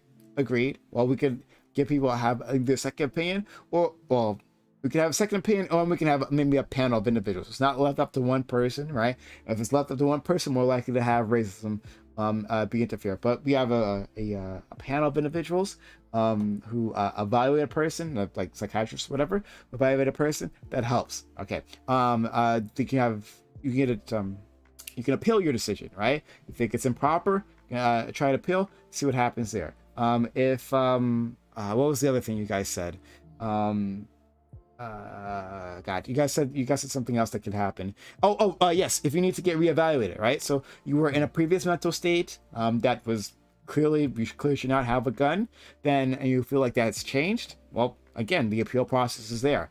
You can go and get yourself checked again. So with those reforms in place or those caveats in place, tell me why shouldn't we put something like that?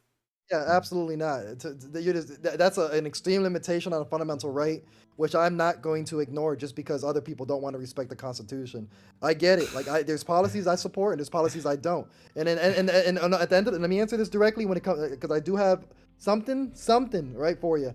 Is that I do support universal healthcare. I do believe healthcare should be free. I think it's in the state's interest, or the federal government's interest, to ensure that the workforce is populous, is as healthy as it could possibly be. Right? I don't believe I need to weaponize mental health in this capacity. I would rather have a society that does a better job funneling people into the resources they need, right? And then allow those resources well earlier on in life to make the determination than having to go see some board of individuals in order to determine you should get a gun or not. No, I don't want to weaponize mental health to this extent. And I do want to, and I think that everybody should see a psychologist or a therapist, period. And it doesn't need to be on the basis of you holding a gun. So I dug into the mental illness thing a bit by looking into a couple studies. I found a study that said 4% of gun crime was from mentally ill. And I looked into that study, and the first thing that popped out at me was it said that only 2% of the population is mentally ill. So I looked at the study that citation was for, and they only characterize mental illness as people who had psychopathy or very, very dangerous mood swings, basically. And that almost certainly doesn't encompass all of the specific mental illnesses that might be dangerous to have guns with. So again, like the point I made very early on is that the problem with a lot of these studies is they're really poor. And you can almost never make very good claims based off of these because they're not rigorous. They're not, and that's the reason why I specifically made sure everybody looked into it, because I was also skeptical of the data and not having enough time to really dive deep into that specific number. But I do believe personally, right, that the percent of individuals who are mentally ill to the point where they should be prohibited, owners of gun owners, I think overall is fairly low. I think that a lot of these mass shooters, I think that, for example, the Buffalo shooter, I think he was just indoctrinated. I think he was just a piece of shit, right? Okay, but fairly low is the term you just used, bro. The amount of mentally ill people, yeah, fairly low. I think it's very low. Fairly low. So can we not do something? No, again, I'm not interested. Wait. This is a level of paranoia. Again, but Hoxie biologists, like I need better numbers, because to my understanding, I'm saying it's still a single-digit percentage of individuals. 5%. If you can go from 10% to 5%, isn't that good? I am not trying to weaponize mental health and lead to this level of restriction to gun ownership, because you guys are hyperly paranoid off of a single-digit percentage of individuals. The question isn't decreasing crime; it's what freedoms you're giving up to get that. And especially considering the host of other policies I'm okay with to help us get to it, to reducing the amount of gun deaths in America. Because I think what's going on here is like you just want to stop it all out full blown. And I do understand that the fundamental right to gun ownership is a freedom, and it does come with trade-offs. It isn't just an ultimate. Mean dead kids. Yes, I'm not going to beat around the bush. There you go. And I would like to reduce those deaths. Your dead kids are a trade-off. I want every American to be able to think about that, right? When they're putting their child into the grave, when they are going to the morgue, right, and have identified them, because some of them were so mangled by the bullets that they couldn't. Hold on one second. They couldn't identify them, so they had to have parents come in and give DNA to identify their children. When they're doing that and they put whatever remains they can find within the casket, I want them to all think, right, this is for freedom. Yeah, this doesn't affect me not one bit. Like maybe I know it's not you, but I'm talking about everyone else. The beauty of it is the emotional people who this would resonate with already feel the same way. You should have children, and straight up. No, the whole point is no. I'm not going to give up this freedom all out completely. Not because in order to stop exactly what you guys are speaking of, you guys just want to ban all guns. I don't. That's not literally. Hold on. You are definitely the paranoid one. Yeah. No, because again, we went down the list of proposals. Literally been as reasonable as can be. I've been as reasonable as can be, right? But then you slippery every time we're literally agreeing, and then you slippery slope. Oh, I don't want to really agree with you because I know in the end what you want to do is get rid of them all, right? So you slippery slope it right down when I'm literally like, hey, let's talk about this specific policy and what the implications of that policy can be, and let's see if there's a way that we can make this work, right? And then you're like, oh no, but you're gonna take it away all the way, so it's pointless. You can't deny that was a massive appeal to emotion. What you just did, though. No, yeah, it was appeal that to had emotion. nothing Yes, to exactly. do with any Hold on, excuse me. factualness. It was obviously an appeal to emotion. Obviously, Yes. that's what I'm talking about. But hold on, I just did 2.5 hours of discussing the policies. Yes, the policies, and then he brought up the sacrifices, so I addressed the sacrifices, obviously, and I have no fucking problem with appeal emotions, none whatsoever. But in any case, I already hit the policies, right? I've been going down them, and then what you just ignored is me reiterating the policies and saying, here, we're trying to find common ground, and then you trying to a slippery slope argument. That's what I'm talking about. No, because you're not going to be satisfied until every single kid is saved, and I'm telling you, you just did it again. You did it again. I didn't say that. I don't think I've made a slippery slope argument. I didn't say that. No, I don't think he's talking about you. He's I'm talking talking about B more. I'm talking to you. He's talking about B more. He's talking about B more. Yeah. So it's again like no. If you want to give me another proposal, I've already told you my reasons why I do not support putting weaponizing. Okay, so you're not going to slippery slope it again? Maybe. All right, that's fine. No, okay. I mean so again, if your perpetual goal is to stop all death, stop all death. Again, did I say that? Did I That's say anything that's the like whole that? point of your emotional appeal. It's like the children that are going to be put in caskets. Even if nice it's try. one, the story's Be more. Nice try. I'm too good at this. I'm too good at this to get distracted by that, right? So you can keep trying the slippery slope. You keep trying to avoid the arguments. That's okay. I'll drag you right back. I will drag you right back. Any fucking time. I won't let you do it. I'm too good at this. I won't get distracted. I've been doing this too long. I won't get distracted. So we can try it again. So, what? Okay. So when I ask you about this, the topic of having a medical examination, right? You rather than dealing it directly, it's like, oh, this is a fundamental right? Rather than actually like saying, oh, this is are all the reasons why this policy would not work, right? Dealing with the policy itself, it's a thought terminating I already cliche. did that. Well, I already told you. Okay, I already great. told you how small of a percentage it is of individuals that would actually. You don't know, but then you said we don't know, right? And the numbers you're basing I believe on... the number is very low. Okay, and the great. numbers so far, Maybe. even though the studies are not conducted perfectly, the So same no studies. Anti-gunners use shit studies all the damn time. Okay, at least I didn't ask for that that study. At least what I'm saying is, I think we need more research on this issue. But so Let's do far, that.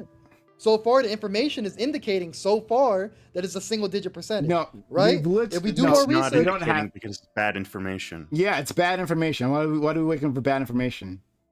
I agree. Let's not work on bad information. Yeah. No, so, I mean, okay. Means 1 out of every 100 kids die. The Michigan Psychological Association, a few other organizations. Again, there's enough of them pointing towards that. There's a single. The same studies? Are they pointing to the exact same study? study? They're pointing at their own different metrics, their own different studies. Okay, what are those metrics? Then let's look at those. God damn it. Oh shit! If you want to break down each one, let's. We can actually do that if you want. Like you're tossing out the study. Can you link then them? let's do it. Can I ask a question? Go ahead, Smooth. So be more. Instead of saying, I think everyone on this panel, I think it's being disingenuous to the intelligence level that everyone here, I think everyone here rationally knows that they're not going to be able to prevent all crime. Like, we're not going to be able to do it. We're not going to stop all shootings. I think everyone here is just like, what can we do to get this down? That's what I've been doing this entire time. Stop glorifying the shooters. That's one way. That's another way. And again, have the media place a blanket laws to curtail the media from outing the shooter's name and the shooter's face by making them famous and then making them infamous. I disagree with this. Yeah, so he's gonna say that I use them on my Twitter. I use the let's not make it direct. But why? But we know about copycats. Glorifying them does lead to more shootings. That's not addressing my question. You guys just went immediately just off. That's not what I was. Anyways. Oh, so what's your point? Let me hear you out. So listen. What I'm saying here is, when he asked for, when we asked for, hey, can we do this, like this additional step, right? And it would reduce by any level of percent. To then turn around and say, hey, that's going to lead to confiscation of all guns. We're not advocating for confiscation of all guns. We're just saying, hey, if we do this additional thing here, would it be helpful? I'm saying, and yes, I'm saying that the percentage of individuals that would stop is so minuscule in comparison to how big of an infringement it is. That's the point, and I'm not dodging anything here. Net positive. If it ends up being a net positive, I don't believe infringing on a right excessively is a net positive. That's the key, right? Is that not okay? No, I don't believe it's a net positive. That's the point. I believe it's too small of a percentage of individuals. How burdensome you make acquiring a gun, it isn't worth it. It should be a burden. I think. Yeah, I know you. That's the point. Awful. Exactly. That's the point. See, Smooth. This is the point. They want gun acquisition, the process of acquiring a gun, to be absolutely horrendous, extremely tedious, extremely difficult. And then if there's another shooting, once again, we gotta have legislative reaction. We gotta do more. I'm saying there's more. I have more policy proposals. I would like to move on to other ones. I've already told you why I do not support this one in specific. I've already said that mental health is already important, that we should have universal health care, free health care for everybody, but you guys want to paywall. You want to weaponize mental health specifically for the access of a gun. I want everybody to see a psychologist. I'm not even. So listen. That's my point. Bro. So listen. I'm not dodging shit right now. I didn't say you dodged anything. Like, so anyway, so listen, so let's say instead of having, so you have a driver's license, right? Okay. Right, to drive. To literally say everybody, hey, you have to attend this course to get a gun. Is that not unreasonable? Okay, first off, this is the first time you guys proposing this, right? And let me answer this. When you get your driver's license, you're able to use it in every state, right? Yes, I hope. Yeah. Okay, if I get my gun license, can I use it in every state? Yes, I hope. But it's a degree. Answer my question. No. So you're saying if you get that particular gun license, states are subject to gun rule how license they please. that gun license literally means you know how to operate a firearm. That's what it would mean. And it lets you buy a gun. But hold on. You know how the to driver's operate. license. The driver's license is codified in law federally, such that you have a driver's license in one state, you're allowed to drive in any If we're state. saying, so we're going to say the gun license, the quote unquote gun license, is going to operate the same as a driver's license. Driver's right? license, yes. I don't think there's anything wrong with that. So I don't think there's anything wrong with that at all. Yeah, let me address this directly. It seems man. reasonable. Look, right now, currently in federal law, you're not allowed to buy a gun in a state you don't reside in. That's currently law. That's the next federal background check system, right? True. Good. So same, and that's a good law. Whatever, I don't really care, right? I'm looking for future policy now, right? If you're going to subject me to a federal mental health evaluation, a federal permitting system, right? Then I want it to be federally acknowledged. If we can accept that, I could do that. Yeah. Now, what if we had a federal minimum standard, right? A federal minimum standard for getting a gun license, and then beyond that, the states could do more if they wanted to. But if they at least had a federal minimum standard for this is what needs to be done. This is the hoops that you need to clear, and then if people want to do more, that's great. If not. The only federal since you achieve the federal minimum, you can use it all around the country, right? You could use your gun license everywhere. The only federal minimum standard to owning firearm, to legally owning a firearm is you should be 21 or older, and that's it. Honestly, yeah, so and you should be able to, like, obviously I think the gun safety and training class is a good example of what you can do before you get a license. And once you get your license, if you're over 21, you can legally own a firearm, like in any state. You want and I think making the class hard to pass would be good too, because firearm safety classes are way too ridiculously easy. Can I ask a simple thing? Like, so Amar, can we agree that when you buy a gun, you take that gun to a local, like, you register it, and they get the exact signature of that gun, right? So they know if that gun kills Jimmy, They can see the shell. They can see how it all went through. They know that's the gun. It doesn't work. Right? It doesn't work effectively that's- because metal on metal No? contact, copper on metal contact, and also lead on metal contact. So Eventually, that's just like weird like TV shows. And no, shit? no, no, no. What happens is if you shoot someone and the gun's recovered rapidly or soon enough, yes. But if you run Okay. enough rounds to a gun, you can Oh, it cause the changes wearing to it. change. You're right. It Yeah. changes it over time. Yeah, absolutely. I get you. You can also have So we should No put our worries. hands in our pockets and do nothing.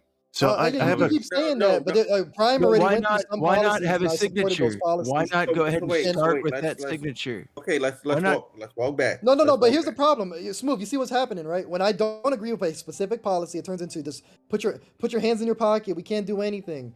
I've No, already I spoken was Prime about asking safe about it, bro. requirements. I've Shut already up. spoken I was about just asking. a federal permitting system. I didn't even completely rule it out, but my problem is if it's going to be a federal background check system and it's federally stringent and it's federally strict, then I want it respected in all states. If not, then I would rather just Yeah, defer so to the listen. state The solution. federal government isn't So going to do here's what- any of here's this. what would States happen. aren't going to Here's do any of this. It's just Oh, going to so- keep No, happening. no. So listen. Whatever. So, If you want to be a defeatist, there's some policy I like, so and we should do listen. something. I have a federally, question. right? If you had the gun license, it would have to be federal. It would have to be respected everywhere, just like your driver's license. If it's And going you to would be have as to- you would strict have- as you have to see a board of psychologists, absolutely. Say what? I have a question relating I to what agree. was brought up earlier. No, I I agree said with if you, it's- Mark. Yeah, but if I conceal carry my gun in California, they need to shut the fuck up about it. Okay, Yeah, and well, that's not- That's a another different- story, that's a right, different Prime? That's level my of license. issue. That I'm is willing to another give you what story. you want. Whether Listen, Yeah, wait, but that's the wait, problem. Be more. Compromises. I'm Bro, willing to so give you what listen. you want. Let me get something for it. So listen, driver's license, right? They have different levels. It'd be the same way federally with carrying firearms concealed and all that other stuff. You would have to go through the different levels. You would Or have a different levels of license. CDL, right? Yes. It'd be the same. It'd be the same way. If the But criteria it would is be all 50 clear, states and if the territories, yeah, you'd be good. It'd I be don't think I one-stop don't shop. think people support that. I don't think people support. I I go see like the you. board. I think that's good. I don't think people again. It's like Dr. K. I don't know Prime supports the idea of I go see the board of psychologists. I fucking get my fucking dental records and show them my Didn't penis. say length. that. I get it. I'm not talking about a psychologist or anything. Take the psychology guy. No. go What to what the I'm side. saying? No. Listen to me. The reason why I bring that up is because this tends to be a hard stop, right? People want individuals, not everybody, but Prime and I think Dr. K want you to see a psychologist before you buy a gun. Be Like, more. that's what they're saying. Yes. God. So I have a damn, question Bjorn. about the Fucking hate it when filing you're off right. of the serial numbers on the guns. Why is it? This might be the case, but if this is the case, I don't understand why this is even possible. Why is it that the sellers don't have to report who they sold the gun to? Because if they report who they sold the gun to, then filing off the serial number wouldn't even matter. It would be really easy to tell that someone is missing a bunch of guns because they're selling them after filing off the serial numbers, right? I don't know if the majority of these straw purchases or the guns that hit the streets are like bulk purchases. The ATF is currently investigating this, and there's been But a like handful. that should be something that they absolutely have to, like the buyer should have to report it to the government, so that the serial number even isn't even as necessary to be present on the gun at all times. So when you buy a gun from an FFL, so like a federal license, like a actual gun store, on the 4473 that I spoke of earlier, you do report the make and model and serial number on that document, and that's kept on record for 20 years. So I don't know what to tell you, right? I personally, if you show me it, I'm more than, again, another situation where if the information is presented, I would like to see it, but I personally don't have evidence of like an individual buying mass amount of guns and then like federally and legally and at a gun store and then pushing them into key areas, right? To my current knowledge, the fact that we have 400 million guns in circulation in itself is the reason why guns are in the wrong hand in general. Yeah, but I do think that if filing off serial numbers is something that is a problem that is making it harder to regulate, I think the majority of those problems would probably be centralized with specific people. They may not be the entire source of that, but I think that it's equally as absurd to expect that each one of those cases of a file of a serial code getting filed off isn't one person and done, Yeah, and then they'll never so do that again. the ATF, they're called It's such a tracebacks. The technicality. ATF does Yeah. conduct thousands of tracebacks each year. They do, you know, and I don't know what to tell you. Like, it is Like, something that a government does. You know what? If you're ever afraid of somebody breaking into your house, get a dog. Get a dog, get a gun.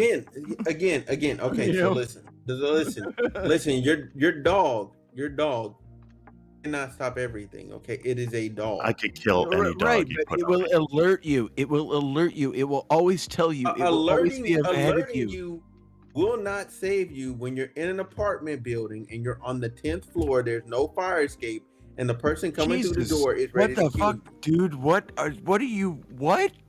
I'm telling you, I'm saying to you, if the person coming through the door, Okay, and in you're, that and you're instance- somebody that's living in an apartment building, and you're not someone on the first or second floor where you can exit out the window, you're like you're safely. You're either going to kill yourself from jumping out the window, or you're going to have to fight off So your you need a attacker. gun. So you need a gun. Would you rather have a gun or not have a gun? Because you don't know No, if the so person you need coming a through the gun door because has you don't one know or how to not. kill a dog because you're afraid you can't kill a dog. What the fuck? Do you No, not I'm not saying I'm afraid I can't kill a dog. No, I'm telling you, dogs the will person fuck that's coming people through up. the door will kill your dog and you. No problem. If Yeah, that's but their if what that's if you what they ain't, what mean if to you do, ain't they're got the gonna little do it. lead bees? What if you Okay, ain't okay. got the I'm sorry. This is a bit of a distraction. So dumb. I've raised pitbulls and they're the friendliest dogs ever. Radif The didn't dogs get a actually chance to like speak. me. Radif has been here. He's Love been you sitting guys. here, and he hasn't actually got a chance to speak. And then I think maybe someone else. Oh no, that's a Zig Mover. I didn't recognize your avatar. Radif, please. Well, it just depends on what your final goal is, right? Do you want to minimize, gun violence with kids, or just gun violence in general? You sound really low. You sound extremely low. Get closer to your mic, please. Hold on, can you not hear me? I can hear you, but it's slow. Oh, Yeah, it's very barely. Yeah. Okay. Abolition, good attack dog. Yeah. You covered all the bases. It's long. And damn, your puppy grew fast as hell. Hold on. How does that hear? Oh, much better, much better. Please, You got Radif, it? go Okay. ahead. Yep. Oh my God, what did you guys hear? I'm sorry. Right there, Oof. that little pig. All right. That pit doesn't trust. Anyways, it just Sitting depends back. on what you want to fix. Do you want to fix gun violence in schools or gun violence in general, right? Right. In order general, to- we're talking about in general. Right. So, as far as fixing gun violence in schools, a huge part of that is making our police not complete cowards, right? We have to change police conduct. And this is a really hard conversation to have, to call our law enforcement complete cowards, but No, it's not it's easy. been Continue. school shooting It's pretty after easy. school shooting that they get to the scene in around 2 minutes, and they take around hours to get there. In Columbine, the school shooters killed themselves, and they took 2 hours and 30 minutes, causing some of the kids to have severe God. blood loss, and just I wish I could lost fight some of this, them. but it's Exactly. And what The just problem happened- is it repeats every time. So if you want to minimize, the amount of casualties in said, school shootings, but we might have gotten shot. Zin, let him finish. He's been waiting a very long time. Please. how our police conduct is, they are prioritizing, in short, getting home, getting safe, right? That's why they unload magazines on people that they feel wary of, and that's why you have to have your hands on the dashboard, right? Because they're prioritizing their safety. They're not protecting and serving, right? That's what they're taught. Now, if you want to prioritize gun violence, just overall, you're going to have to minimize circulation of guns in the wrong hands. And how you do this is, well, you're going to have your mental evaluations. The fact that we're guilt tripping people into mental health system is not a good way to go. Mental health should be more regularized. I mean, I feel like That's my point. That's the point I'm trying to make, though. I'm not sure if we're making the same point, but I don't feel like putting weaponizing mental health for the sake of this gun ownership. I want people to get regular help, period. Radif? And for free. I just want there to be a DMV for guns, literally the same thing. Something else to add is that you will have to have a federal standard that, each state could be a little bit more stringent based on certain hunting laws and whatnot, but you're going to have to set up a federal standard where you have to both prove that you are mentally capable of using the weapon at the time. I think you will actually have to constantly have like some kind of a mental evaluation. I don't think it has to be too stringent, but it has to be stringent enough where we don't hear about, insane kids shooting up Starbucks, every freaking weekend. Because I was just the other day, I was trying to think of the shooting that happened in Michigan, and I couldn't even recall which one. I mean, it's happened that many times just this year. If that is not the saddest thing ever.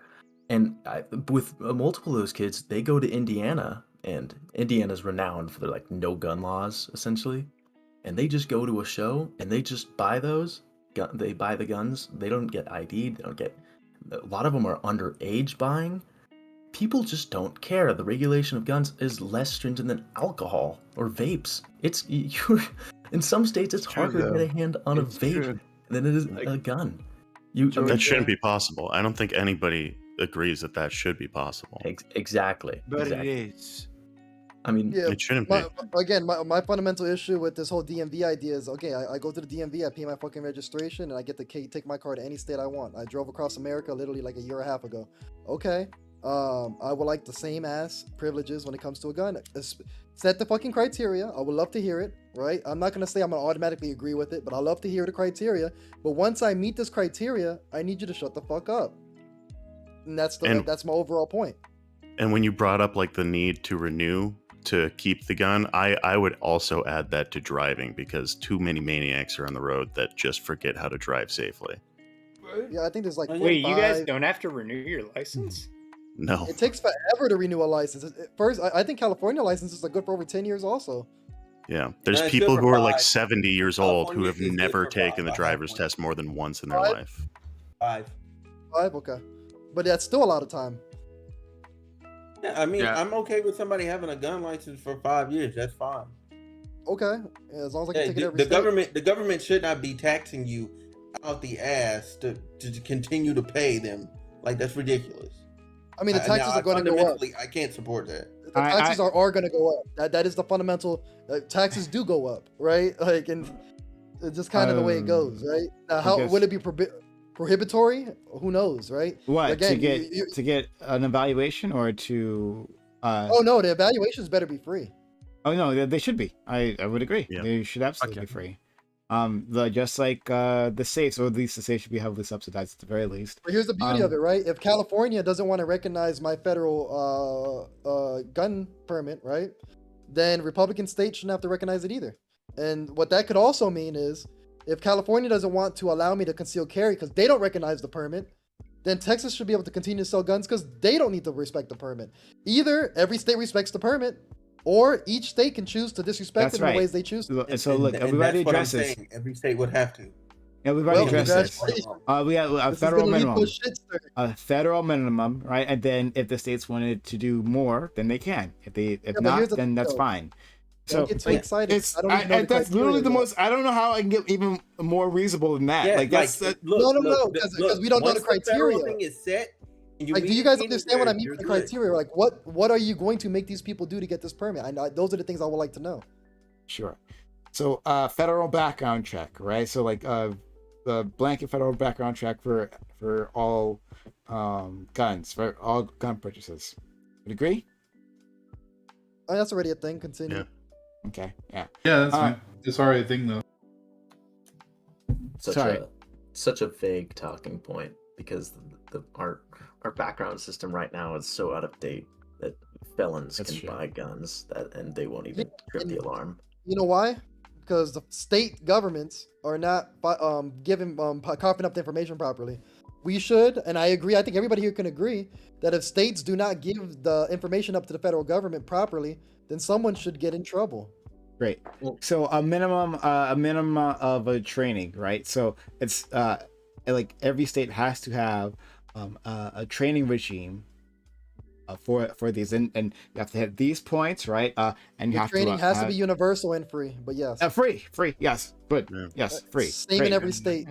I agree. This is the federal minimum, right? And everyone has to follow it, and everyone has to provide it, and the federal government helps states pay for that, right? So I'm good there, right? Great. Okay. So training. We have a waiting period if necessary, like for like a new weapon. A waiting period in place, right? So let's say the reason why there's no point of a waiting period is because this permit's going to take months to get. Yeah. No, I'm saying no. I was gonna say the wait. I'm saying to get a new gun. You have the permit. Point. There's no point. Again, no. The psychiatric evaluation, your appointment's probably going to be a week out. No. Your background check is probably going to take 2 days. You're not listening to me. No, sorry. Maybe I'm not being clear, right? I mean, your second gun. Again, to me, it's just dumb. Like, so, give me the permit and then leave me alone. The prime. If we end up treating this like a driver's license, we cannot have a wait on the gun outside of you waiting for your permit, because that would mean we would have to start putting a weight on cars. Like, no, we don't have to. No. When I proposed this, when I made this proposal, I'm saying this would be the same. So that means I'm saying my proposal is different from yours. Yeah, and I'm telling you the waiting period's dumb. Yeah. So Smooth, I'm with you. Okay. Well, no. Again, you got to remember the waiting period is the psychologist is going to take multiple days to come to a decision. The permit itself is not going to come in the mail that fast. No. Like the background check's going to take multiple days. Had nothing to do with the psychologist. It was just. No, that is the waiting period. You can't even acquire a gun till then. So that is the waiting period. I'm not looking for more. You're not listening. Like, you're not listening. I said like your second gun. So you're going for another gun. Yeah. You've already been evaluated, but then still you have to have a waiting period for getting that other gun, right? People, it could be any number of reasons why you want to get that gun. Whatever it may be, wait a few days before then, in case the reasons that you're doing that are bad, right? Or you already have a gun. Or negligent. This is when things always end up being excessive just for the sport of it. It's like in search of a problem. Do they already have a gun? Do they already have a gun though? Yeah, it's the second gun. Yes, I know. It's the second gun. Why are they buying the second gun, right? Yes.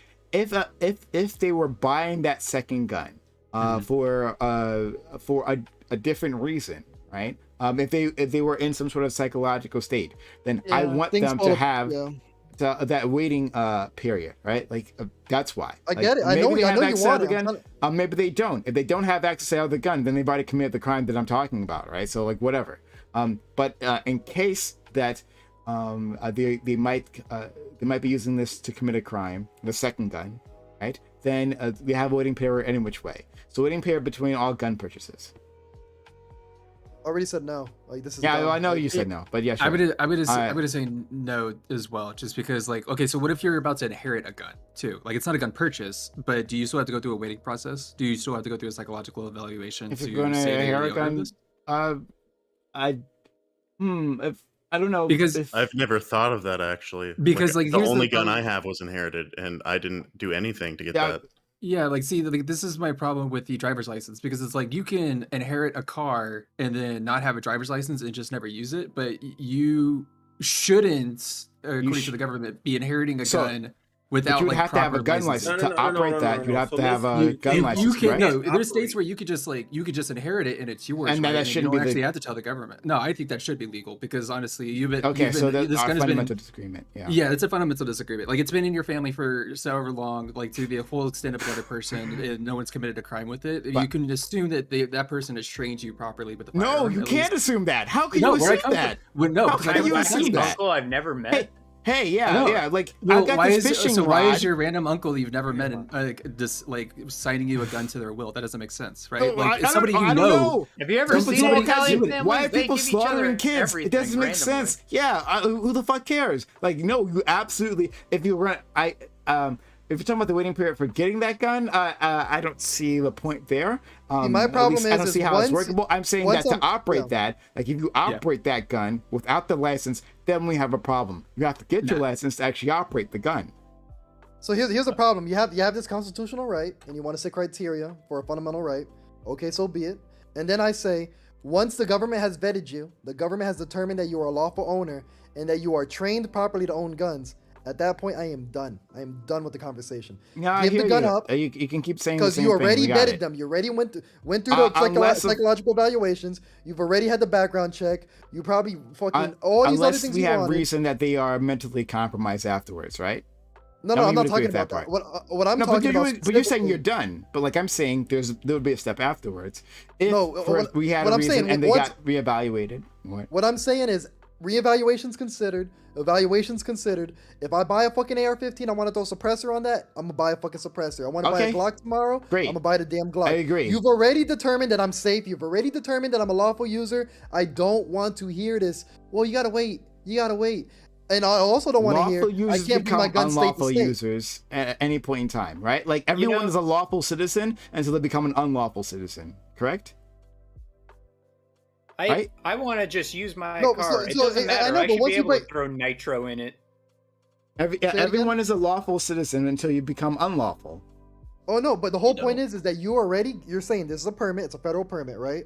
Mm-hmm. And if you pass all the checks and you Yep. stay lawful, right? Yeah. You don't break any laws in the future. Mhm. You don't beat your damn wife. That's including breaking the law. You don't you don't have a new mental illness, so on. If all these little dream situations, if the stars align, all the criteria you set forth is now aligned. Yeah. I want to buy my shit and take it anywhere I want to take it. Okay, I agree. Look, this is the point that the one we're designing right now, for exactly that. Yeah, like that you could take it anywhere.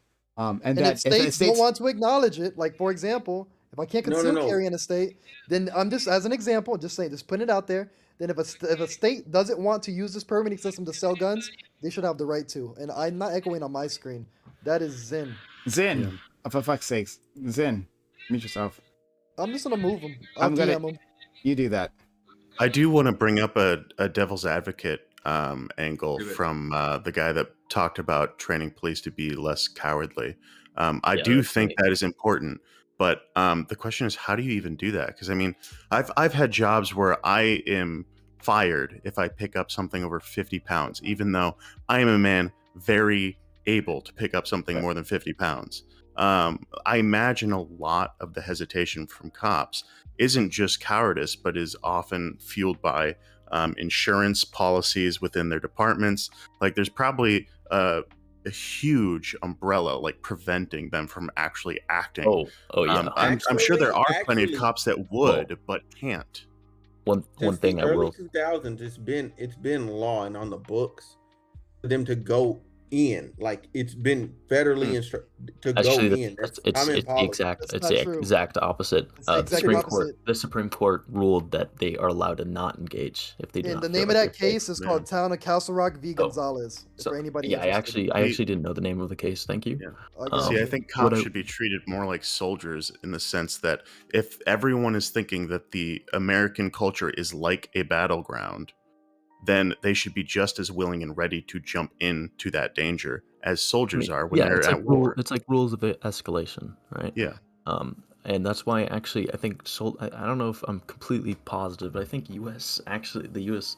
military actually has like better rates with Afghanistani citizens than the U.S. police do with U.S. citizens, which is just messed up. Which is mad funny. We're gonna have to we're gonna have to change the system because right now cops are in positions where they're the only ones allowed to conceal carry in certain states, in certain locations, right, including schools and so on. If you're the only person allowed to use a gun in these areas, then you better fucking use it.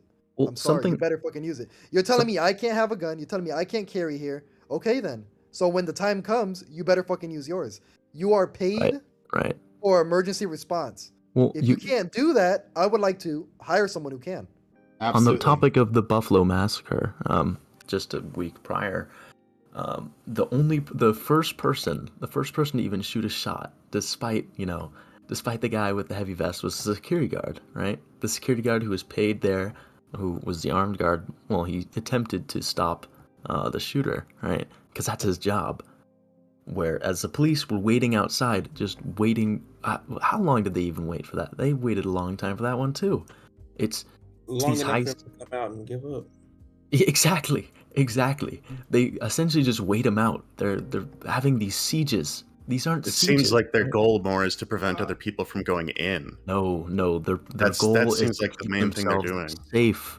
It's to keep themselves well, safe. I would argue they should go in and not keep themselves safe, but it seems like the only thing they do is keep other people from jumping into the school to add more to it. They ask us, right, for these high APC equipment, right? They want armored personnel carriers. They want these high caliber shields, right? And they don't use them. And guess They what? want- Guess no, what? they do use them. They still inappropriately. no. They use them. They use them for protest to mow down. Yes, protesters. exactly, inappropriately. And then when the time is needed, right? Because these shooters don't have tanks. They don't have fucking Abram tanks. But when the time is needed, guess where the SWAT is? They're sitting outside, right?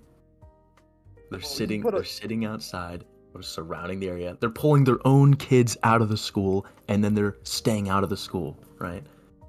That's what they do. Yeah, it's the same thing with Jan 6. Like a BLM protest outside of the Capitol Hall, they had cops posted up with guns outside the the Capitol steps. Jan 6, mad chill. It's beautiful. Same thing, protests on the streets of Phoenix. They pull out all the big toys when it's the BLM protest. But I highly doubt they will do the same. I highly doubt they'll do that for a mass shooting. I have wondered. I think cops are just flat out cowards. And I served in the military. I went downrange. I know how it is.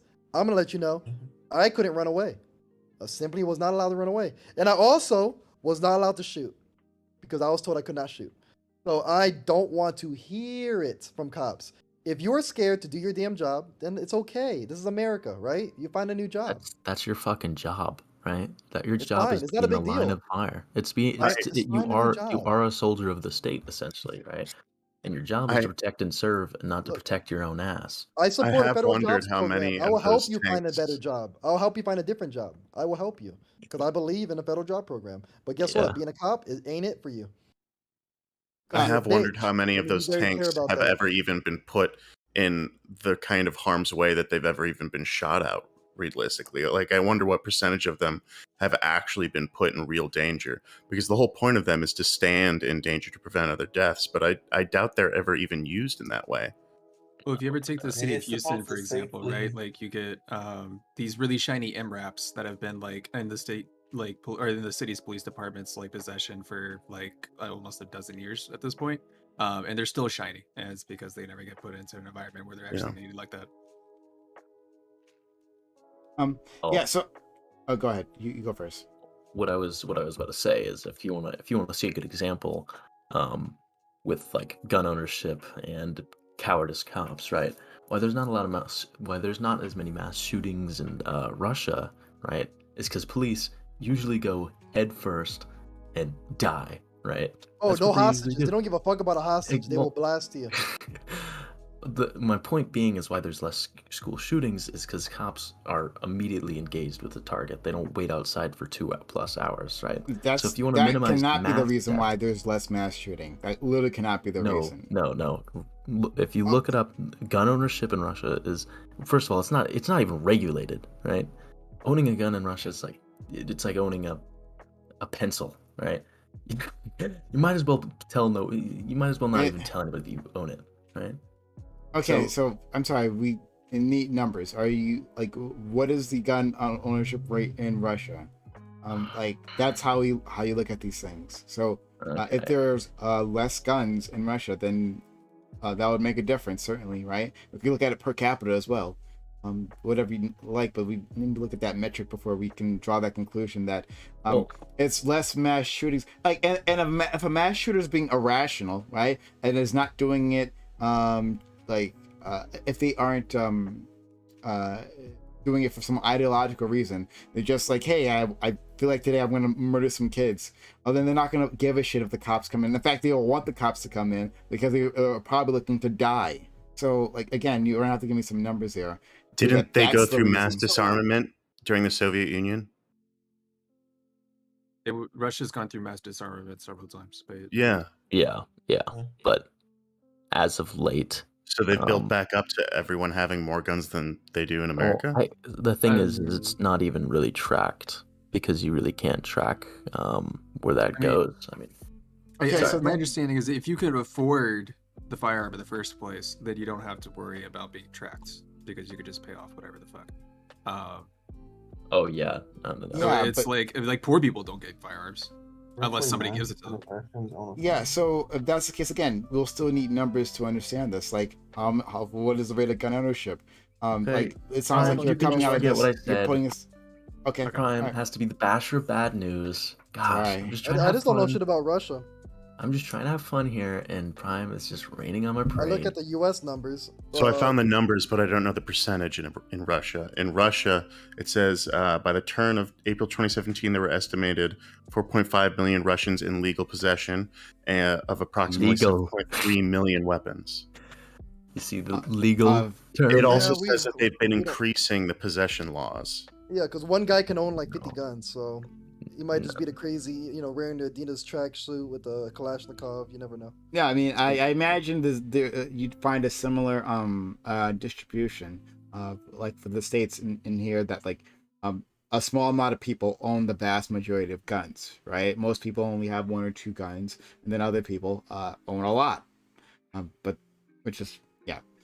So we have to take a look to understand exactly what the reasons are for Anyway, so I really enjoyed your conversation though about the cowardice of the police. I think it's very important, right?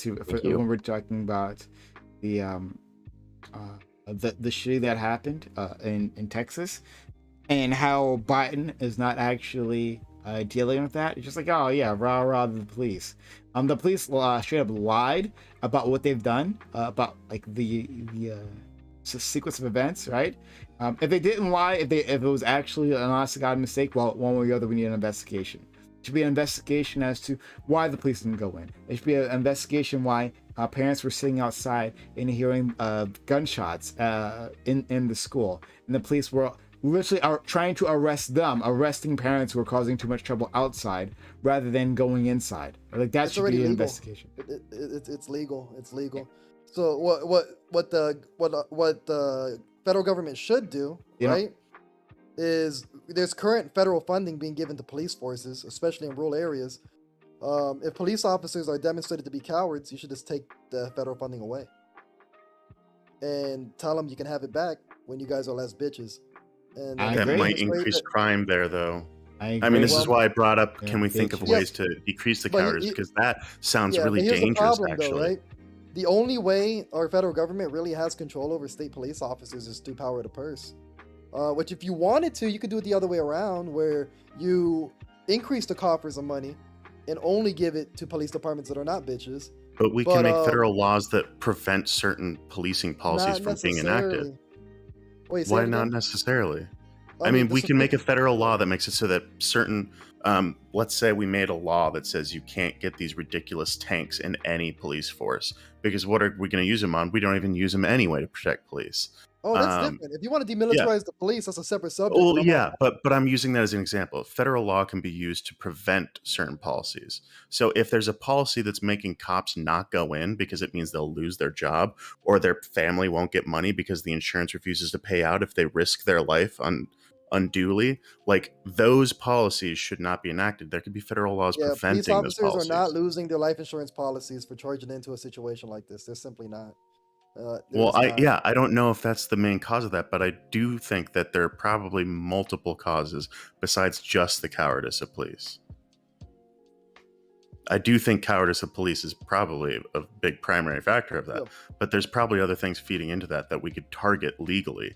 I don't know how we could train people to be less cowardly, or how we could better market for people who aren't cowardly to take those positions. We have a hard time finding cops as it is. I wonder if Castle Rock v. Gonzalez limits this, because so far, police officers do not have we're not forced to respond to anything, period. Well, yeah, I'm not sure. I think the only way the federal government could have forced this is through power of the purse. I think that is the constitutional power that the state has, the federal government has. And again, like many other discussions, fundamental rights and constitutions, people choose to ignore them. It's really hard to. It really is hard to, right? In reality, you can increase the funding to police departments and then threaten to take it away. But I believe police departments receive enough money, and it goes to show. For example, the Texas Police Department, some of their police officers were running H&K AR-15s. They cost $3,000 each. And they have PECs on them. Those cost $1,000. Then you had Trigicons on them. That cost $1,300. Some had EOTechs that cost $900. They had Vicker tactical slings, $100 each. The mounts, $100 a set. Their kits cost so much fucking money. They're not using them. I think they have enough money. You know what I mean? And I do think just the threat worry of though. removing it, the threat of removing it, I think could spur change. Yeah, I do just worry though that like if we use this as an example in colleges, if a college does something they shouldn't, removing federal funding makes sense. The students can find another college. A lot of students travel to go to a college anyway. But if you remove funding from a police department and that the police department needs that funding, the people living in that area don't get to just decide I'm going to move to another town where the police department wasn't defunded. So that like has much greater implications that I am worried about. So the only my only 2 points to counter that is simply, I do not believe our federal government has the constitutional authority to levy these level of restrictions or policies on police departments outside of the power of the purse. I think our federal government, through my interpretation of rulings currently, limits this power. If my interpretation is incorrect, then I'm all for it, right? I'm all if it for is, I wish saying. we could change that. Yeah, and I think we are confined at this current moment, right, to funding. Prime knows I want to rain hell on police departments. I think they're absolutely tyrannical. I believe, like, for example, LAPD having full-blown gangs within their police department. I am okay with eradicating their police department and building it again from the ground up, right? I am down for extreme changes. I just don't believe we have the power to. But when it comes to restricting funds, it doesn't have to be an all or nothing deal, right? It can be gradual, right? You act up, you lose 3%. Yeah. You act up again, you lose 3%. Like that. You lose again, okay, 10%. You lose again, okay, buddy, we already tried you 4 times. You lose it all. And maybe, but overall, I don't like to pay for bullshit, right? When it comes to tax-paid services, like, we do deserve a level of customer service, right? If I'm paying into a system, I do expect certain results, and if those results are poor, I think something needs to change when it comes to why is my money being allocated towards this? Why isn't it not being allocated differently? Yeah, I think that's way more reasonable. You won me over with that, definitely. I mean, something to talk about is what is our end goal, right? I mean, how do we make all police departments better? Obviously, it's training is a huge part, right? You're going to have to train people that public safety actually overtakes their own personal, biases and so safety. Me personally, right? I would tell every police department to take a look at. I understand that this is a specific state and this doesn't apply to everyone, but I would still tell every police department to look at it, right? And I would ask every state to do the same.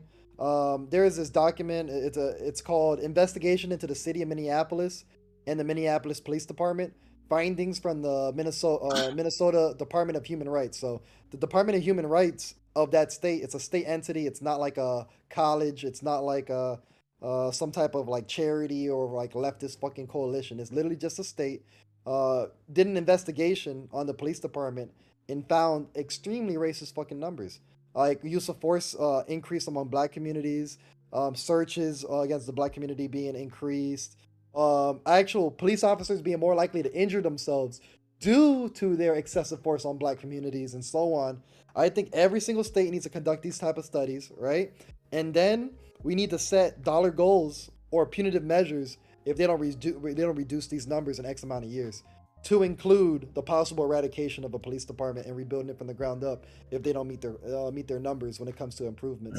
We're going to have to use metrics, right? We're going to have to use metrics, and if the metrics are not met, then heads have to be chopped off. That's how the military works that way, and so does corporate America. But for some strange reason, the police departments are excluded from every business model. I do want to bring up an interesting difficulty that I think I'm privy to that I think a lot of other people might not be actually. I'm traditionally from Minneapolis, although I'm in Madison, Wisconsin for graduate school right now. But my aunt does a lot of the hiring for the Minneapolis Police Department. And the thing that always strikes me is whenever some of these shootings or police deaths, like when George Floyd happened, she always beats herself up because she does her best to try and weed out all of the horrible fucking people that apply to be police. But it's just so hard to spot some of these racists since like people don't try and outwardly make these things obvious about their character. And I imagine a lot of people probably go in not necessarily being entirely prejudiced, but it getting worse and worse as they're in. Yeah. I think there's a lot of difficulties to making this better from the police side of things that people don't realize are actually there, and that a lot of the people who are already involved are doing really, like, trying real fucking hard to not let this get worse and trying to make it better already. I don't really believe it. I've spoken to enough law, just like you. I've spoken to members of law enforcement, and every single time I talk to them about addressing these issues, they always say it's bigger than us.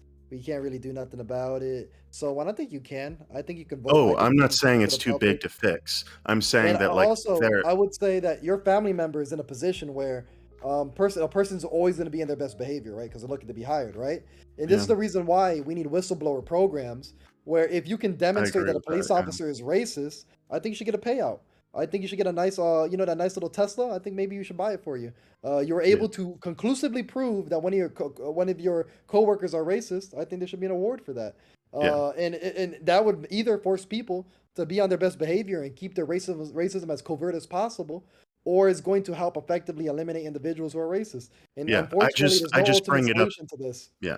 I just bring it up because, like, the hiring process is often used as an example for how to weed some of them out. But the problem is it's not quite that simple. I think it needs to be like a much larger thing that you need to do to attack it from many different angles. I mean, yeah, for sure. And one of the angles I would like to do is whistleblower programs where police officers are incentivized. And if there's any type of retribution, then the government should help them get retrained and provide for their safety if that even includes moving them to another police department on top of serious levels of incarceration for anybody that is proven to retaliate against this officer. Absolutely. And I'm talking about 10, 15 years minimum.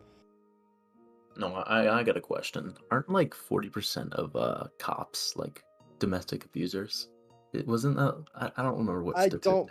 You got to be careful with numbers, and that's the I reason know. why. Domestic abuse statistics are actually, like, really, really poorly gathered too. Oh, Gotta- don't yeah. worry, I know. Yeah. Well, Uh-oh. actually, don't. I'm not Be gonna say it careful. like that. Snitched. My boy. Well, now we know you're part of a statistic. Yeah. I'm a cop actually, part time. Well, not with that here. Yeah. That So suspect can pull it. yeah, so again, You look a lot like Timothée Chalamet. I don't know who that is. I'll just say that the guy who Buster. played the kid from Dune. Timothée Chalamet, yeah. Okay. So yeah, so sorry, this is weird. I think the reforms that you're talking about, I like it's interesting to use the power of the purse to change how police operate, right? So like it's I like the idea of using data, right? Gathering data and using that. Like we have so little data on how police operate, and it's very difficult because I don't think it so. requires- I'll put in public record again. I think we have good amount of data. I think the problem is it's not being utilized. I think it's both. I think We part can of the always problem use is that, more, but I think there's enough data to make some changes. like on And police enough, shootings, you know? right? On police shootings, we have very little data, like because the police, the people who are going to gather that data are police. So if police don't want to hand over that data, they simply won't, right? And if it's the police who are transcribing the data, then that's then the data we're going to get will be inherently flawed. How do right? you remove that problem, though? Who else would transcribe and who else would report that data besides the people that could do it? I don't know. That's what I'm saying. I just like it's a Yeah. problem. I know. Yeah. Whistleblower programs help with this shit. Incentivize snitches. You know what cops always say, like see something, say something, right? Yeah, we should definitely that same level. Police officers are always advocating call the crime line, call the crime line. Come forward with any possible information you have on this suspect. I want that same mentality when it comes to dealing with police officers. Practice what you preach. Just like you can get $10,000. You've seen the ads, right? You've seen like the listings. Like they'll show a fugitive and it says, or a suspect, and they'll say any information on this individual will give you X amount of money.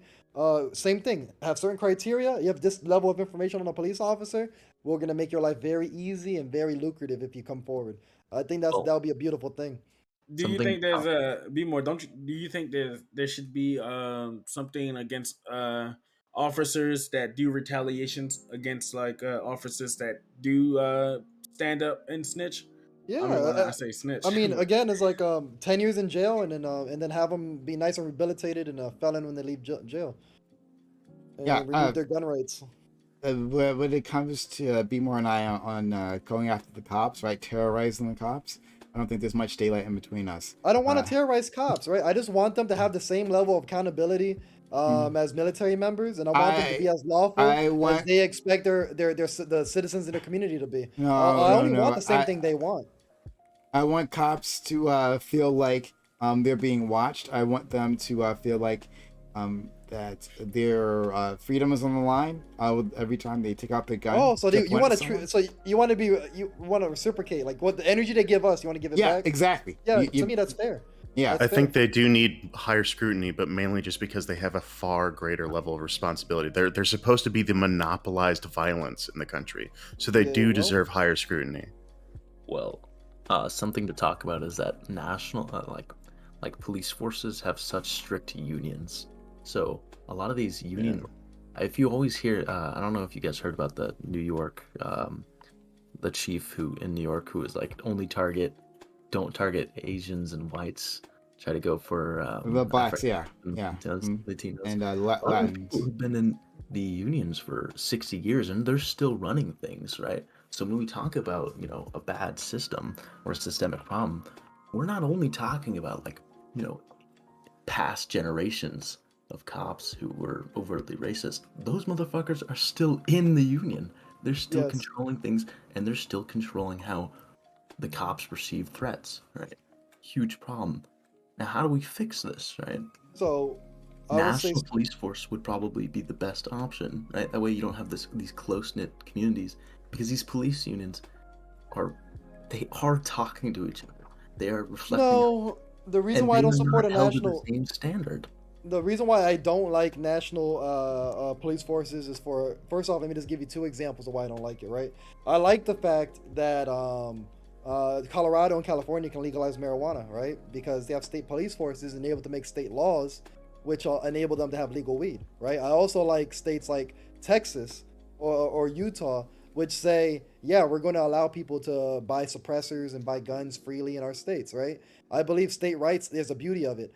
What I do believe is we do need a federal police force, right, to police the fucking police. The fact that the FBI is smaller than the NYPD shouldn't be that way. Should not be that way. We should incentivize cops, federal cops, to bust down on state cops. We need more accountability, but to nationalize it, to me, opens up a can of worms. I think communities have their own approaches, their own ways of doing things, right? I do think we need a ground, like a fundamental, like foundation. We need a foundation. But other than that, I'm not for it. Maybe I need to elaborate.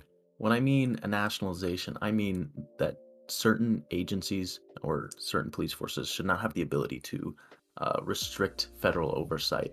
For example, LAPD after Rodney King refused federal oversight. Federal oversight was wanting to be implemented, but they refused it, right? Federal oversight should always be a thing. I was about to say the feds, but yes, the FBI should be in You can say the feds, that's fair. They are the feds. It should be watching every single region, and they should be making sure that there is no discrepancies. I agree with you, and I think we can agree that there's not enough resources for these officers to target officers. We need to tenfold. I'm talking about massively expand the level of money available for cops to prosecute cops. So okay, busting a cop should be the greatest accomplishment a cop can do. It literally should promote you. Oh my god, that would actually be great. I want a totally parade. for that. You know when they do parades when a cop dies? Parade when a cop is prosecuted. I would love it because then you're cleaning up the police force, right? Like these. But think of it this way: the cop that prosecutes a cop is a cop who truly cares about his community. Exactly. Yeah. There should be a parade. That should absolutely You are invited to the barbecue, but unfortunately, we have a system in place where cops are covering for each other. But the union, right? Prime, you want to go? I want to address the union thing real quick. Okay, go ahead. So hot take, right? Cops are workers. Workers deserve representation. Unions are good. Now, here's the problem. Just because unions are good doesn't mean unions should have the level of power they have now. I don't believe cops should be able to collectively bargain their punitive measures, or punitive measures. How are you picking your own punishments, right? I think we need to establish a system where police chiefs have the authority to fire anyone, period. No union contract should be able to violate that, right? The buck has to stop somewhere. There has to be one person in the police department that's able to fully terminate an officer at any given moment, point blank, period. Same way, right, that somebody can get fired from a damn Chipotle. Absolutely. No, Really easy to get fired from Chipotle. I think that and I guess I sort of agree with more here, and that cops are workers. They deserve protection within their workplace because cops themselves can get abused by other cops, right? You know, if all cops are bastards, then of course it's going to be the case, right? And I don't want people to get abused. I want people to be able. I don't want like female cops to get sexually harassed. I want them to be able to find support from like a union rep when something like that is happening, or pay discrimination or anything like that. We need unions, but we should severely restrict their activities, including their political activities. The cops, the people with guns, should not be giving money to the people in power, right? That we shouldn't be influencing them at all in terms of like politicians. So break that. And cops, in terms of their ability to negotiate, their ability to negotiate should be very limited as to what they can negotiate for. Yeah, it needs to be limited to work conditions, compensation, right? Yep. Safety, right? But it should not be what punishments you receive when you break a rule. No. Although that might push them more towards cowardice, unfortunately. Well, they're a bunch of cowards anyway, and they need to be terminated and replaced with individuals. Yeah, then we should be able to then make it easier to terminate them if they're doing a bad job. So what you're saying is going to lead to more cops being fired? Fine, let them go, and continue to do so. No, I mean letting unions like make policy or decisions based off safety that might actually incentivize cops not going into danger. Yeah, then fire them. Because that's what unions do for workers. That's exactly what they do. Okay. Yeah, but again, like firefighters still got to fucking go into places, right? Exactly. Welders. Do their unions prevent them from going into burning buildings?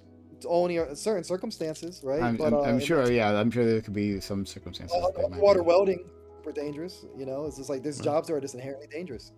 Yeah. Pick another job. Okay. To my audience, we will be back on. Well, we'll be back tomorrow. We'll be doing gaming on doing Elden Ring gaming. So come join us, especially on YouTube. So I drop by there. On Saturday we'll have. Well, I'm not exactly sure. We'll probably have the small council, but I got a family function, so. But we will be streaming. We always stream. We never miss a stream. We haven't missed a stream yet. Repeal qualified immunity. So, repeal qualified immunity. Absolutely. All right. So come back then. Hit us up on social media, especially social. In chat for our social media. Hit the follow button here. Subscribe to the channel. Help out the channel. We're always doing more, so subscribe to the channel, and like our videos on YouTube, right? Hit us up on TikTok, like our videos on TikTok. We got a TikTok, follow our TikTok, and we got Discord and all that good stuff. So, in which way, I will see you guys later. I'm gonna send you off to Rob Noor, actually. You're a piece of shit. Why not? It's okay. Why? Everybody's gonna find out for themselves. What is he doing? Is he doing something especially terrible? Especially terrible. Especially terrible. Prime, hurry up and do it. Your viewers will hate you for it.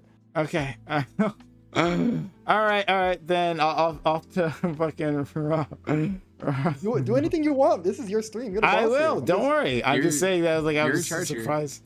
But anyway, off you go to Rob Noor. And we'll be back in the future. I'm sorry, chat. I tried.